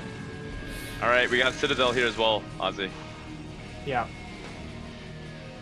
Yeah, pretty standard from Doodle. He's a very standard player. But yeah, what I was trying to say earlier. So a lot of Protoss players, when they play against the style, they like panic, right? And they'll try to like take a faster third or something themselves, or like something like this. But honestly, the best thing to do, from what I've seen, in my opinion, I welcome anybody to, you know, correct me if you think I'm wrong. If you just kind of play normal, and essentially what happens is the Zerg ends up having to make a lot of sunkens to try and defend all their bases, and it hurts their economy a lot. And basically you just play a normal bust style with like a really heavy goon style, and they're just behind, and there's like a really strong bust timing that you have where you're just gonna be like super goon heavy against a bunch of sunkens before their tech is all ready. Yeah, that makes sense. I see Dragon, like, to me Dragon is like really like blue chip. That's why I call him blue chip Protoss. He does it masterfully. You cannot do this against Dragon, I feel. You ever see Dragon's PvZ? Yeah, his PvZ is super good, from what I've seen. Super good, and he finds the bust timings with goons very well. I think that's kind of what you're talking about.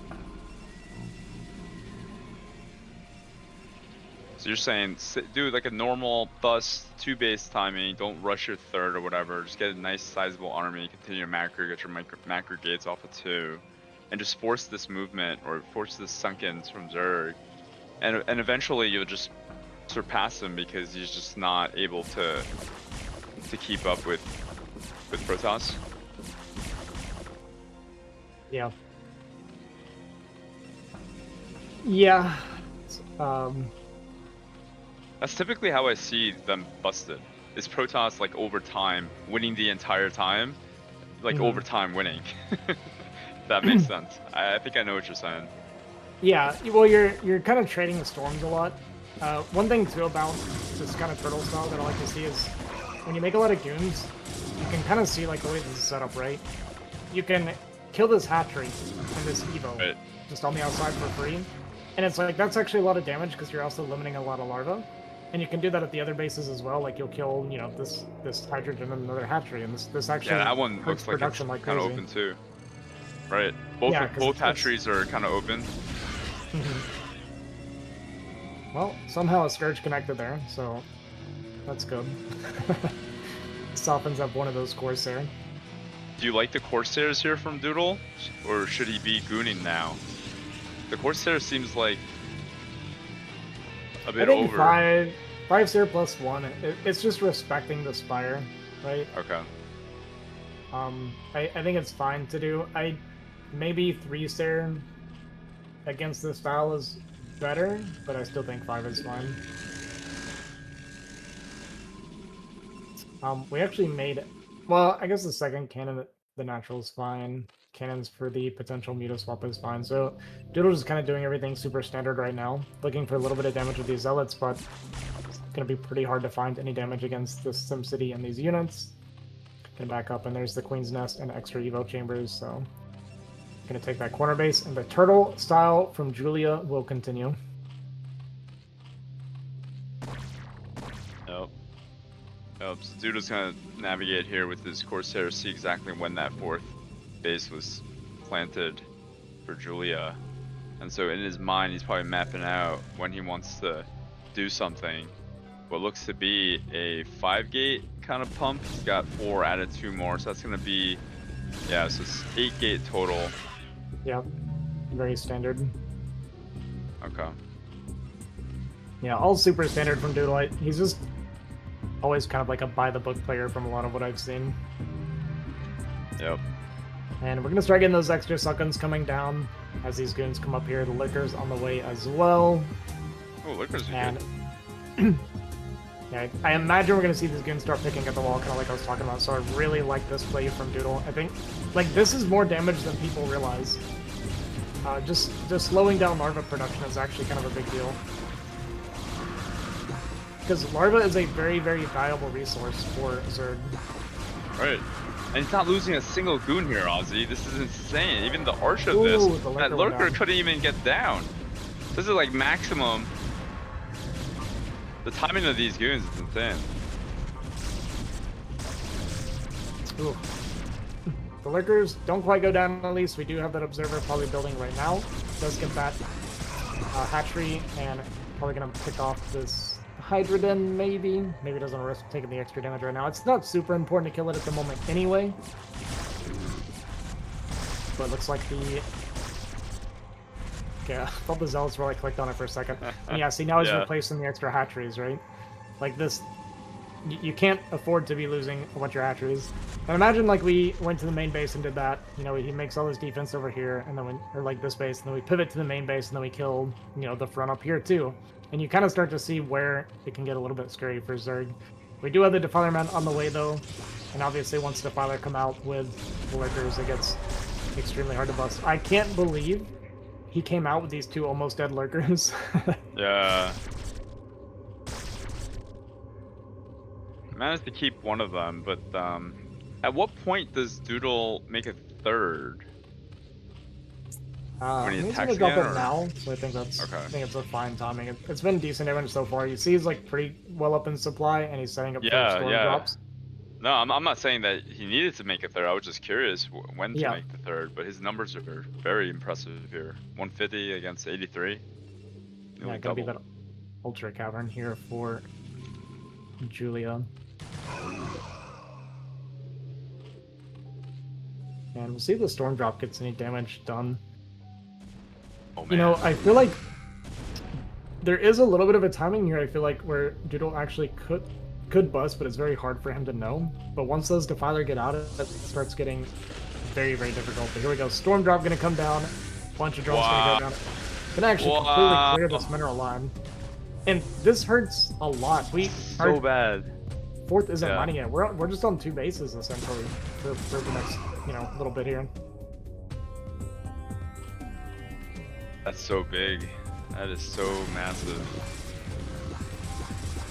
And now we can do that thing again. The same thing against that hatchery there. Maybe tougher with the Defiler. Yeah, I think with the Defiler coming out, it does actually stop that now. Okay. But I like the position for Doodle at the moment. It is super hard to break, but you can kind of play to deny 5 bases, I think, from here. Because we're going to be maxed like way before Zerg is ready to fight us. Like, Julian ain't coming out, man. And if he does, it'll be like, what, 12 lings? You know, like a handful of lings? Exactly. He's going to keep doing these storm drops. You can also, like, lean on Zerg's front with just a bunch of goons and storms and just kind of pick off whatever few units you can get. But it is going to catch this drop, so that's a nice pick off there for Julian. Yep. And we see this army coming up towards the top. We might see kind of what I was talking about here a little bit more, just kind of leaning on Julia and continue trading. Because it's like, you're maxed, right? We're going to be trading, like, energy, and just kind of threaten the Zerg here. But the Swarm's going to come down on top of these Lurkers. And you see what kind of damage we can find here. There's only like 2 Lurkers total here, though. Does pick off those Observers with the Scourge. 1 Lurker, I think, in there somewhere. Yeah, 1 more Lurker. Killing the Street Colony actually to try and open up the pathway a bit. It looks like Julia, you know, with 95 supply, might be able to defend here. It's like very, very goon heavy, so they can't really fight against the Lings and the Swarm. Right. Archon's, though, going to trade really well here in this situation. A bunch of reinforcing Zealots come through, but a bunch more Lurkers have showed up, so the Zealots start getting chewed through pretty quickly. We do have a 4th base coming down for Doodle behind this. And another option you do have is Reaver pushing these positions. And yeah, there's the leader, so... Does get this 6 o'clock base canceled though, so that's really good for Julia. And his supply is caught up quite a bit now. Yep. Yep. And we're still not even mining that top right base, but we're finally getting drones for it. Yeah, this looks pretty soft to me, OLDboy. Maybe if he just kind of goes in willy-nilly like he did over there. But with this amount of goons, I think he's gonna not go willy-nilly. Yeah, never mind, here he goes. Protoss, he's gonna try to threaten him, but... No Observer very far behind, but they're probably gonna come out as well, drop down that Swarm, push toss back. And I think Doodle's being a little over-eager, trying to like break the positions. Yeah. I was talking more about just kind of like sieging the position, right? But Doodle's like, this could be good. Kill him. Man, this is so annoying for Julia. Wow. Ooh, another drone mine completely cleared. Yep. While this fight was happening here, and yeah, Julia not watching in the meantime. That 4th base only just now restarting for Doodle.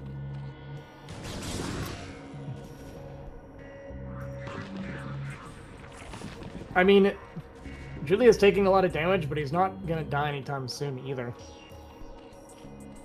He is trying to take that high ground base. I'd love to see Doodle, and yeah, he is gonna try to reposition to break that base. And without the static defense and stuff, and the high ground and everything, it's gonna be much harder for Julia to hold this base. Gonna see a plate come down, but actually he hits a few units. There was that movement from Doodle right before the plate came down that actually saved a lot of those units. Attacking into the Swarm with all your Zealots blocked by your goons is less than ideal. Does at least kill the Defiler under the Swarm, though. Another Link run by tries to clear the space, but the DT is going to defend it, so that's pretty nice from Doodle to do a little bit of that Lurker backstab, but it was killed off by that cannon.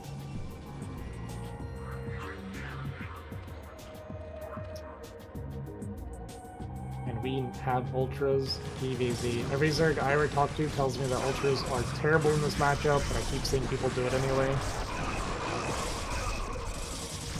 A little bit of move command there from Doodle, but not too bad. Looks like we're going to get a decent storm on these Lurkers and start to clean these up. Push these Ultras back, and we're going to deny this base again. And this is kind of what I was saying. You can play to just deny the 5th base. I'm a little bit worried for Doodle's growth potentially, because he is taking some pretty bad trades overall.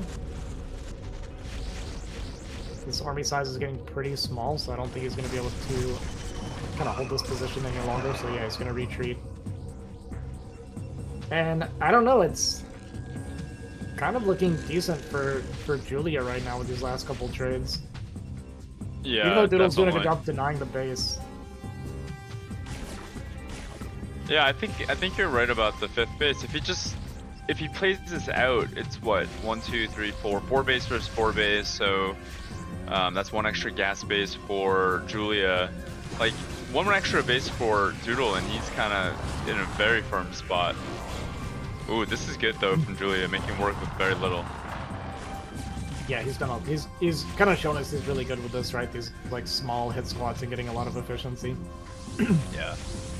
We do see his main and natural mind out, and here's the Reaver push that I was kind of talking about earlier, but I think this Nexus is going to go down, so that's pretty rough for Doodle. This is very potent though against Ultras, this composition from P.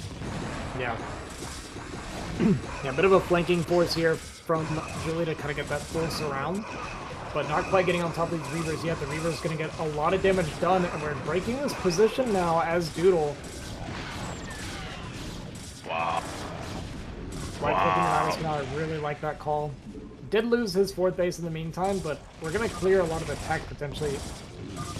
Complaints about lag, aka GG. Doodle going to take this game 1 against Julia.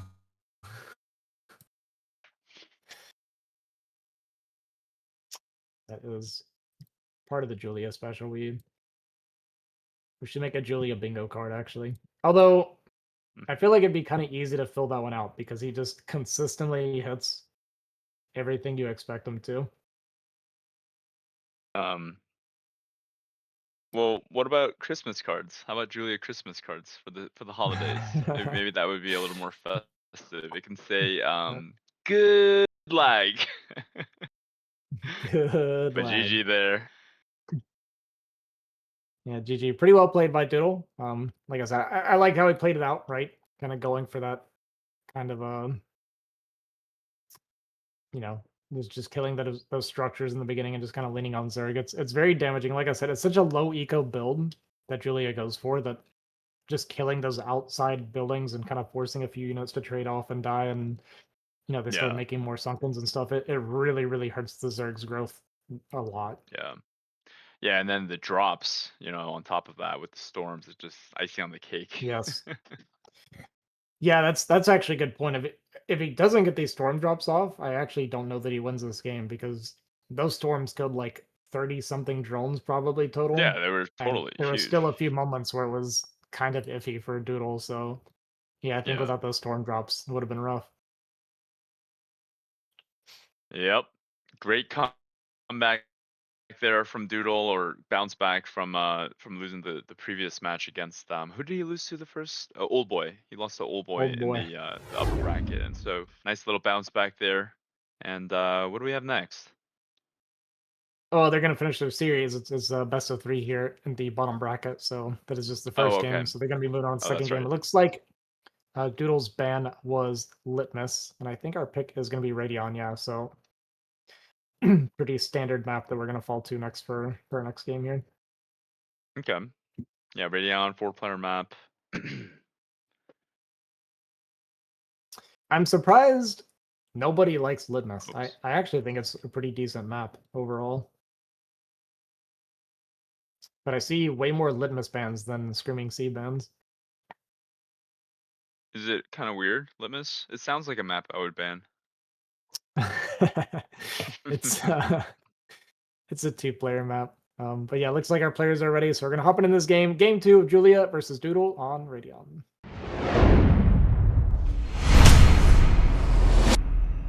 Alright, you're up, JIRAIYA. Take it away. Alright. Alright, we got Julia spawning here in the bottom left position. In the red, Zerg, red, Poland. And spawning in the top left position here is going to be Doodle, Protoss in the blue.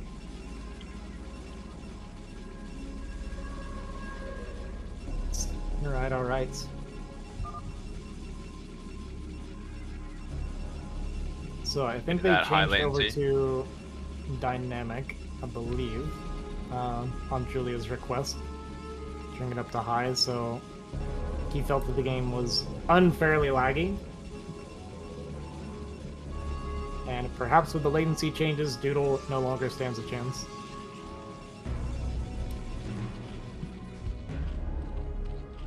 Better than being accused of cheating. It could be worse. But it's always something, huh, with Julia? Latency or stream cheat or whatever. Yeah. It's always something. It's okay. It's what we love about him. Maybe you love him. I'm sure somebody... never mind. So we're gonna get that Pylon Scout from Doodle, which indicates that it's most likely gonna be a Forge Expand again. Yep. And it will be that double Scout coming out from Doodle. This is just super standard, normal, something that everybody does unless they're Nomad. What does he do? He goes Pylon Scout into like really late Forge and doesn't send a second scout, so he just dies to 9 pool like every single game that I watch him play.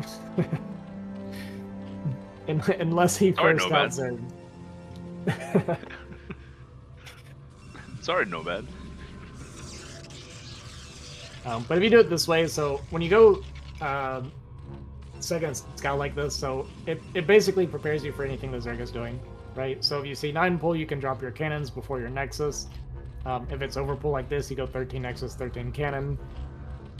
So it just 13. It guarantees. Yeah. So it just Doodle did guarantees 14. Did he? No, he did 13. You're right. It was 13, and then he made the pro. Yep. Yeah. Yep. Yeah, so just double scouting like this, like, yes, you lose a little bit of economy for it, but it just guarantees that you're always going to get the correct response to whatever the Zerg is doing. Yeah. That makes sense. What do you think about this gas? That's kind of different. I haven't seen that. That's a Julia thing, I think. Yeah, that is a Julia thing. It's one of those things where I guess I don't know if it's really that good because Protoss can just assimilate their natural anyway, and it's not really delayed by that much. I think losing the drone and the money early for Zerg hurts them more than you get hurt as the Protoss for this. But Doodle's doing a bit of a primal play. That's this crazy. Is something. That's crazy, dude. This is something that, so you know Jimin, right? Yeah. Yeah, it's like a S rank Protoss, right? Or Zerg, sorry, S rank Zerg. No, Zerg. So yeah. So Primal beats Jimin all the time, and Primal's like the punching bag of our Discord, okay? But he beats Jimin all the time, and one of the builds that he beat him with all the time was he would build the Nexus, stop making probes, and then just proxy a bunch of gateways. And he killed Jimin with us like 8 times in a row. So this build, if it goes unscouted, is actually crazy strong. And Julia is perfectly scouting around the gateways, so that he's just barely not going to see them. If they were like properly centered, he would have seen them, but they were literally in the perfect spot to avoid detection. Goodness. You can't make this up, Ozzy. The Overlord, the Ling. I mean, this is prime for some sort of Julia explosion, I would imagine. Yeah, and as Zero's pointing out, this is actually a really big deal because Julia's not identified that the gas wasn't taken, and then naturally just kind of assumed that it was. If you see that there's no gas, you would be super suspicious of this possibility. But he didn't check, and he's gonna get caught off guard. We got 3 Zealots coming across the map right now. Doodle's like faking killing this gas because he doesn't actually care. Right, it's a fake. It's a fake. And these Sunkens are coming down, but this is way too late. He's gonna be trying to spam lanes and creep colonies, but I don't think he gets it up in time. Dude. There's no way. Well, pretty good drill, actually, with these really things. Good drill. One of those Sunkens is going to get up. This is an amazing drill from Julia, actually. Wow. And this is just a hold. Neither Sunken going to go down. A lot of drones still alive. How? Oh! He's got Ling speed! Yeah, Ling speed That's is Ling done, speed. We're pumping 3-hatch Ling right now, the Sunken up. Oh my goodness! He needs to kill this Sunken. It's a hold if the Sunken is up. Wow! Yeah, this game's over. There's a layer done and no gas started. Wow. Spire on the way. Man. It's just that easy, I guess. He's got one more timing, I think. But yeah, he's gonna go for it. We're gonna pull some probes even. It's do or die. He knows that Julia can just keep pumping Lings. What? I think we're just gonna see the GG here. Wow. No, this is it. This is it. One more timing. This is it. With the boys. Wow, he's gonna go for it. Man, this looks like something I did in one of my K-League games.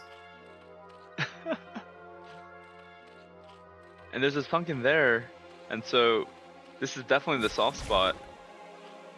Yeah, and like Julia's super healthy, by the way. He has a lot of drones right now. It's not like he's really hurting. You know, from Doodle's perspective, he might think that Julia's like really low on economy, but his drone count's actually pretty decent. And I don't think he realizes there's a Spire that's already pretty much done. We're gonna go for it. We're gonna kill this Sunken, so we're gonna get inside. This is it. The moment. Sunken does finish. Don't underestimate the power of Protoss, Ozzy. You never know. Zealots are forever. Never mind. We kept making probes behind this, like, but these metos are gonna fly Yeah. across the game, and it's gonna be a GG moment.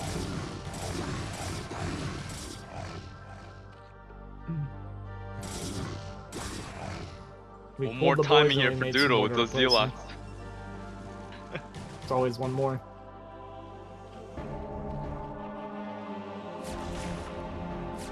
He's going. Yeah, nice Evo to block there. Really Yeah, very nice. kind of screwing the surface area here for Protoss, and this Mito's gonna come out. Does Doodle keep trying to play? His supply is surprisingly high. I guess because he gets to make probes nonstop. I guess he's gonna try to play it out from here. This doesn't look playable to me.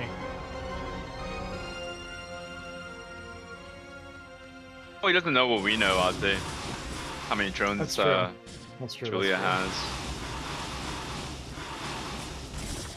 has. I mean, one way that Julia can lose this game is just go nothing but mutas, right? Like if that fails, that might be. Yeah. Yeah, we might see double Stargate from Doodle. That's Right. kind of what I expect. No, okay. Ooh, Skipping Stargate, going Goon, just mass Goon. So I Well, was gonna go for the mass mutas Goon might be push. good. It's this is another build that I really like that I think is terrible. I mean, it's obviously not quite like this because you don't typically do it off of a center 2-gate. Yeah, just really impressive from Julia, being able to hold that. I thought that it was gonna work here. It was a beautiful drill, honestly. I think Yeah, if the the drill drill is was anything less insane. than excellent, then I think he actually loses. But that drill was a game-winning drone drill. I genuinely believe that. Yep.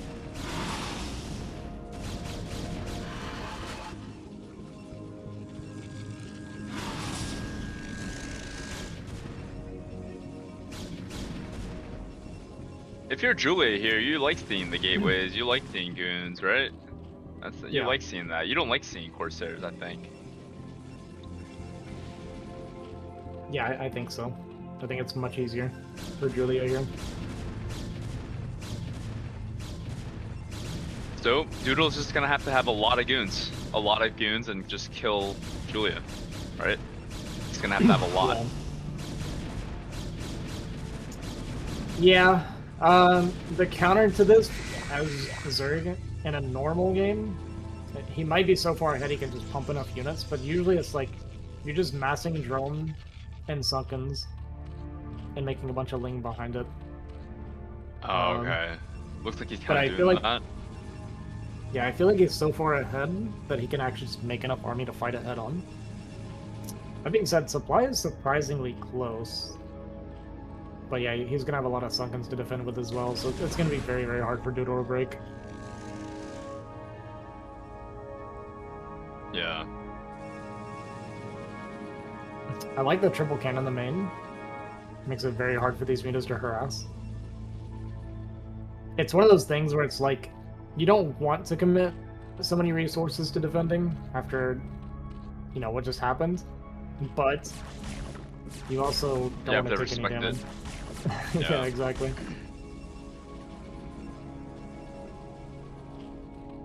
Well, Yeah, Julia is probably cutting a lot of two- drones. He is. Sorry, go ahead. What were you gonna say? Probably 24 goons. Probably 2 full control groups from Protoss and then go. Yeah. Might be waiting for an observer as well. You know, mutas do surprisingly well against goons. So we have Hive on the way, Lurkers are done, so he's gonna wait for that observer, and we're just gonna do a big, fat, massive goon push with the observer. Honestly, considering what happened and the fact that we pulled like 8 probes to fight, Yeah, right? Doodle's better off than I would have thought he would have been. Yeah, this cannon investment is totally worth it. Because this counter kind of movement from Zerg is so annoying when you're going linear goons like this. And so you almost have to. Yeah. Yeah, it prevents the counter attack. It's kind of like, it's very similar to what you would do when you were doing the Goliath back in the day. You'd do Goliath versus Muta. And then you would make like 20 turrets in your main base because of the big Muta count. Yep. Yeah.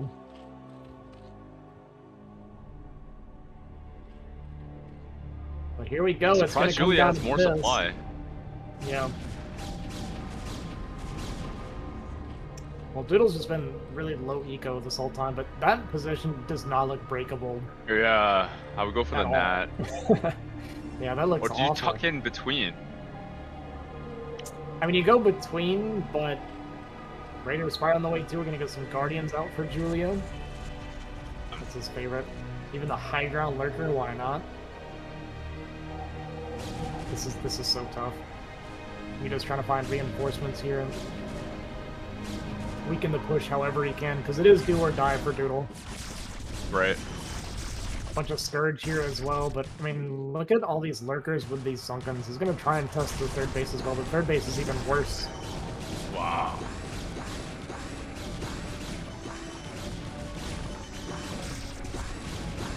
Yeah, there's just so much here for Julian. Gonna snipe off these observers too, which one observer now left for Doodle. And it's Greater Spire when it finishes. You think just goes up and makes Guardians at the natural?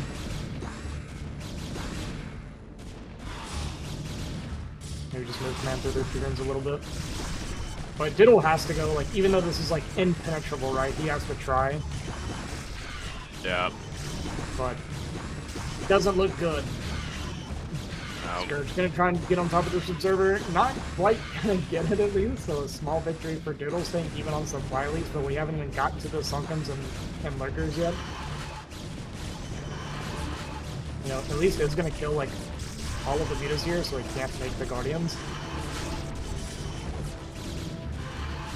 But it's such a strong defensive setup. A bunch more things gonna come out too. I mean, we're gonna kill the one Sunken, at least maybe one Lurker, but GG gonna be called.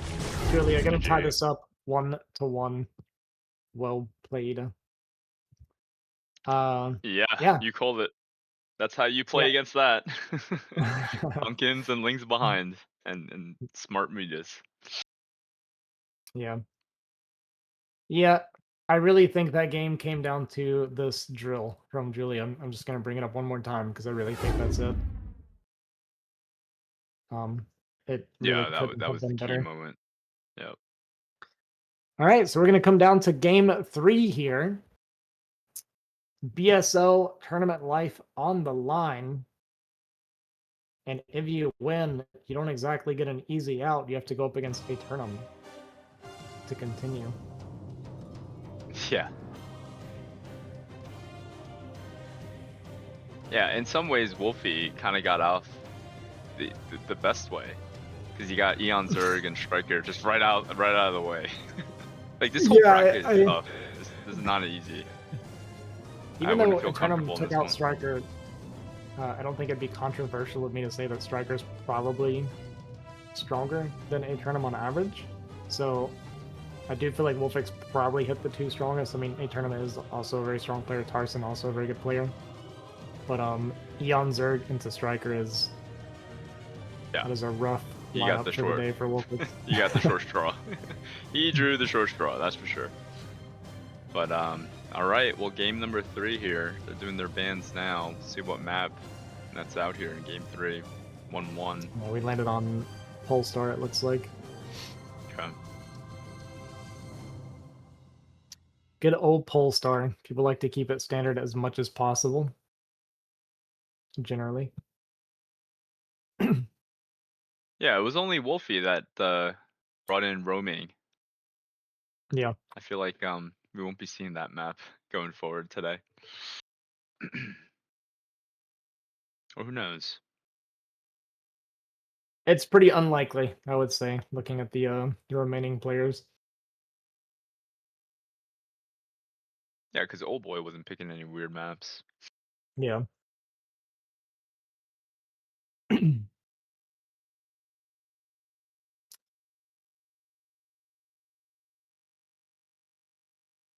right. Trucking along here. All right, looks like our players are ready, so we're hopping into the game. We got Julia versus Doodle, game 3 for all the marbles here on Polestar.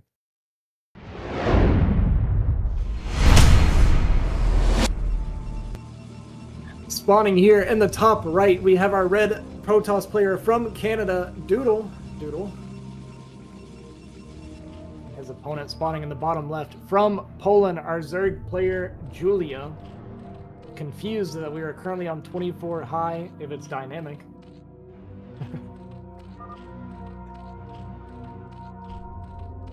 It's like, how is this possible? Julia has like his own. I can tell because in those LAN events, he brings his computer, he brings his laptop. Yeah. Like he has his own way of how he likes things to be, and I can understand that to a degree. Like I don't like lag either. I bitch and moan when it lags too, so I get it. Yeah, as you should.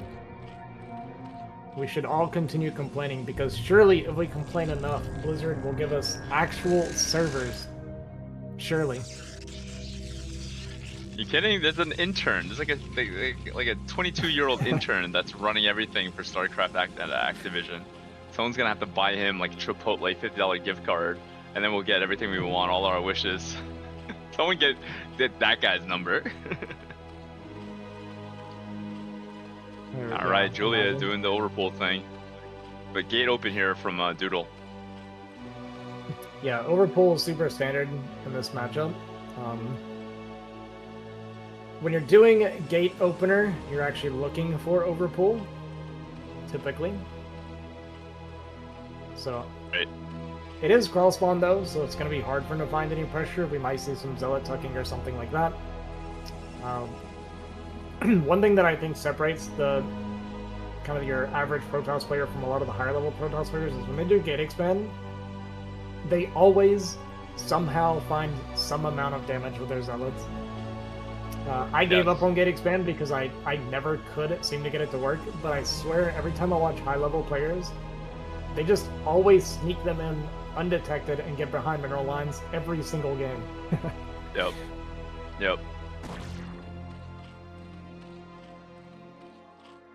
So we shall see where Doodle, where he draws the line in the sand as far as the Protosses. But I know exactly what you mean. Like, yeah. Unfortunately for me, since I'm so low, every Protoss, even cross spawn, like does damage with their seal lot for me.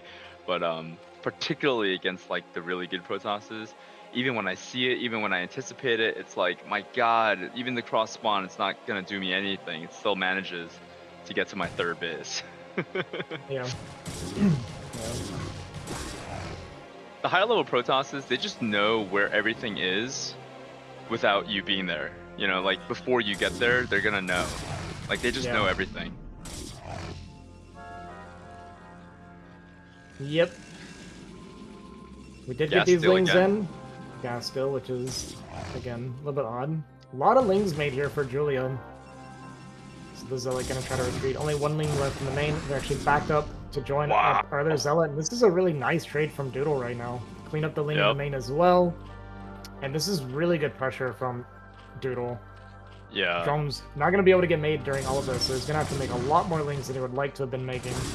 And now the Zealot's going to clear this ling and get to the back of the mineral line, and this is a nuisance. Tries to get the block, but doesn't quite get it. Wow. Yeah, this is what I'm talking about right here. They Wow. always find a way. Wow. Those Protoss bastards. A Zealot with 7 kills at the end. Yeah. And we have 3 Crop more that, Zealots. man. Like, we still can't drone, by the way. There's 3 more Oh. Zealots on the way. Dude, GG. Let's be real. I've been in this spot so many times, and it's so hard against these guys.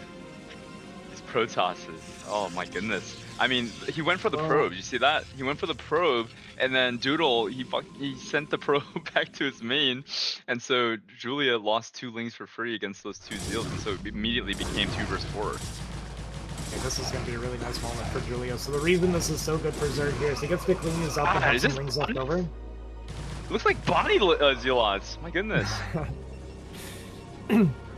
So finally a bit of a break there for Julia. This is going to allow Julia to just make a ton of drones now. So he has all these lings left over after clearing those, so now he can just drone on these 3 hatcheries. Yeah, you can drone till 50, it doesn't matter. This spot is so impossible for Z, man. I've been here so many times. Unless you kill P now, it's GG. I'm just gonna be real right now. It's so tough here, so tough. If Julia wins this, it's gonna be very impressive. This is very hard for Zerg here. I cannot understate the difficulty of Zerg's position here. Yeah, I mean, yeah. Well, we're gonna make a Hydras.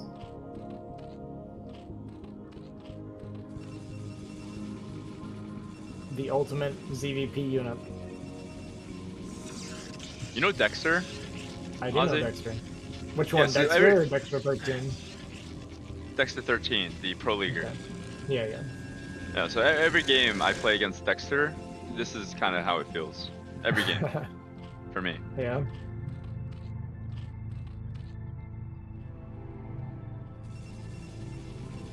Very tough. I'm curious to see how Julia responds. I mean, he's got the den. Is it defensive Hydras, Ozzy? Because it's not easy to do offensive Hydras from this spot. Like, what do we do?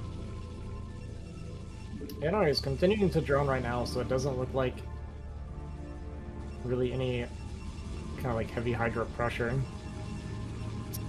I'm Yeah, surprised we like made the Hydra defensive in the Hydra early- doesn't exist. Yeah, that's what I'm saying. I'm surprised we made the Hydra. Okay, so we are making some Hydras now. But it's kind of like you said. It's defensive Hydras, right? Like, what else is it? Yeah, these Hydras can't get much done, I can't imagine. He's gonna try and hide them for as long as he can using these lings to buy some time. And I guess he's gonna pull the trigger probably around the time he gets scouted. But, I mean, he is planning on going for it, but it's not looking good. You know, Doodle gets a little bit of heads up here, gonna trade out against the lings at least. Maybe kill off 1 Hydra even. But we'll see some cannons dropping down at home now. He saw the drone count just at 3 here. So he'll be massing cannons, but he's pretty happy because... Actually, we don't have an Archives on the way, but he does have those extra gateways for just pumping a lot of Zealots. So Julia's taking... So Julia's taking his 4th at 9 o'clock, and he just spent his 700 minerals. I would like those all to be drones. Yes, everything drones. I think he's so behind that. That's like, okay, that's step number 1. I gotta do that again soon, but let's just drone. He made so some Hydra. I'm actually not the biggest fan of that. I've talked about this before. I mean, I'm not a Zerg player, so again, this is something I could be wrong about, but I see Zergs do this. Yeah, I see Zergs do this where it's like, they make some drones, some Hydras, and just kind of keep mixing it up like that. I feel like, generally, if they're not in danger, to just pump a bunch of drones first. Wow, I love the Zealot movement, actually, to trap those Hydras for overcommitting to the cannon. That was a beautiful punishment from Doodle. And now we have to make units again. Right. Which is not what you want to be doing. Well, I didn't think Julia was gonna even bluff to, let alone go for those 2 cannons. My goodness, that was very aggressive. To me, it's strange to go for the cannons when you're making drones at home. Like, just let them have the Yeah. cannons at that point. But yeah, gonna lose a lot of the Hydras. Now the Zealots are gonna pressure, so once again we have to be back on unit production, which again is not what we want to be doing because we're so low on eco already. And behind this, I mean, Doodle's getting a storm tech up and everything. We've only got our lair probably just about started here for Julia, so not looking great for him long term. Extra macro hatchery coming down. Like you said, he does have that 4th base up, but it's not like we're gonna get a proper drone saturation anytime soon.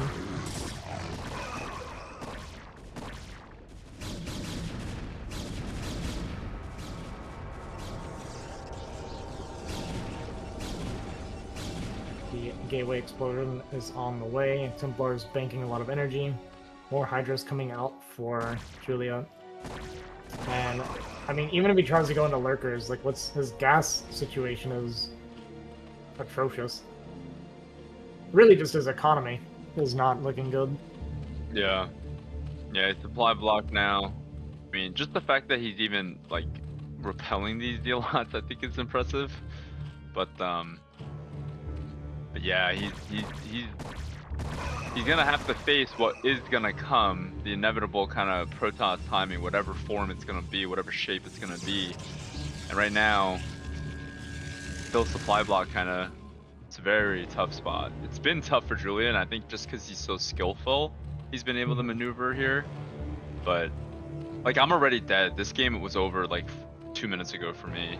I would have died to that Zealot attack. So that's where I know this is, like, not easy. Yeah. Doodle gonna get in here and find this one drone mining this base. Chase it off. But it just looks so hard for Julia. This You'll push have to from dodge Julia is gonna be storms. so powerful. It's gonna be so many storms and so many goons when we're hurting for economy still. Damn. Our 1-1 is done as well for Protoss. Oh no. Did Julian notice? I don't think he was looking. Oh, he did notice. Okay, nice. Nice. But honestly, getting pulled off mining and losing this drone hurts a lot when your mining is already this weak. Yep. Oh man, there's that Death Army composition. Like, there's nothing Hydras without upgrades, and it's just so strong, this composition. So strong. My goodness. Yeah, look at all the Protoss streaming across the map right now. Yeah. Even slightly supply block there. Gonna try and catch these Templar on the backside at least, so get some one, which is pretty nice. But, I mean, it's 55 supply. There's just no army. We complain about the lag because it was better this time. A very rare bit of anger from Doodle. I don't think I've ever seen an emotional outburst from Doodle before, so I like the Julia That was hatred. celebratory. Nice. Oh man, I love that from Doodle. I love that, Doodle. Appreciate that. It was 24 high that time. It was better. No, I don't understand. It was better than the previous one. Yeah, Doodle knows how to bark back. If you bark at him, he's gonna bark back at you, and I can respect that. All right, so Doodle gonna win that game and move on to the decider match. So he'll be playing up against Aeternum, and I think that is the match we're doing next. So it's gonna be Doodle Aeternum. It's gonna be a PvP. How do you feel about PvP, JIRAIYA? It'll be a change of pace, that's for sure. That right, Ozzy. We'll see. I mean, Yeah. I think both of these players are very strong. I haven't seen a PvP yet today. I don't think we've casted a PvP yet today, so Nope. we'll see if kind of like their other matchups that we've seen, like how it translates to PvP. But Doodle looking really good that last game, and Aeternum. What was his last game? So he lost to eOnzErG, so he's been waiting since. Okay, but he was very impressive against StRyKeR. So if I were him, sure, I've been waiting a long bit, but I'm still kind of riding high because I beat StRyKeR round 1. Yeah. But yeah, we'll see. You? Any thoughts, Ozzy? Yeah, I think. I mean, to me, PvP at a higher level is like a super technical matchup. So a lot of people talk about it being like really dice rolly. And there are obviously some situations where it can be pretty dice rolly, but there are builds that generally force certain game states. Like when you watch like Bonnet or DeWalt play, you never get like the craziness because it's always like 1-gate robo, 2-gate robo. So like there's not like DT stuff like that can really go wrong. Yeah, yeah. You don't see like 3 gates or anything like that very often. So this is going to be very technical. So I don't have much opinion on it because I don't know Aeternum very well. But I do know Doodle pretty decently, and I know, you know, the more standard it is, the more Doodle typically seems to thrive. He does have, looking at these statistics here, a 41% PvP win rate, so maybe I'm reading Doodle completely wrong. I was going to say I thought his PvP is probably pretty good, but his PvT looks pretty fantastic. Right. So yeah, I guess we'll see how these two match up together. Yeah, we shall see. And Zero, without further ado, if both players are ready. I think Doodle is... Yeah. Got it. Yeah, Doodle just needs a moment. So in the meantime, we can look over these stat cards, right? Looking at favorite Protoss players, we got Snow and Mini between these two. Favorite Zerg, Soma, Jaedong. I'm also a huge Jaedong fan. For those of you that care. Favorite Korean Terran, Flash and Light. What are your 3? For the races, it would probably be Snow, Jaedong, and Speed. For me, it's Bisu, Jaedong, and Flash. Just old to school. Flash is such a boring answer, man. Alright, looks like our players are ready, so we're going to go ahead and jump into this game. Keep the ball rolling here. We got Doodle versus Aeternum. Game number 1.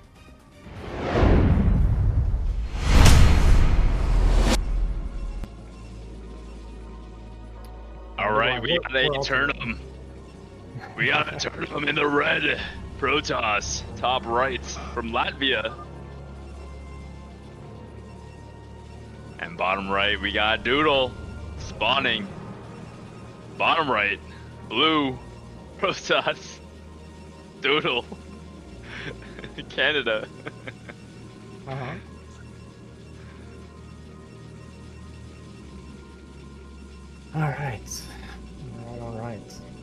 I want to see a 2-gate. Like a 10-12? Yeah. Yeah. Yeah, I'm a 10-12 fan myself. There was a misconception that my Protoss was better than my Terran because I got a high MMR. High-ish, right? I was like 2170 with Protoss. That's really good. That's really good.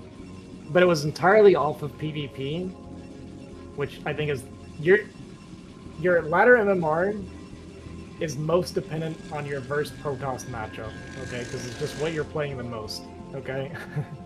Oh, there's the most amount of Protoss in BNet, yep. Yeah. So I had a high MMR, you know, it was misleading because I sucked. But I played 10-12 every game, and on ladder, you just get a lot of free wins because people like 9-9 or like try to build in your base or like whatever, and 10-12 is just... Yes, there's that side of it. Yep, there's that side of it too. And then there's the other side of 1-gate goon where you can, you know, get lucky sometimes when they're right next to you or above you. Yeah. Yeah, I totally get that. I can totally see that being like a nice little booster in the BNet arena, ladder arena. Exactly. And we are getting a 10-12 out of Aeternum, so you are gonna see it. So we'll get that early micro battle. And I am more than happy to break this down because this is about the only thing about PvP that I really understand. We'll see the version that Aeternum wants to go for. Typically, it's just 3 Zealot, and then it's like 21 gas, 22 core. Right. 23 pylon, something like this. But yeah, it's when you're doing the 3 Zealot build like this,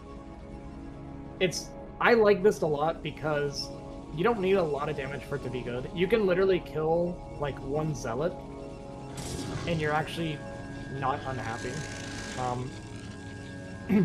Like if you want to kill like 1 Zealot and like maybe a probe, and you feel like you're ahead. If you're killing like 2 probes or more, then you're like super happy. And yeah, we see that gas coming down for Aeternum, so it's just going to be kind of the standard 3 Zealot into Goons. But yeah, the thing that makes this build so good is like when you do 14 Zealot like what Doodle did, which is pretty much the standard, you're cutting a couple probes. And when you do the 10-12, your Goon count's actually the same and usually ahead. You have the defensive setup, and you're cutting 0 probes to do this. So you're just ahead in the economy by default. Right. You're just a little bit further behind on like the range and the tech and stuff, right? That's the concern. But this is like a super economical build that is also high pressure. So we see the shield battery coming down, so this is already actually pretty good for Aeternum. If he gets any damage done, so if you drop the shield battery, you can't really afford to take any damage. Right. Because this delays the second gauge, this delays the tech. Second Goon is going to be out in time for Doodle, and we'll see, do we get any probe kills with this? Going to jump on top of that, so 1 probe goes down. Second probe going to fall as well. Even a 3rd probe? Now we're using the shield battery to heal up, so nice from Doodle, but a 3rd probe does actually go down. And this is... Wow. Oh, this is a disaster for Doodle. We made a shield battery and lost 4 probes. Wow. So we're probably down like 6 or 7 probes right now, guys. This is a very hard that's situation so many probes. for Doodle. Yeah. Damn, And, okay, that's the end result, huh? 6 or 7 probes? Jesus. Yeah. Ooh-wee, I can see it. I mean, so he's gonna have range faster, but, I mean, Aeternum, he's got the probes. Yeah, exactly. So the way it kind of lines up is, yes, Doodle's going to have range faster, but you're not going to be ahead on army, and you got the high ground advantage, so you can't really be busted. There's a few things you can typically do as a follow-up, but because Doodle took so much damage, he feels like he needs to make something drastic happen. It's going to be an instant DT transition, and if Rev does his build correctly, which it looks like he is, I wouldn't mind seeing... Well, it's so hard to tell, though. There's nothing to really indicate that he needs to go into a faster Robo than normal. Yeah. But it's going to be 6 Goons, and then it should be 2 Zealots and then the Robo, if he's doing it correctly. Is that the right kind of place he wants to be? So he's going to drop the Robo forward. Okay, I was really afraid I was about to see a 3rd gateway coming down, and that would have been a disaster. Yeah. Oh. And as Aeternum, you actually move across the map here because you are concerned about what Doodle's doing. Right. Now he's like DT's on the radar. Exactly. That Goon count is way too low, and you need to punish whatever he's doing. Yes. Okay, I see it. I see it. A lot of probes from Aeternum. See if it matters. Battery. Yeah, DTs can be the great equalizer in this matchup. Yeah. Doodle kept his range. Did Doodle keep his range, you think, or? Yes. Yeah, he's got it. Okay. Alright, so Aeternum knows now that it's DT. So he saw the Goon count's low, he came forward. So with the low Goon count, it can be one of 2 things typically. It's either DTs or Nexus. Nexus is usually a really common one, and that's what the 6 Goons is actually designed to punish, is that they go straight to Nexus after. But when you see no Nexus and a low Goon count, he knows that it's DTs. This observatory could have started a long time ago. So he might take some damage here, but he should be overall fine. You're just going to plug the ramp with your Goons. Wait, does he not realize it's DT? I think he didn't realize it as quickly, as intuitively as you would think, but yeah, he knows it's DT now. This is... he needs to be paying attention. If he doesn't plug this ramp, that could actually be really bad. He's not watching. Oh no, you're right. He doesn't know it's DT, because then he wouldn't have done it now, this. But yeah, this is a bit of a mistake. He's going to take some damage. It's still okay, I think. He's going to try to drill to disrupt. Yeah, very good drill. That's good. Yeah, this is to keep really doing good that. drilling, actually, to stop this DT from getting a bunch of kills. So I think that's 3 now, maybe 4. That shot hit the Goon, which is nice. So really good drilling to minimize damage. Did he see this other DT coming in, or did that slip by? It looks like he is not realizing there's a DT, and what a sneaky movement from Doodle there. Sneaky duty. Wow. Yeah, he's going up, Zero. He may have thought, so I think what it was, You'll see how many kills this get, and then I'll address that in a minute. So this is 3. Oh, wow, he noticed very quickly. Okay, so that's at least pretty good for Aeternum, because this could have been game-ending. Still taking a lot of damage. Our observer was halfway across the map, and we did not start a second observer. He's good at that. Yeah, he's doing a really good job with the drill. Still 10 probes. Oh, man. Yeah, 10 probes go down. He has to try to make something happen now, and no. he doesn't have a whole lot of goons here at the moment. 3 cannons. We have 2 Templar collecting, probably upgrading Storm right now. 3rd Templar comes out. We're at 100 energy, so they might have Storm. And suddenly, the tides have kind of turned in Doodle's favor. And he's got a tech advantage as well, so... Wow. A bit of a mystery there from Aeternum. So I think what happened, based on how he set his goons up, he thought it was going to be a 2-gate Reaver push. Right. He didn't consider DT. Right. He knew it was something because of the lack of Nexus, and I guess just DT didn't cross his mind. A little bit unfortunate for Aeternum, because he was in a great spot, and just like that, the game has kind of been flipped on its head, and it is now Doodle favored. Yep. Yeah. Yeah, tough spot, definitely kicking himself a little bit for the blunder. But it'll be up to him. I mean, he's definitely behind on tech. He's gonna have to use goons and reavers, I would imagine, to deal with this Templar Archive tech. Yeah, and it's not what you want. Archive or Templar, kind of the reaver counter. It's just typically hard to get into this tech in this matchup without kind of dying or taking a bunch of damage, but Doodle has got there and he's found himself with a huge tech advantage. These Templar are collecting tons of energy, throwing down those extra gateways now, moving out a little bit with his goons. I don't really know why we have this like itty-bitty force moving out on the map.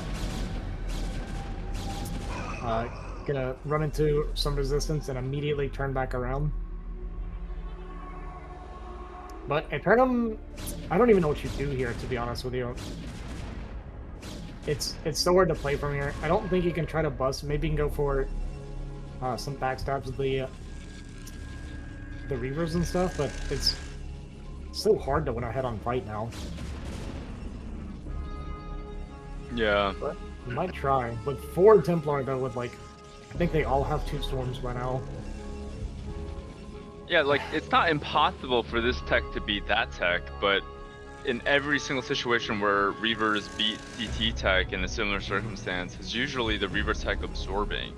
I think it's the DT tech attacking, usually one up on a base because they have control.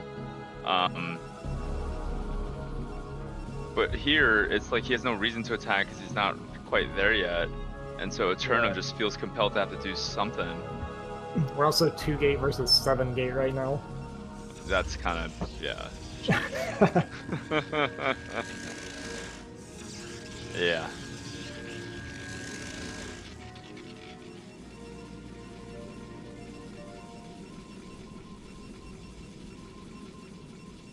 Alright, speed shuttle is done here for Aeternum. Got probably Zealots and some Reavers in there. Dead for now. Forced to move, that's good.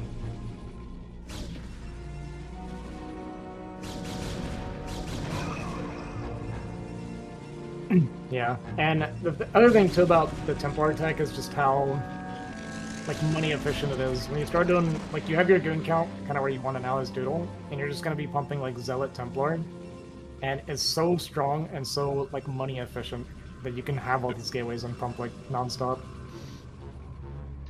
Yeah, that's so true. Like, to just have one gateway allocated for a high Templar, it's only 50 minerals, as long as you got the gas. And Zealots on the other, yeah.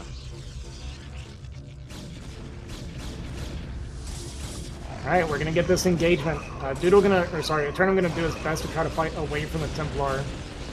And yeah, you see the storms coming down. You basically just storm on the shuttle. Right. Oh man. It's so tough against Templar Archive tech. Yeah.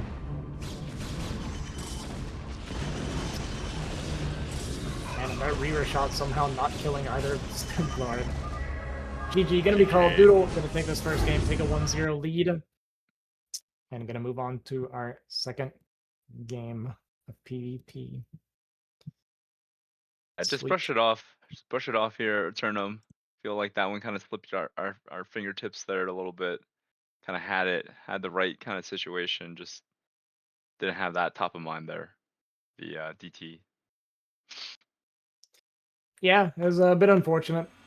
I mean, the opening could not have gone better. That's the dream opening for 10-12 right there. Shield battery and 4 probes, like. Yeah, just a bit unfortunate that he it just didn't even cross his mind. I think that DT was on the table. Yeah. I think that's what Doodle does. You know how like when you made that comment, like what's he doing with this, like, you know, 3 goons and 2 Zealot in the middle of the map? Like he does that, and he did that. That's the look that he gave before the DTs came out. Like I think he sent like 4 goons or something, and then because Aeternum didn't have range, like he didn't have the easiest way to pick those off, but he did kind of push very aggressively. I don't know if that's standard or not, but I feel like that plays a role into the psyche of Aeternum. Like this, is that normal? Like goons to push up like that and then run back and for it to be DT or Reaver? Like he had Reaver top of mind probably. I don't know. That plus having the range. Yeah. But all right. Yeah, looks like we're ready. We're gonna go and hop into game 2 here. The players have already started, so let's get the ball rolling.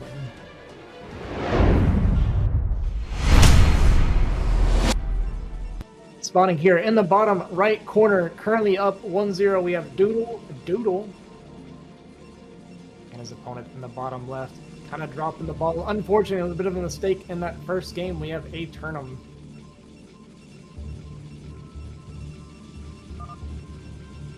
Question is, does he go 10-12 again?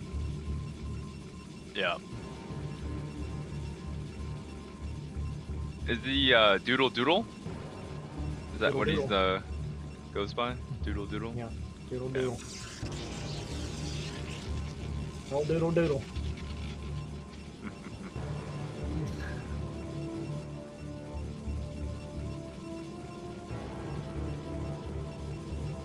Oh boy. Okay, based on that pylon placement, probably not a 10-12.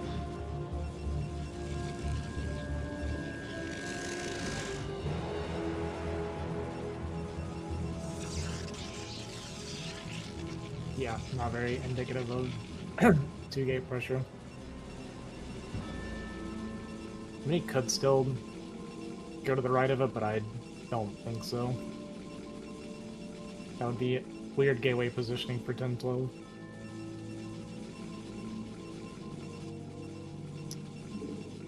Yep. So, super standard opener. Well, to this point anyway. Up to 12 supply.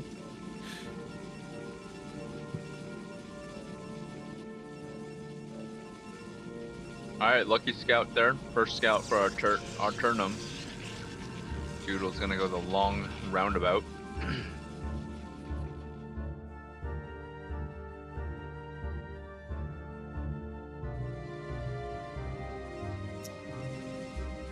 Yeah, first scout here for Aeternum is nice. It means his Zealot gets in, or his probe gets in before the Zealot, and that means that his Zealot's gonna be able to block out Doodle's scouting probe, so it's gonna be an informational advantage here for Aeternum. And this probe doesn't have to leap till the game's out, so it's just nice to have this over your opponent because you get to see if they're up to anything tricky early, whereas you completely shut out their information. It's kind of similar to, like in ZZZ, if you get first scout with Overlord and they don't, just how much more comfortable you feel, whereas they're like losing their minds. You know what I mean? Yeah.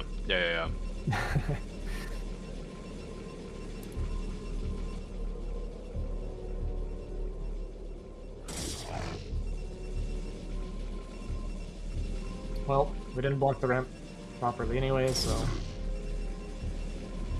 it's okay. Yeah. Yeah, actually, it's pretty dead even now. Actually, can you even?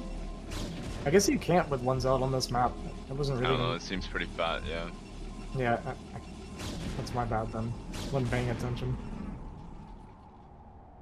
Maybe on that spawn? No, so it should be equidistant or equals. Should be No. equal, but it doesn't look equal. It doesn't look equal to me, Zero. No. Yeah.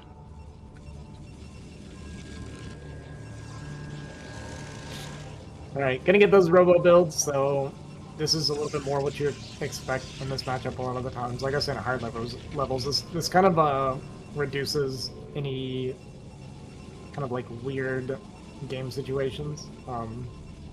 Comes down more to like decision making and control and that kind of thing. Yeah. Gonna go gate, robo, gate, probably for both players.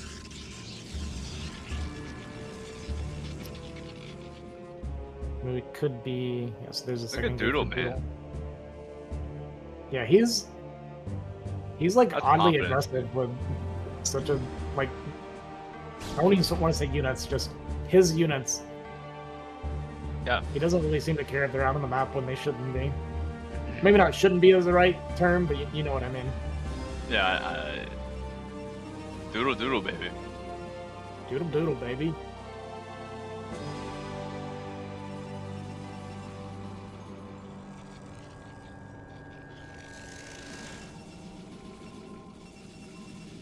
Aeternum's like shit. I'm gonna make an observatory ASAP.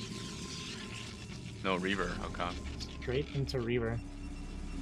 So he'll have the much faster Reaver tech, whereas Doodle's going 3-gate obs. 3-gate obs is, I don't want to say outdated, but it's more of a ladder build. It's very good against DT builds, not the best against Reaver builds. You just get outscaled like really hard.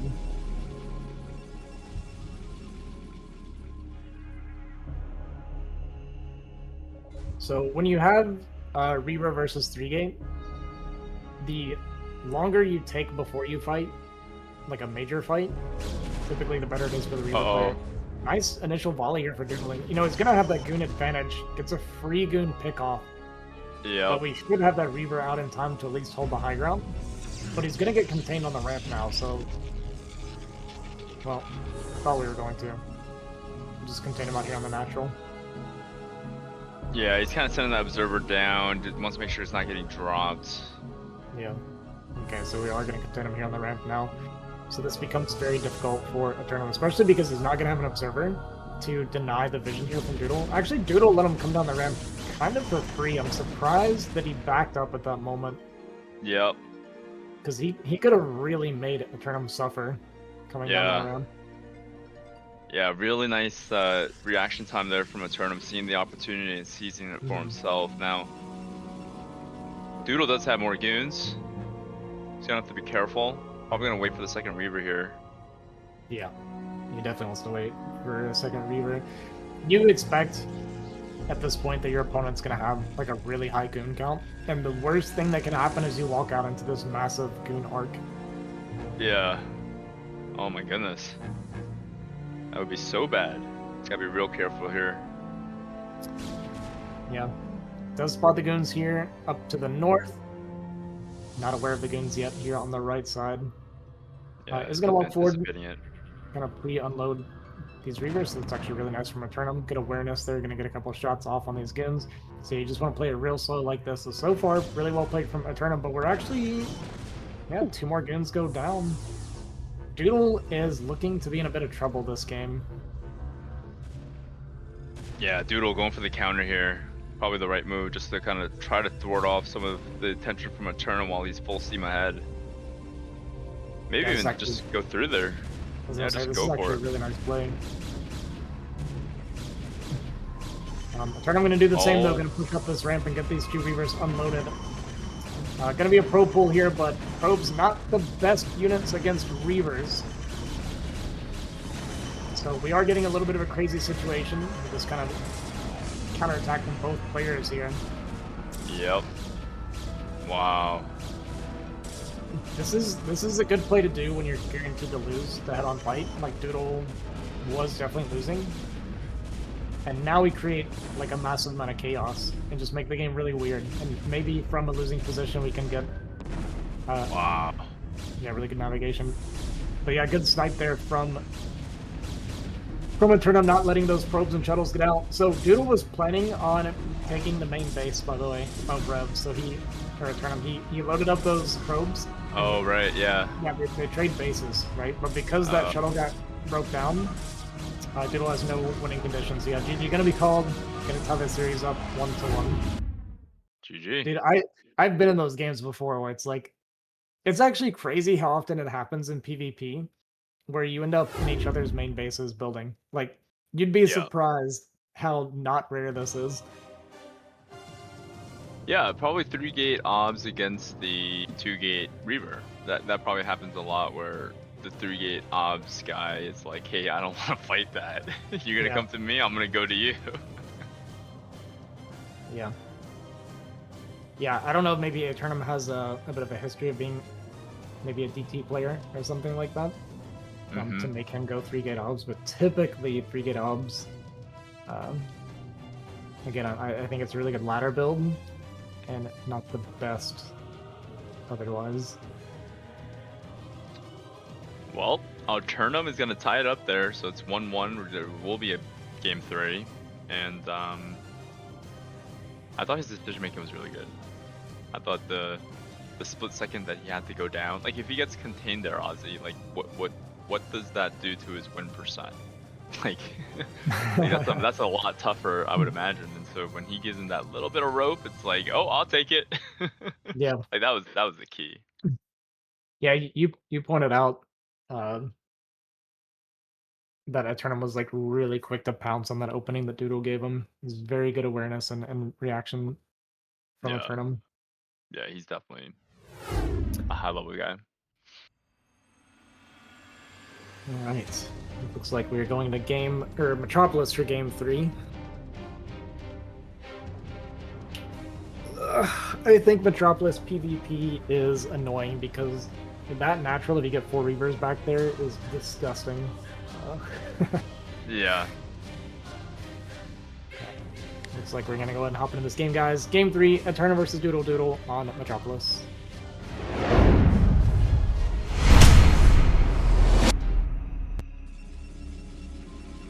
Now you're up, JIRAIYA. Alright, it's gonna be Doodle spawning top left here in the blue. Protoss, DoodleDoodle. And spawning bottom right, it is Aeternum, red Protoss.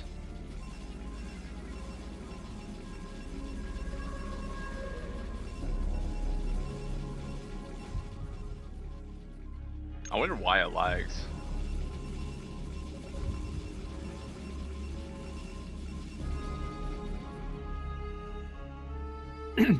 Yeah, I don't know. Couldn't tell you.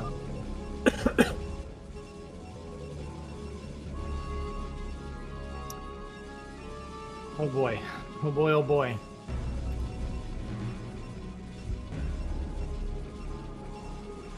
It's a little bit, sorry, I know my energy levels have gone down quite a bit.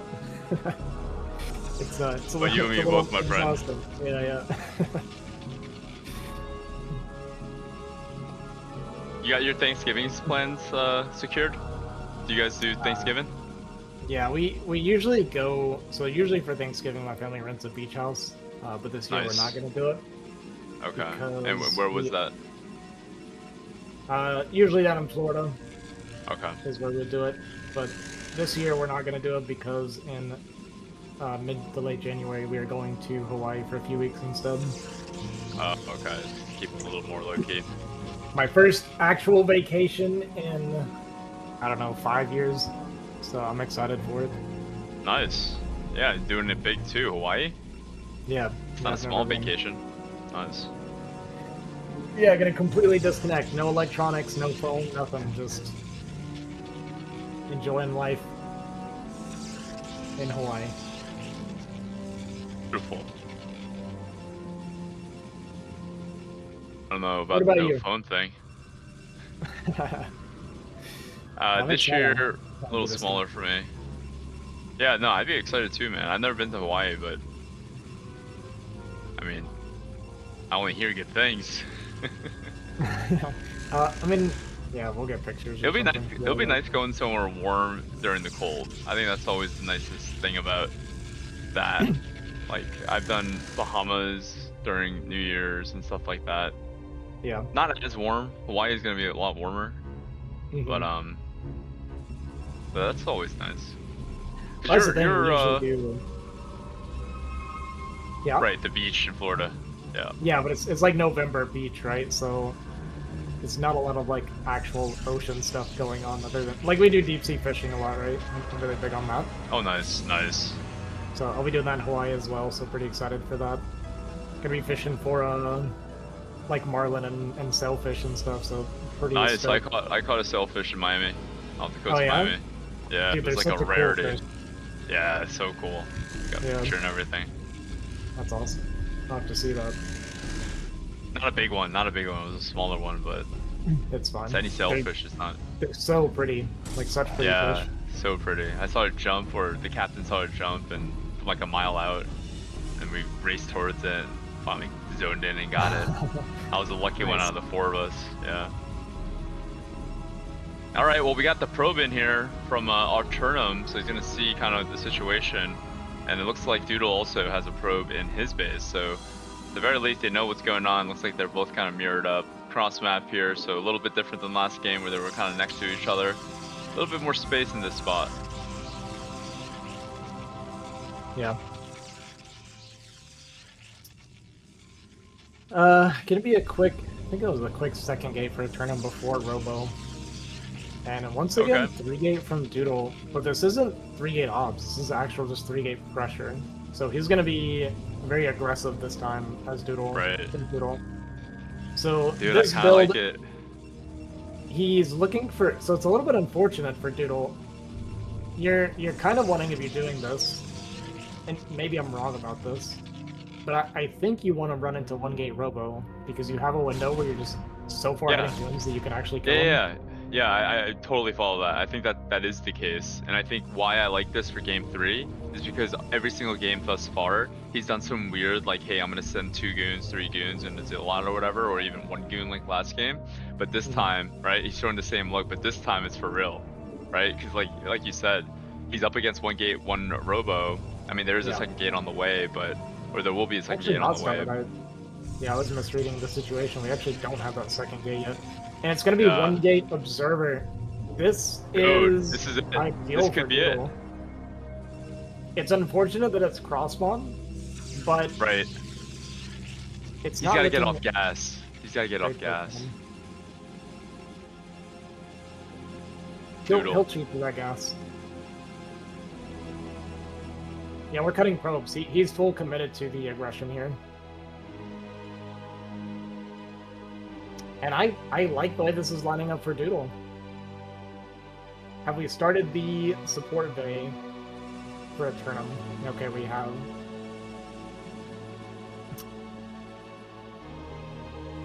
Aeternum sending his probe back. Yeah, he didn't see this coming. He doesn't realize what's coming yet. That closed out all future scout. So now we're just gonna sit until Observer comes out. By then, so he'll see it with this Observer. But is that quick enough to get his shield battery down or something?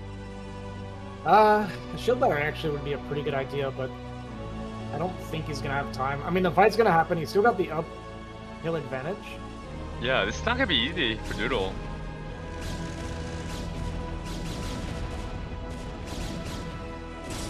But he does have that 2-gun advantage right now. There's an additional Zealot for tanking a lot. First Zealot does go down. Wow, those Zealots are so critical. Wow, the other one's like barely hurt still, by the way. Like, I know. How many missed shots do we have right now? That's pretty insane. There's just he shot the weak one first. The weak one was actually in the bottom position, and somehow they played musical chairs. We're gonna move up now, but the Reaver's out. This has been... Oh my goodness. Really unlucky, I feel like, for Doodle. Yeah. And with the Reaver coming out, additional goon now with these 2 Zealots still alive. Aeternum's looking like it's going to be a hold.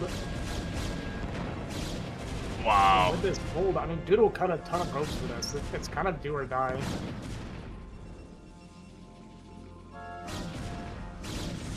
He's desperately trying to get up here, but we cannot get up this ramp. I mean, these Reaver shots are huge too. Another one gets off, gets good damage on this goon. We're not even on goon count, trying to fight uphill against goons and Reaver. He's gonna try to continue possibly full production now and maybe go into a third and maybe try to play to hold this ramp, but he got nothing. He killed what, like 2 units, I think? Aeternum. I mean, I don't know if Doodle planned for this type of strategy on this map, but that ramp, like, I don't know how 3-gate can break this ramp, like, easily. That ramp is so stenosed. Oh my goodness, look at this. Still gets a Reaver, but wow. Wow. GG. I liked the build for Doodle, but I feel like we could not have missed more shots. We didn't kill a single unit in the first unlucky. like 600 goon shots. Like that Zello is still alive, man. Yeah. Well, unfortunate for Doodle. Looks like he's going to be knocked out of the tournament, and Aeternum's going to move on to the tiebreaker round. So he is out. We have one more best of 3 left for you guys. It's going to be OLDboy versus StRyKeR. But today, so far, the players that we have lost is going to be WolFix, Julian, and Doodle. So 3 pretty strong players out of the BSL. They will be here no more. And we have one more decider match. Winner of StRyKeR and OLDboy going to move on to the tiebreaker round, and loser going to be out. So a lot on the line. Do you need a break, JIRAIYA? Yeah, I'll defer to you, Ozzy. Just Let's just keep going if the players are ready. Let's knock this out.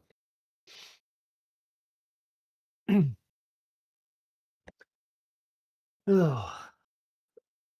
It's dark. It's dark out here. Pretty sure it's dark out there in Poland too. At what is it, like 2 a.m. or something almost?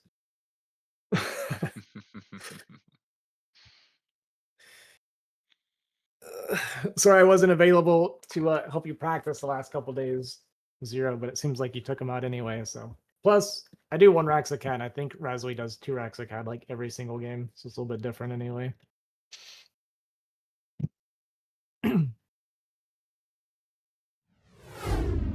Yeah.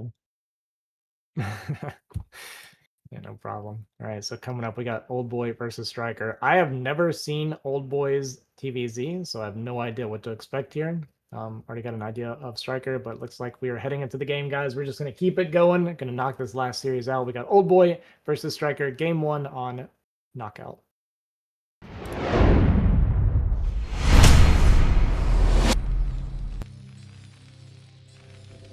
all right, we got OLDboy. Bottom top left here in the red. Terran. OLDboy. Not that old. Aggressive though. StRyKeR in the blue. He's the blue Zerg, bottom left. The Shan the left side here on Knockout. TVZ final best of 3. Winner of this moves on to the tiebreaker final slot. Yeah. Yeah, it comes down to this for these players.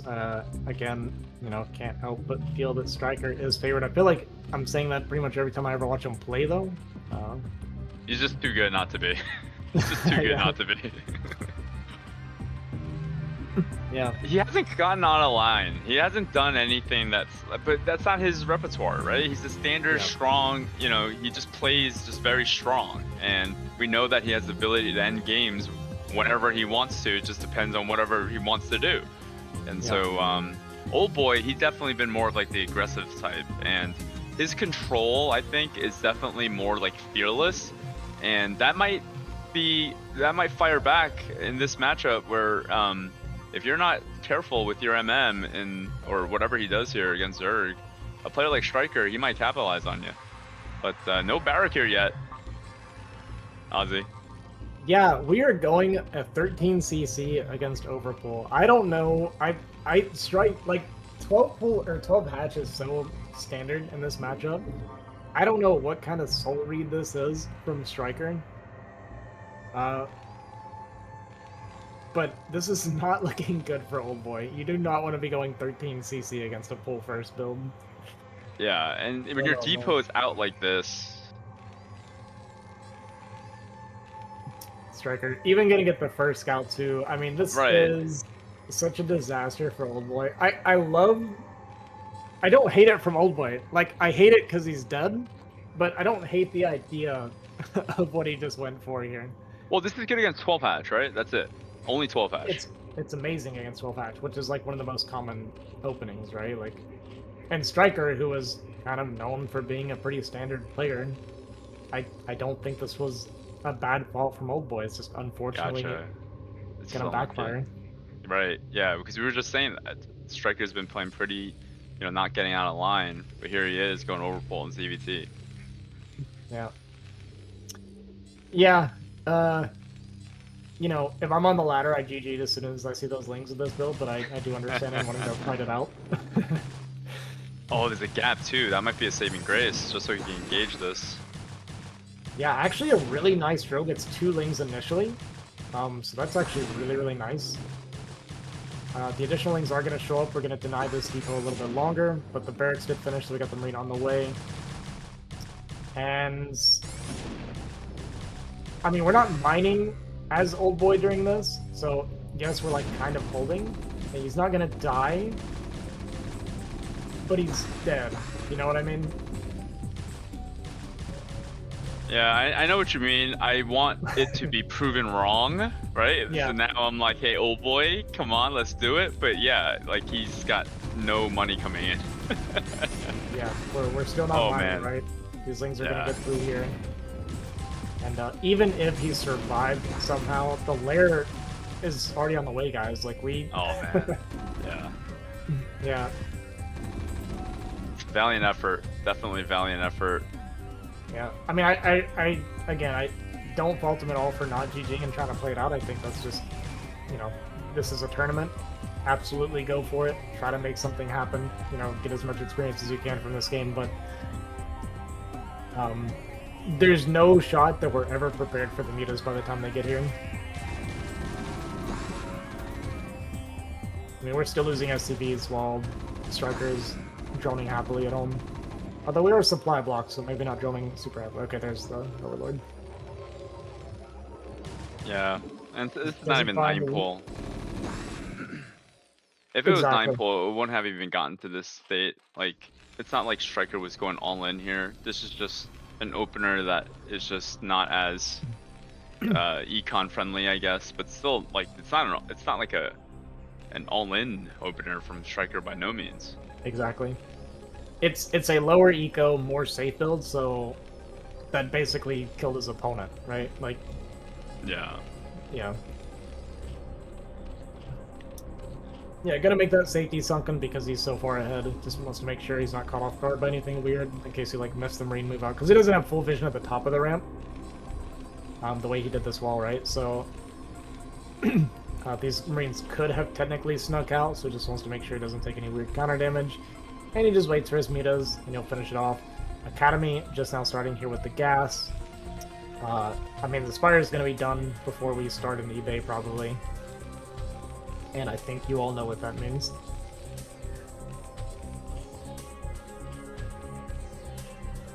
Yeah.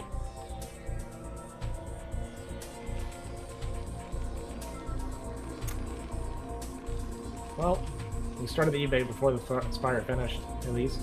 So, I was wrong about that. But the mutas started up here, they're going to be coming across the map. I mean, we are hurting on SCVs pretty seriously in our main base still. We completely cut Marines, which I actually don't hate that we did that. I think this is kind of the best thing you could have done to try and recover. Just get your tech, try to get your economy going, don't skip any SCVs, cut as many Marines as you can, and try to play catch-up. So I think this is the best approach that he could have gone for in this situation. It's just not going to be good enough.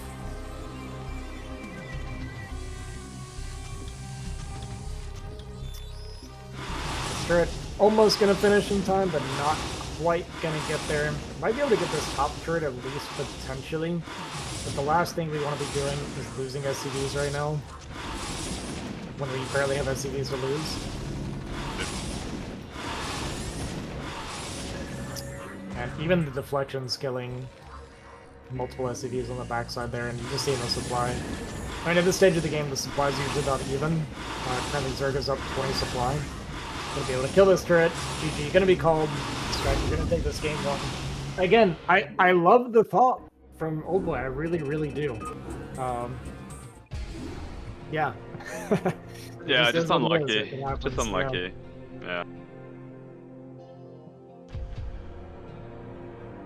For game 2, do you want him to kind of take risks again like that for him?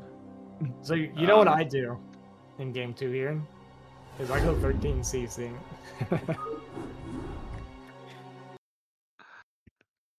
Would I recommend that? Absolutely not. I think after you have a game like that, it's like, okay, you got that one over me. Let me try and just be the better player and win the next one. You know, going 13 CC does indicate that OLDboy might not be confident against StRyKeR, which is very understandable because not many people are. So maybe he doesn't want to play just a straight-up game against StRyKeR because that is StRyKER's strong point typically. And, you know, what StRyKeR did is actually kind of normal. If you feel like you're the superior player, it is pretty normal to do things like 9-pull or overpull and stuff like that against your opponent, just to be extra safe and just expect that you'll, you know, play better than them later.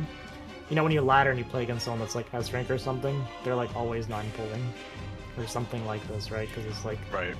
even if it doesn't work out, they're like, I'm so much better than you, it doesn't matter. Yeah. Alright, looks like we're hopping into game 2. It's going to be on Polestar. OLDboy versus StRyKeR. Game 2.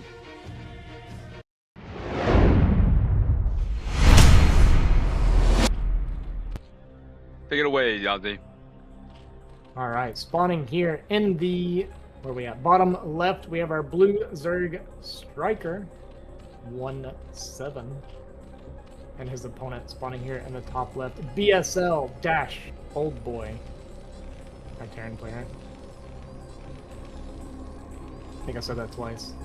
My brain is, you know how it is. I've got I've been saying everything twice. Ever since DoodleDoodle, I've been saying, what, blue, red, Zerg, Terran. Yeah.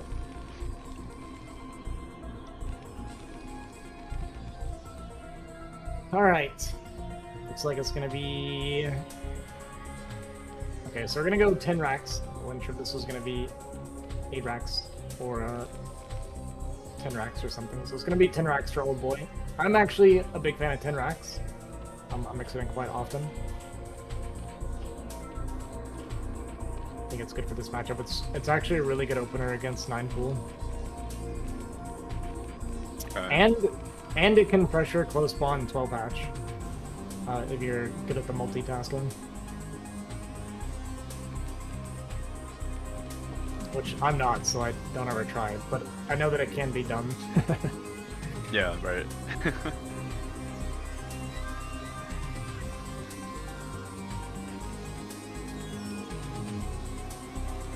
And we did get an early pull build actually from StRyKeR again. Yeah, first scout again for StRyKeR.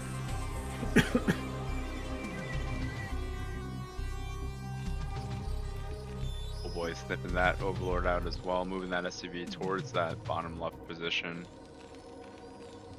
StRyKeR taking that expo.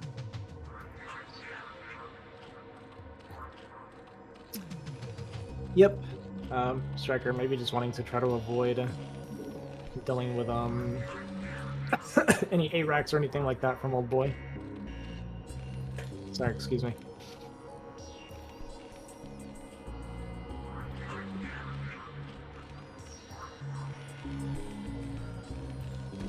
But yeah, I mean, I like this for OLDboy right now.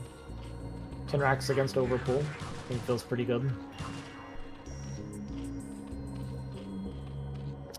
Made 4 lings of StRyKeR. Which is a little surprising. I would have expected 2. 2 ling, 2 drone. Yeah. Because you got the Overlord here, you see that he's only made a couple Marines and he's not making more.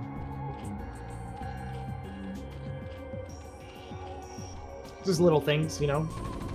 Gonna get that 303 layer, so this will be a 2.5 hatch coming out of StRyKeR. Also what I would expect from him. Where do you think But, he's you gonna know- make that hatchery? Probably in the main. Okay. So, yeah, it should be in the main. I mean, it might not, but I would expect it to be in the main. You know, as much as I talk about how StRyKeR hits me as like a super standard player, he did show us in that series against WolFix that he also has some pretty serious killer instinct as well. Yeah, right. The lurkers. 6 Yeah. o'clock. Yeah. Alright, 4 Marine's gonna move out. We'll see if he full commits. I expect we'll go probably about halfway and turn back around. If he full commits, then he's a psychopath. There we go, gonna turn back around. And only 2 lings made from StRyKeR, which is kind of calling the bluff a little bit, because you only had 5 lings total there, so... Right. Right. That's what I mean. StRyKER's so good at like reading situations. Yeah. He takes what he can get. It's so He scary takes what to he me. can get. Yeah. And was this 2 Raxacat is what it looks like from OLDboy? Oh no, it wasn't. Okay, so it's actually gonna be the 1 Raxacat. This is my favorite build. I like this build. Repeat that. What is the nuance there? Academy So- before the second rank? Yeah, so you go Rax Gas Acad. Oh, okay. And this allows you, if you do it correctly, you should have stim and range when the mutas come out. So you can position out forward. You'll have Oh, like wow. 4 medics. You'll have 4 medics and like 8 to 10 marines typically. You'll be on 3 racks production with range and stim. So it's like super strong defensively. And Zerg can't really commit to going in your base. So you can play pretty light on turrets initially because you're threatening the counterattack. Right. That being said, this is not 1 Raxacat and a 3 rack, so... Well, it's not. Yeah, it's a little. It's off because he's still researching STEM, but Yeah. Yeah, this is kind of like a weird 2 racks timing, essentially. It's a little bit later. I mean, it's still going to give the 2 Sungans up, which is essentially what you're looking for anyway, but it's only with 1 medic. yeah, he actually doesn't gonna have full this. commit up. With 1 medic, there's no way, right? Yeah, with 1 medic and the mutas coming out, this should get cleaned up. I mean, he's going to kill the Sunkins, but this is not great for OLDboy. You definitely want a lot more than that. Typically, you get the 2 Sunkins, you see it, and you turn around Right. at this timing. Like, it was too late, it was the muta timing. Normally, your pushout's going to be at 450, right? Which gives you a pretty Yeah. big window before the mutas would come out. But because this was, like, a bit of a... We're going to call it modified version. It was a lot later with only 1 medic, and yeah, full committing there is pretty much always going to lose all your bio, unfortunately. Yeah, we missed it, but StRyKER again, just so on top of everything. Those two fire bats that Oh, yeah. OLDboy peeled off. Yeah, StRyKER went straight for them. Yeah, that's actually really Sick. important. Because those fire bats are really important for farming to 3rd base. And we Yeah, actually the didn't drone's get a there crit up now. our... Yeah. We didn't get a crit up on our barracks in time, and that's actually just a GG moment, unfortunately.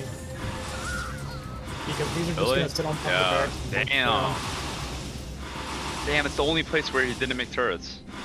Yeah. It's one of the most important places to make turrets. He could have just lived here though, can he? At this point, yes, he should have lifted. And we're gonna go for it now. Now that these turrets are up, but it's a bit of a disaster. We just made like 10 turrets, and we have 1 Marine on the field. Right. Yeah. Yeah, it's a bit of a disaster, and it's unfortunate we're actually blocked out from the base. I don't know if that turret maybe messed them up or something, but I think we're just dead to lings now. We can't get any Marines out. Well, I guess our barracks are landing their main, so we can try to get some out. I think we're dead. Yeah. Hold that. StRyKER, hold my beer. Like, StRyKER, he's not trying to end the game, but he'll end the game if you give him the game. You know, like Yeah, StRyKER is just so strong. You can't make mistakes against this guy. You know, those 2 fire bats could have done something. Nope. StRyKeR's like, I saw him come out with my OV. I'm going to go straight for that. I'm going to take my XP at 5. Oh, you don't have turrets? Okay, GG. Like, you can't make mistakes against StRyKeR. He's just too good. Exactly. And this is actually a similar situation to last game as well, where it's like, this isn't some... It's not like this is like 2-hatch muta or something hyper-aggressive. This was 2.5 base into the third. Like, right. This is super eco-friendly for StRyKeR.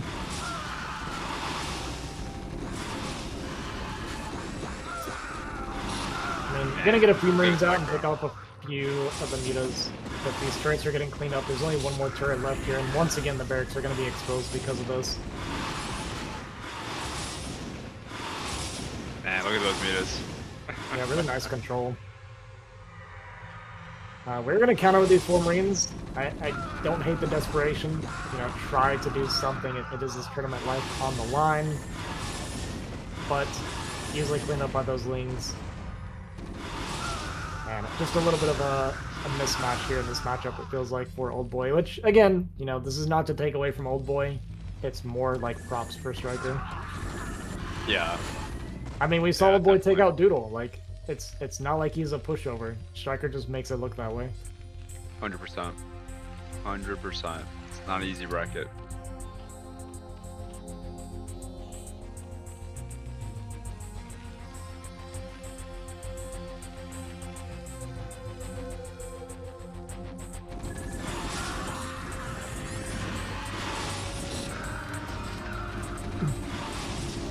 Yep, Muta's gonna keep finding damage.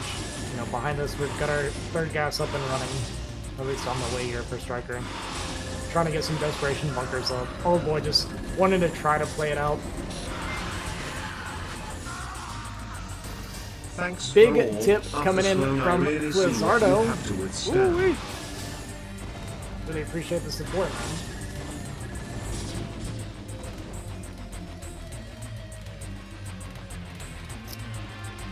Well, I think there's not much going for OLDboy right now. Yeah, he's putting down some panic bunkers here. He knows the lurkers are here.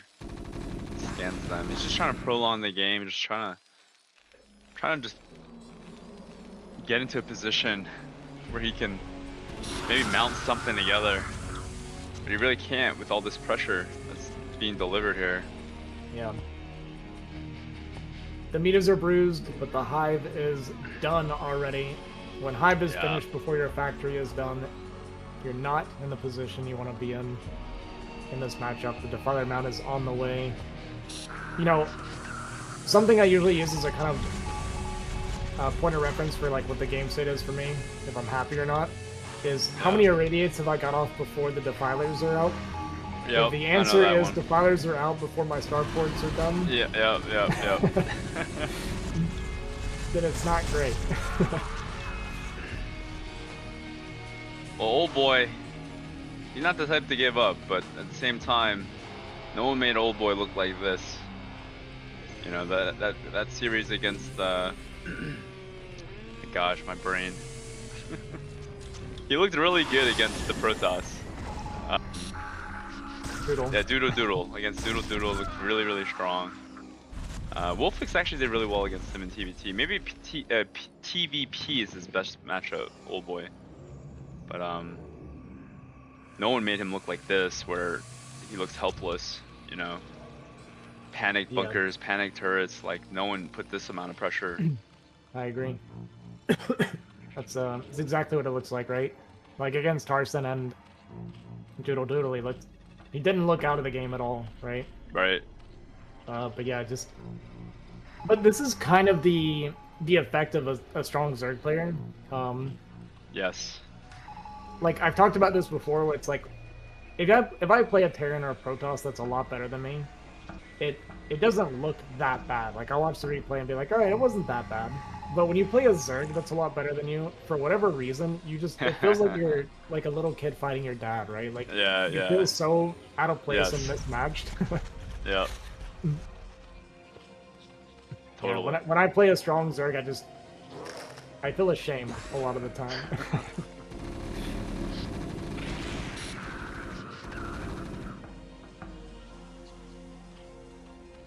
gonna try and push across the map here, but there's a bunch of lurkers and even defilers out already.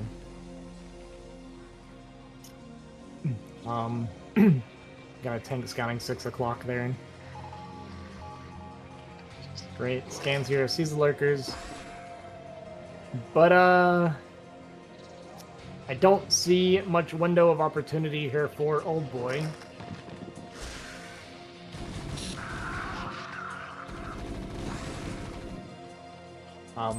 Unfortunately, StRyKeR eating that drone is the most economic damage that he has taken this game. It kind of looks funny without the medics and the one tank. Yeah. The vanilla push. Yeah. Yeah. Yeah, vanilla StarCraft pushing here.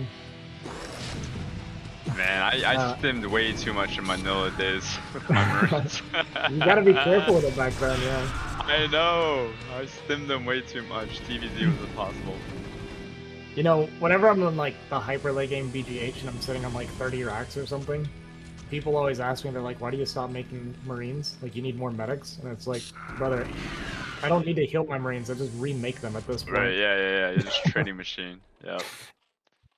Like, the medics don't have guns, I don't need them. Yeah, OLDboy's not gonna give up though. I mean, he's got 100 supply. You don't leave in these spots. Definitely climb back up here food-wise, but this is a 4-base Hive Zerg. See if we can do anything with this dropship here.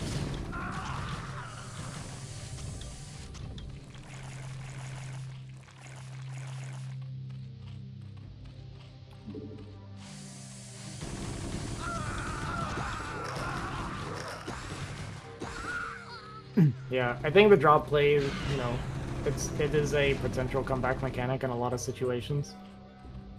But the Zerg's up 50 supply, and usually when Zerg's like down 50 supply, they're fine. Oh yeah, like he probably, to have any win condition, which, you know, like what's the chance of that happening? It would have to be multiple things and probably 6 dropships in like 3 different locations, right? Like, it's so hard to beat a Zerg when he's this big and he's just playing to win. Like everything is just, he's just ready for everything because he just wants to win. Yeah. It's like, how do you try to beat someone who wants to win? Like in this spot, it's so hard. Like, what do? You can't do squat. Can't do Ultralisk. squat, guys. Yeah. Oh man. And these are the game closers. What are the upgrades on the bio? 1-1, I think. Probably. Oh, 2-1, 2-1. okay. So we actually have somehow an attack upgrade advantage over StRyKeR, which is crazy. Doesn't feel like it, Ozzy. But yeah, when there's more ultras than Marines on the field, it doesn't really matter. Let's see a fight straight into these bunks. Oh man, wide defiler. G gonna be called from OLDboy. StRyKeR gonna take a 2-0 here and move on. Unfortunately for OLDboy, his first BSL run has come to an end, but he had some pretty good wins overall. Heck yeah. I think, you know, he should be happy or proud of himself here. Heck yeah. I mean, the guys that he lost to, right? Like, it's Tarson and StRyKeR. These are not. There's nobody easy in BSL. That's the problem. Like, that's the problem with Pro League. So the fact that he got here and even took a game off of an S ranker, like, I feel like you can be pretty happy with it overall. He was not a bad showing against Tarson. Yes, I know it didn't look great against StRyKeR, but that's StRyKER's fault, not OLDboy's fault. Right. Yeah, so congratulations again to our direct winners in the green there, eOnzErG and Tarson, and then StRyKeR and Aeternum will advance to the tiebreaker series, which I think is more best of 3s, right? Or Yeah, best it's of 1s, four man groups that are best of 3s to get Okay. the next set of players Got to it. the round of Got 16. it. So still hope there for StRyKeR and Aeternum, but congrats to Eon and Tarson for advancing directly. Yeah. Yeah, this is probably the 4 that I would have picked from the beginning anyway, looking at how the bracket was set up. So, you know, the only one that I think might have been interchangeable in my brain would be Doodle and Aeternum, and it was very close. So I think this is more or less what you could expect from this bracket, but pretty good games overall. Yeah, Eon definitely. looking super strong in his games Yeah, my God. Yeah. today. Yeah. Like I would say as far as like dominance, because like Eon didn't play a best of 3 today. He won Mhm. both best of 1s. So like the last series for sure felt the most dominant. But if you just Yeah. look back at the Eon's games, there's like, my God, especially that. Which one was that ZVP game where he just went insane? I think it was against Aeternum. Yeah, he just went Yeah, insane yeah. against Aeternum. Yeah, yeah, that was a good one.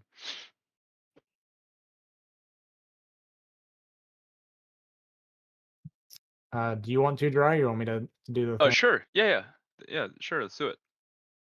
All Sweet. right. So, BSL21 would not have happened without all of these supporters here. And typically we start with the Wolf of Wall Street, right, Zero? Or do I list the people at the top? Okay. Yep. So Wolf of Wall Street, starting at the $200 per month level, is going to be Andrew, and then Bombastic General at the $100 per month level is going to be My Fleeting Dream. At the Bombastic Colonel level, it's going to be $50 a month. It's going to be StRyKeR, one of the guys that got in today. Bombastic Major level at the $30 per month level is Tupac and Torso Driver. And then the Bombastic Major level, $20 per month, is going to be Kauso, KJ, LML, Mad Dino, Nicholas Schuler, Schemy Gypsy, and Steven Robertson, and so many more. Cannot have BSL without all of these supporters. And looking forward to continued support so that we can have more BSL going. And I think typically we do the. Do I keep going here? Okay. Great job, JIRAIYA. Thank you. Thank you. Thanks for casting it with me. I know we had a long day. I appreciate you sticking out with me. I know from casting with you a few times in the past that sometimes going for so long maybe not your No, thank favorite you. thing to do. No, I enjoy it. I enjoy doing it with people that are like studious and knowledgeable. It makes it a lot easier for me. For me, I'm just more like the color commentator. But Yeah. Well, that's but what yeah, I mean today's games. specifically. Yeah, I just try to bring some energy into this thing. But when the games are good, it's a lot easier for me in my role. So Yeah. appreciate the invite again, Zero, and appreciate casting with you again, Ozzy. Looking forward to the Yep. next one. And good luck to all these players that advanced today. Yeah. All right. Sounds good. All right. So I think that's going to do it for us here today. Hope you guys enjoyed the games. Hope you enjoyed the stream. And we'll be back next week, right? Tomorrow. Oh, sorry. It's Saturday. Good grief. My day is. Yeah. So we'll be back tomorrow. Make sure you guys catch the games tomorrow. And yeah, we'll catch you guys then. Have a good evening. Peace.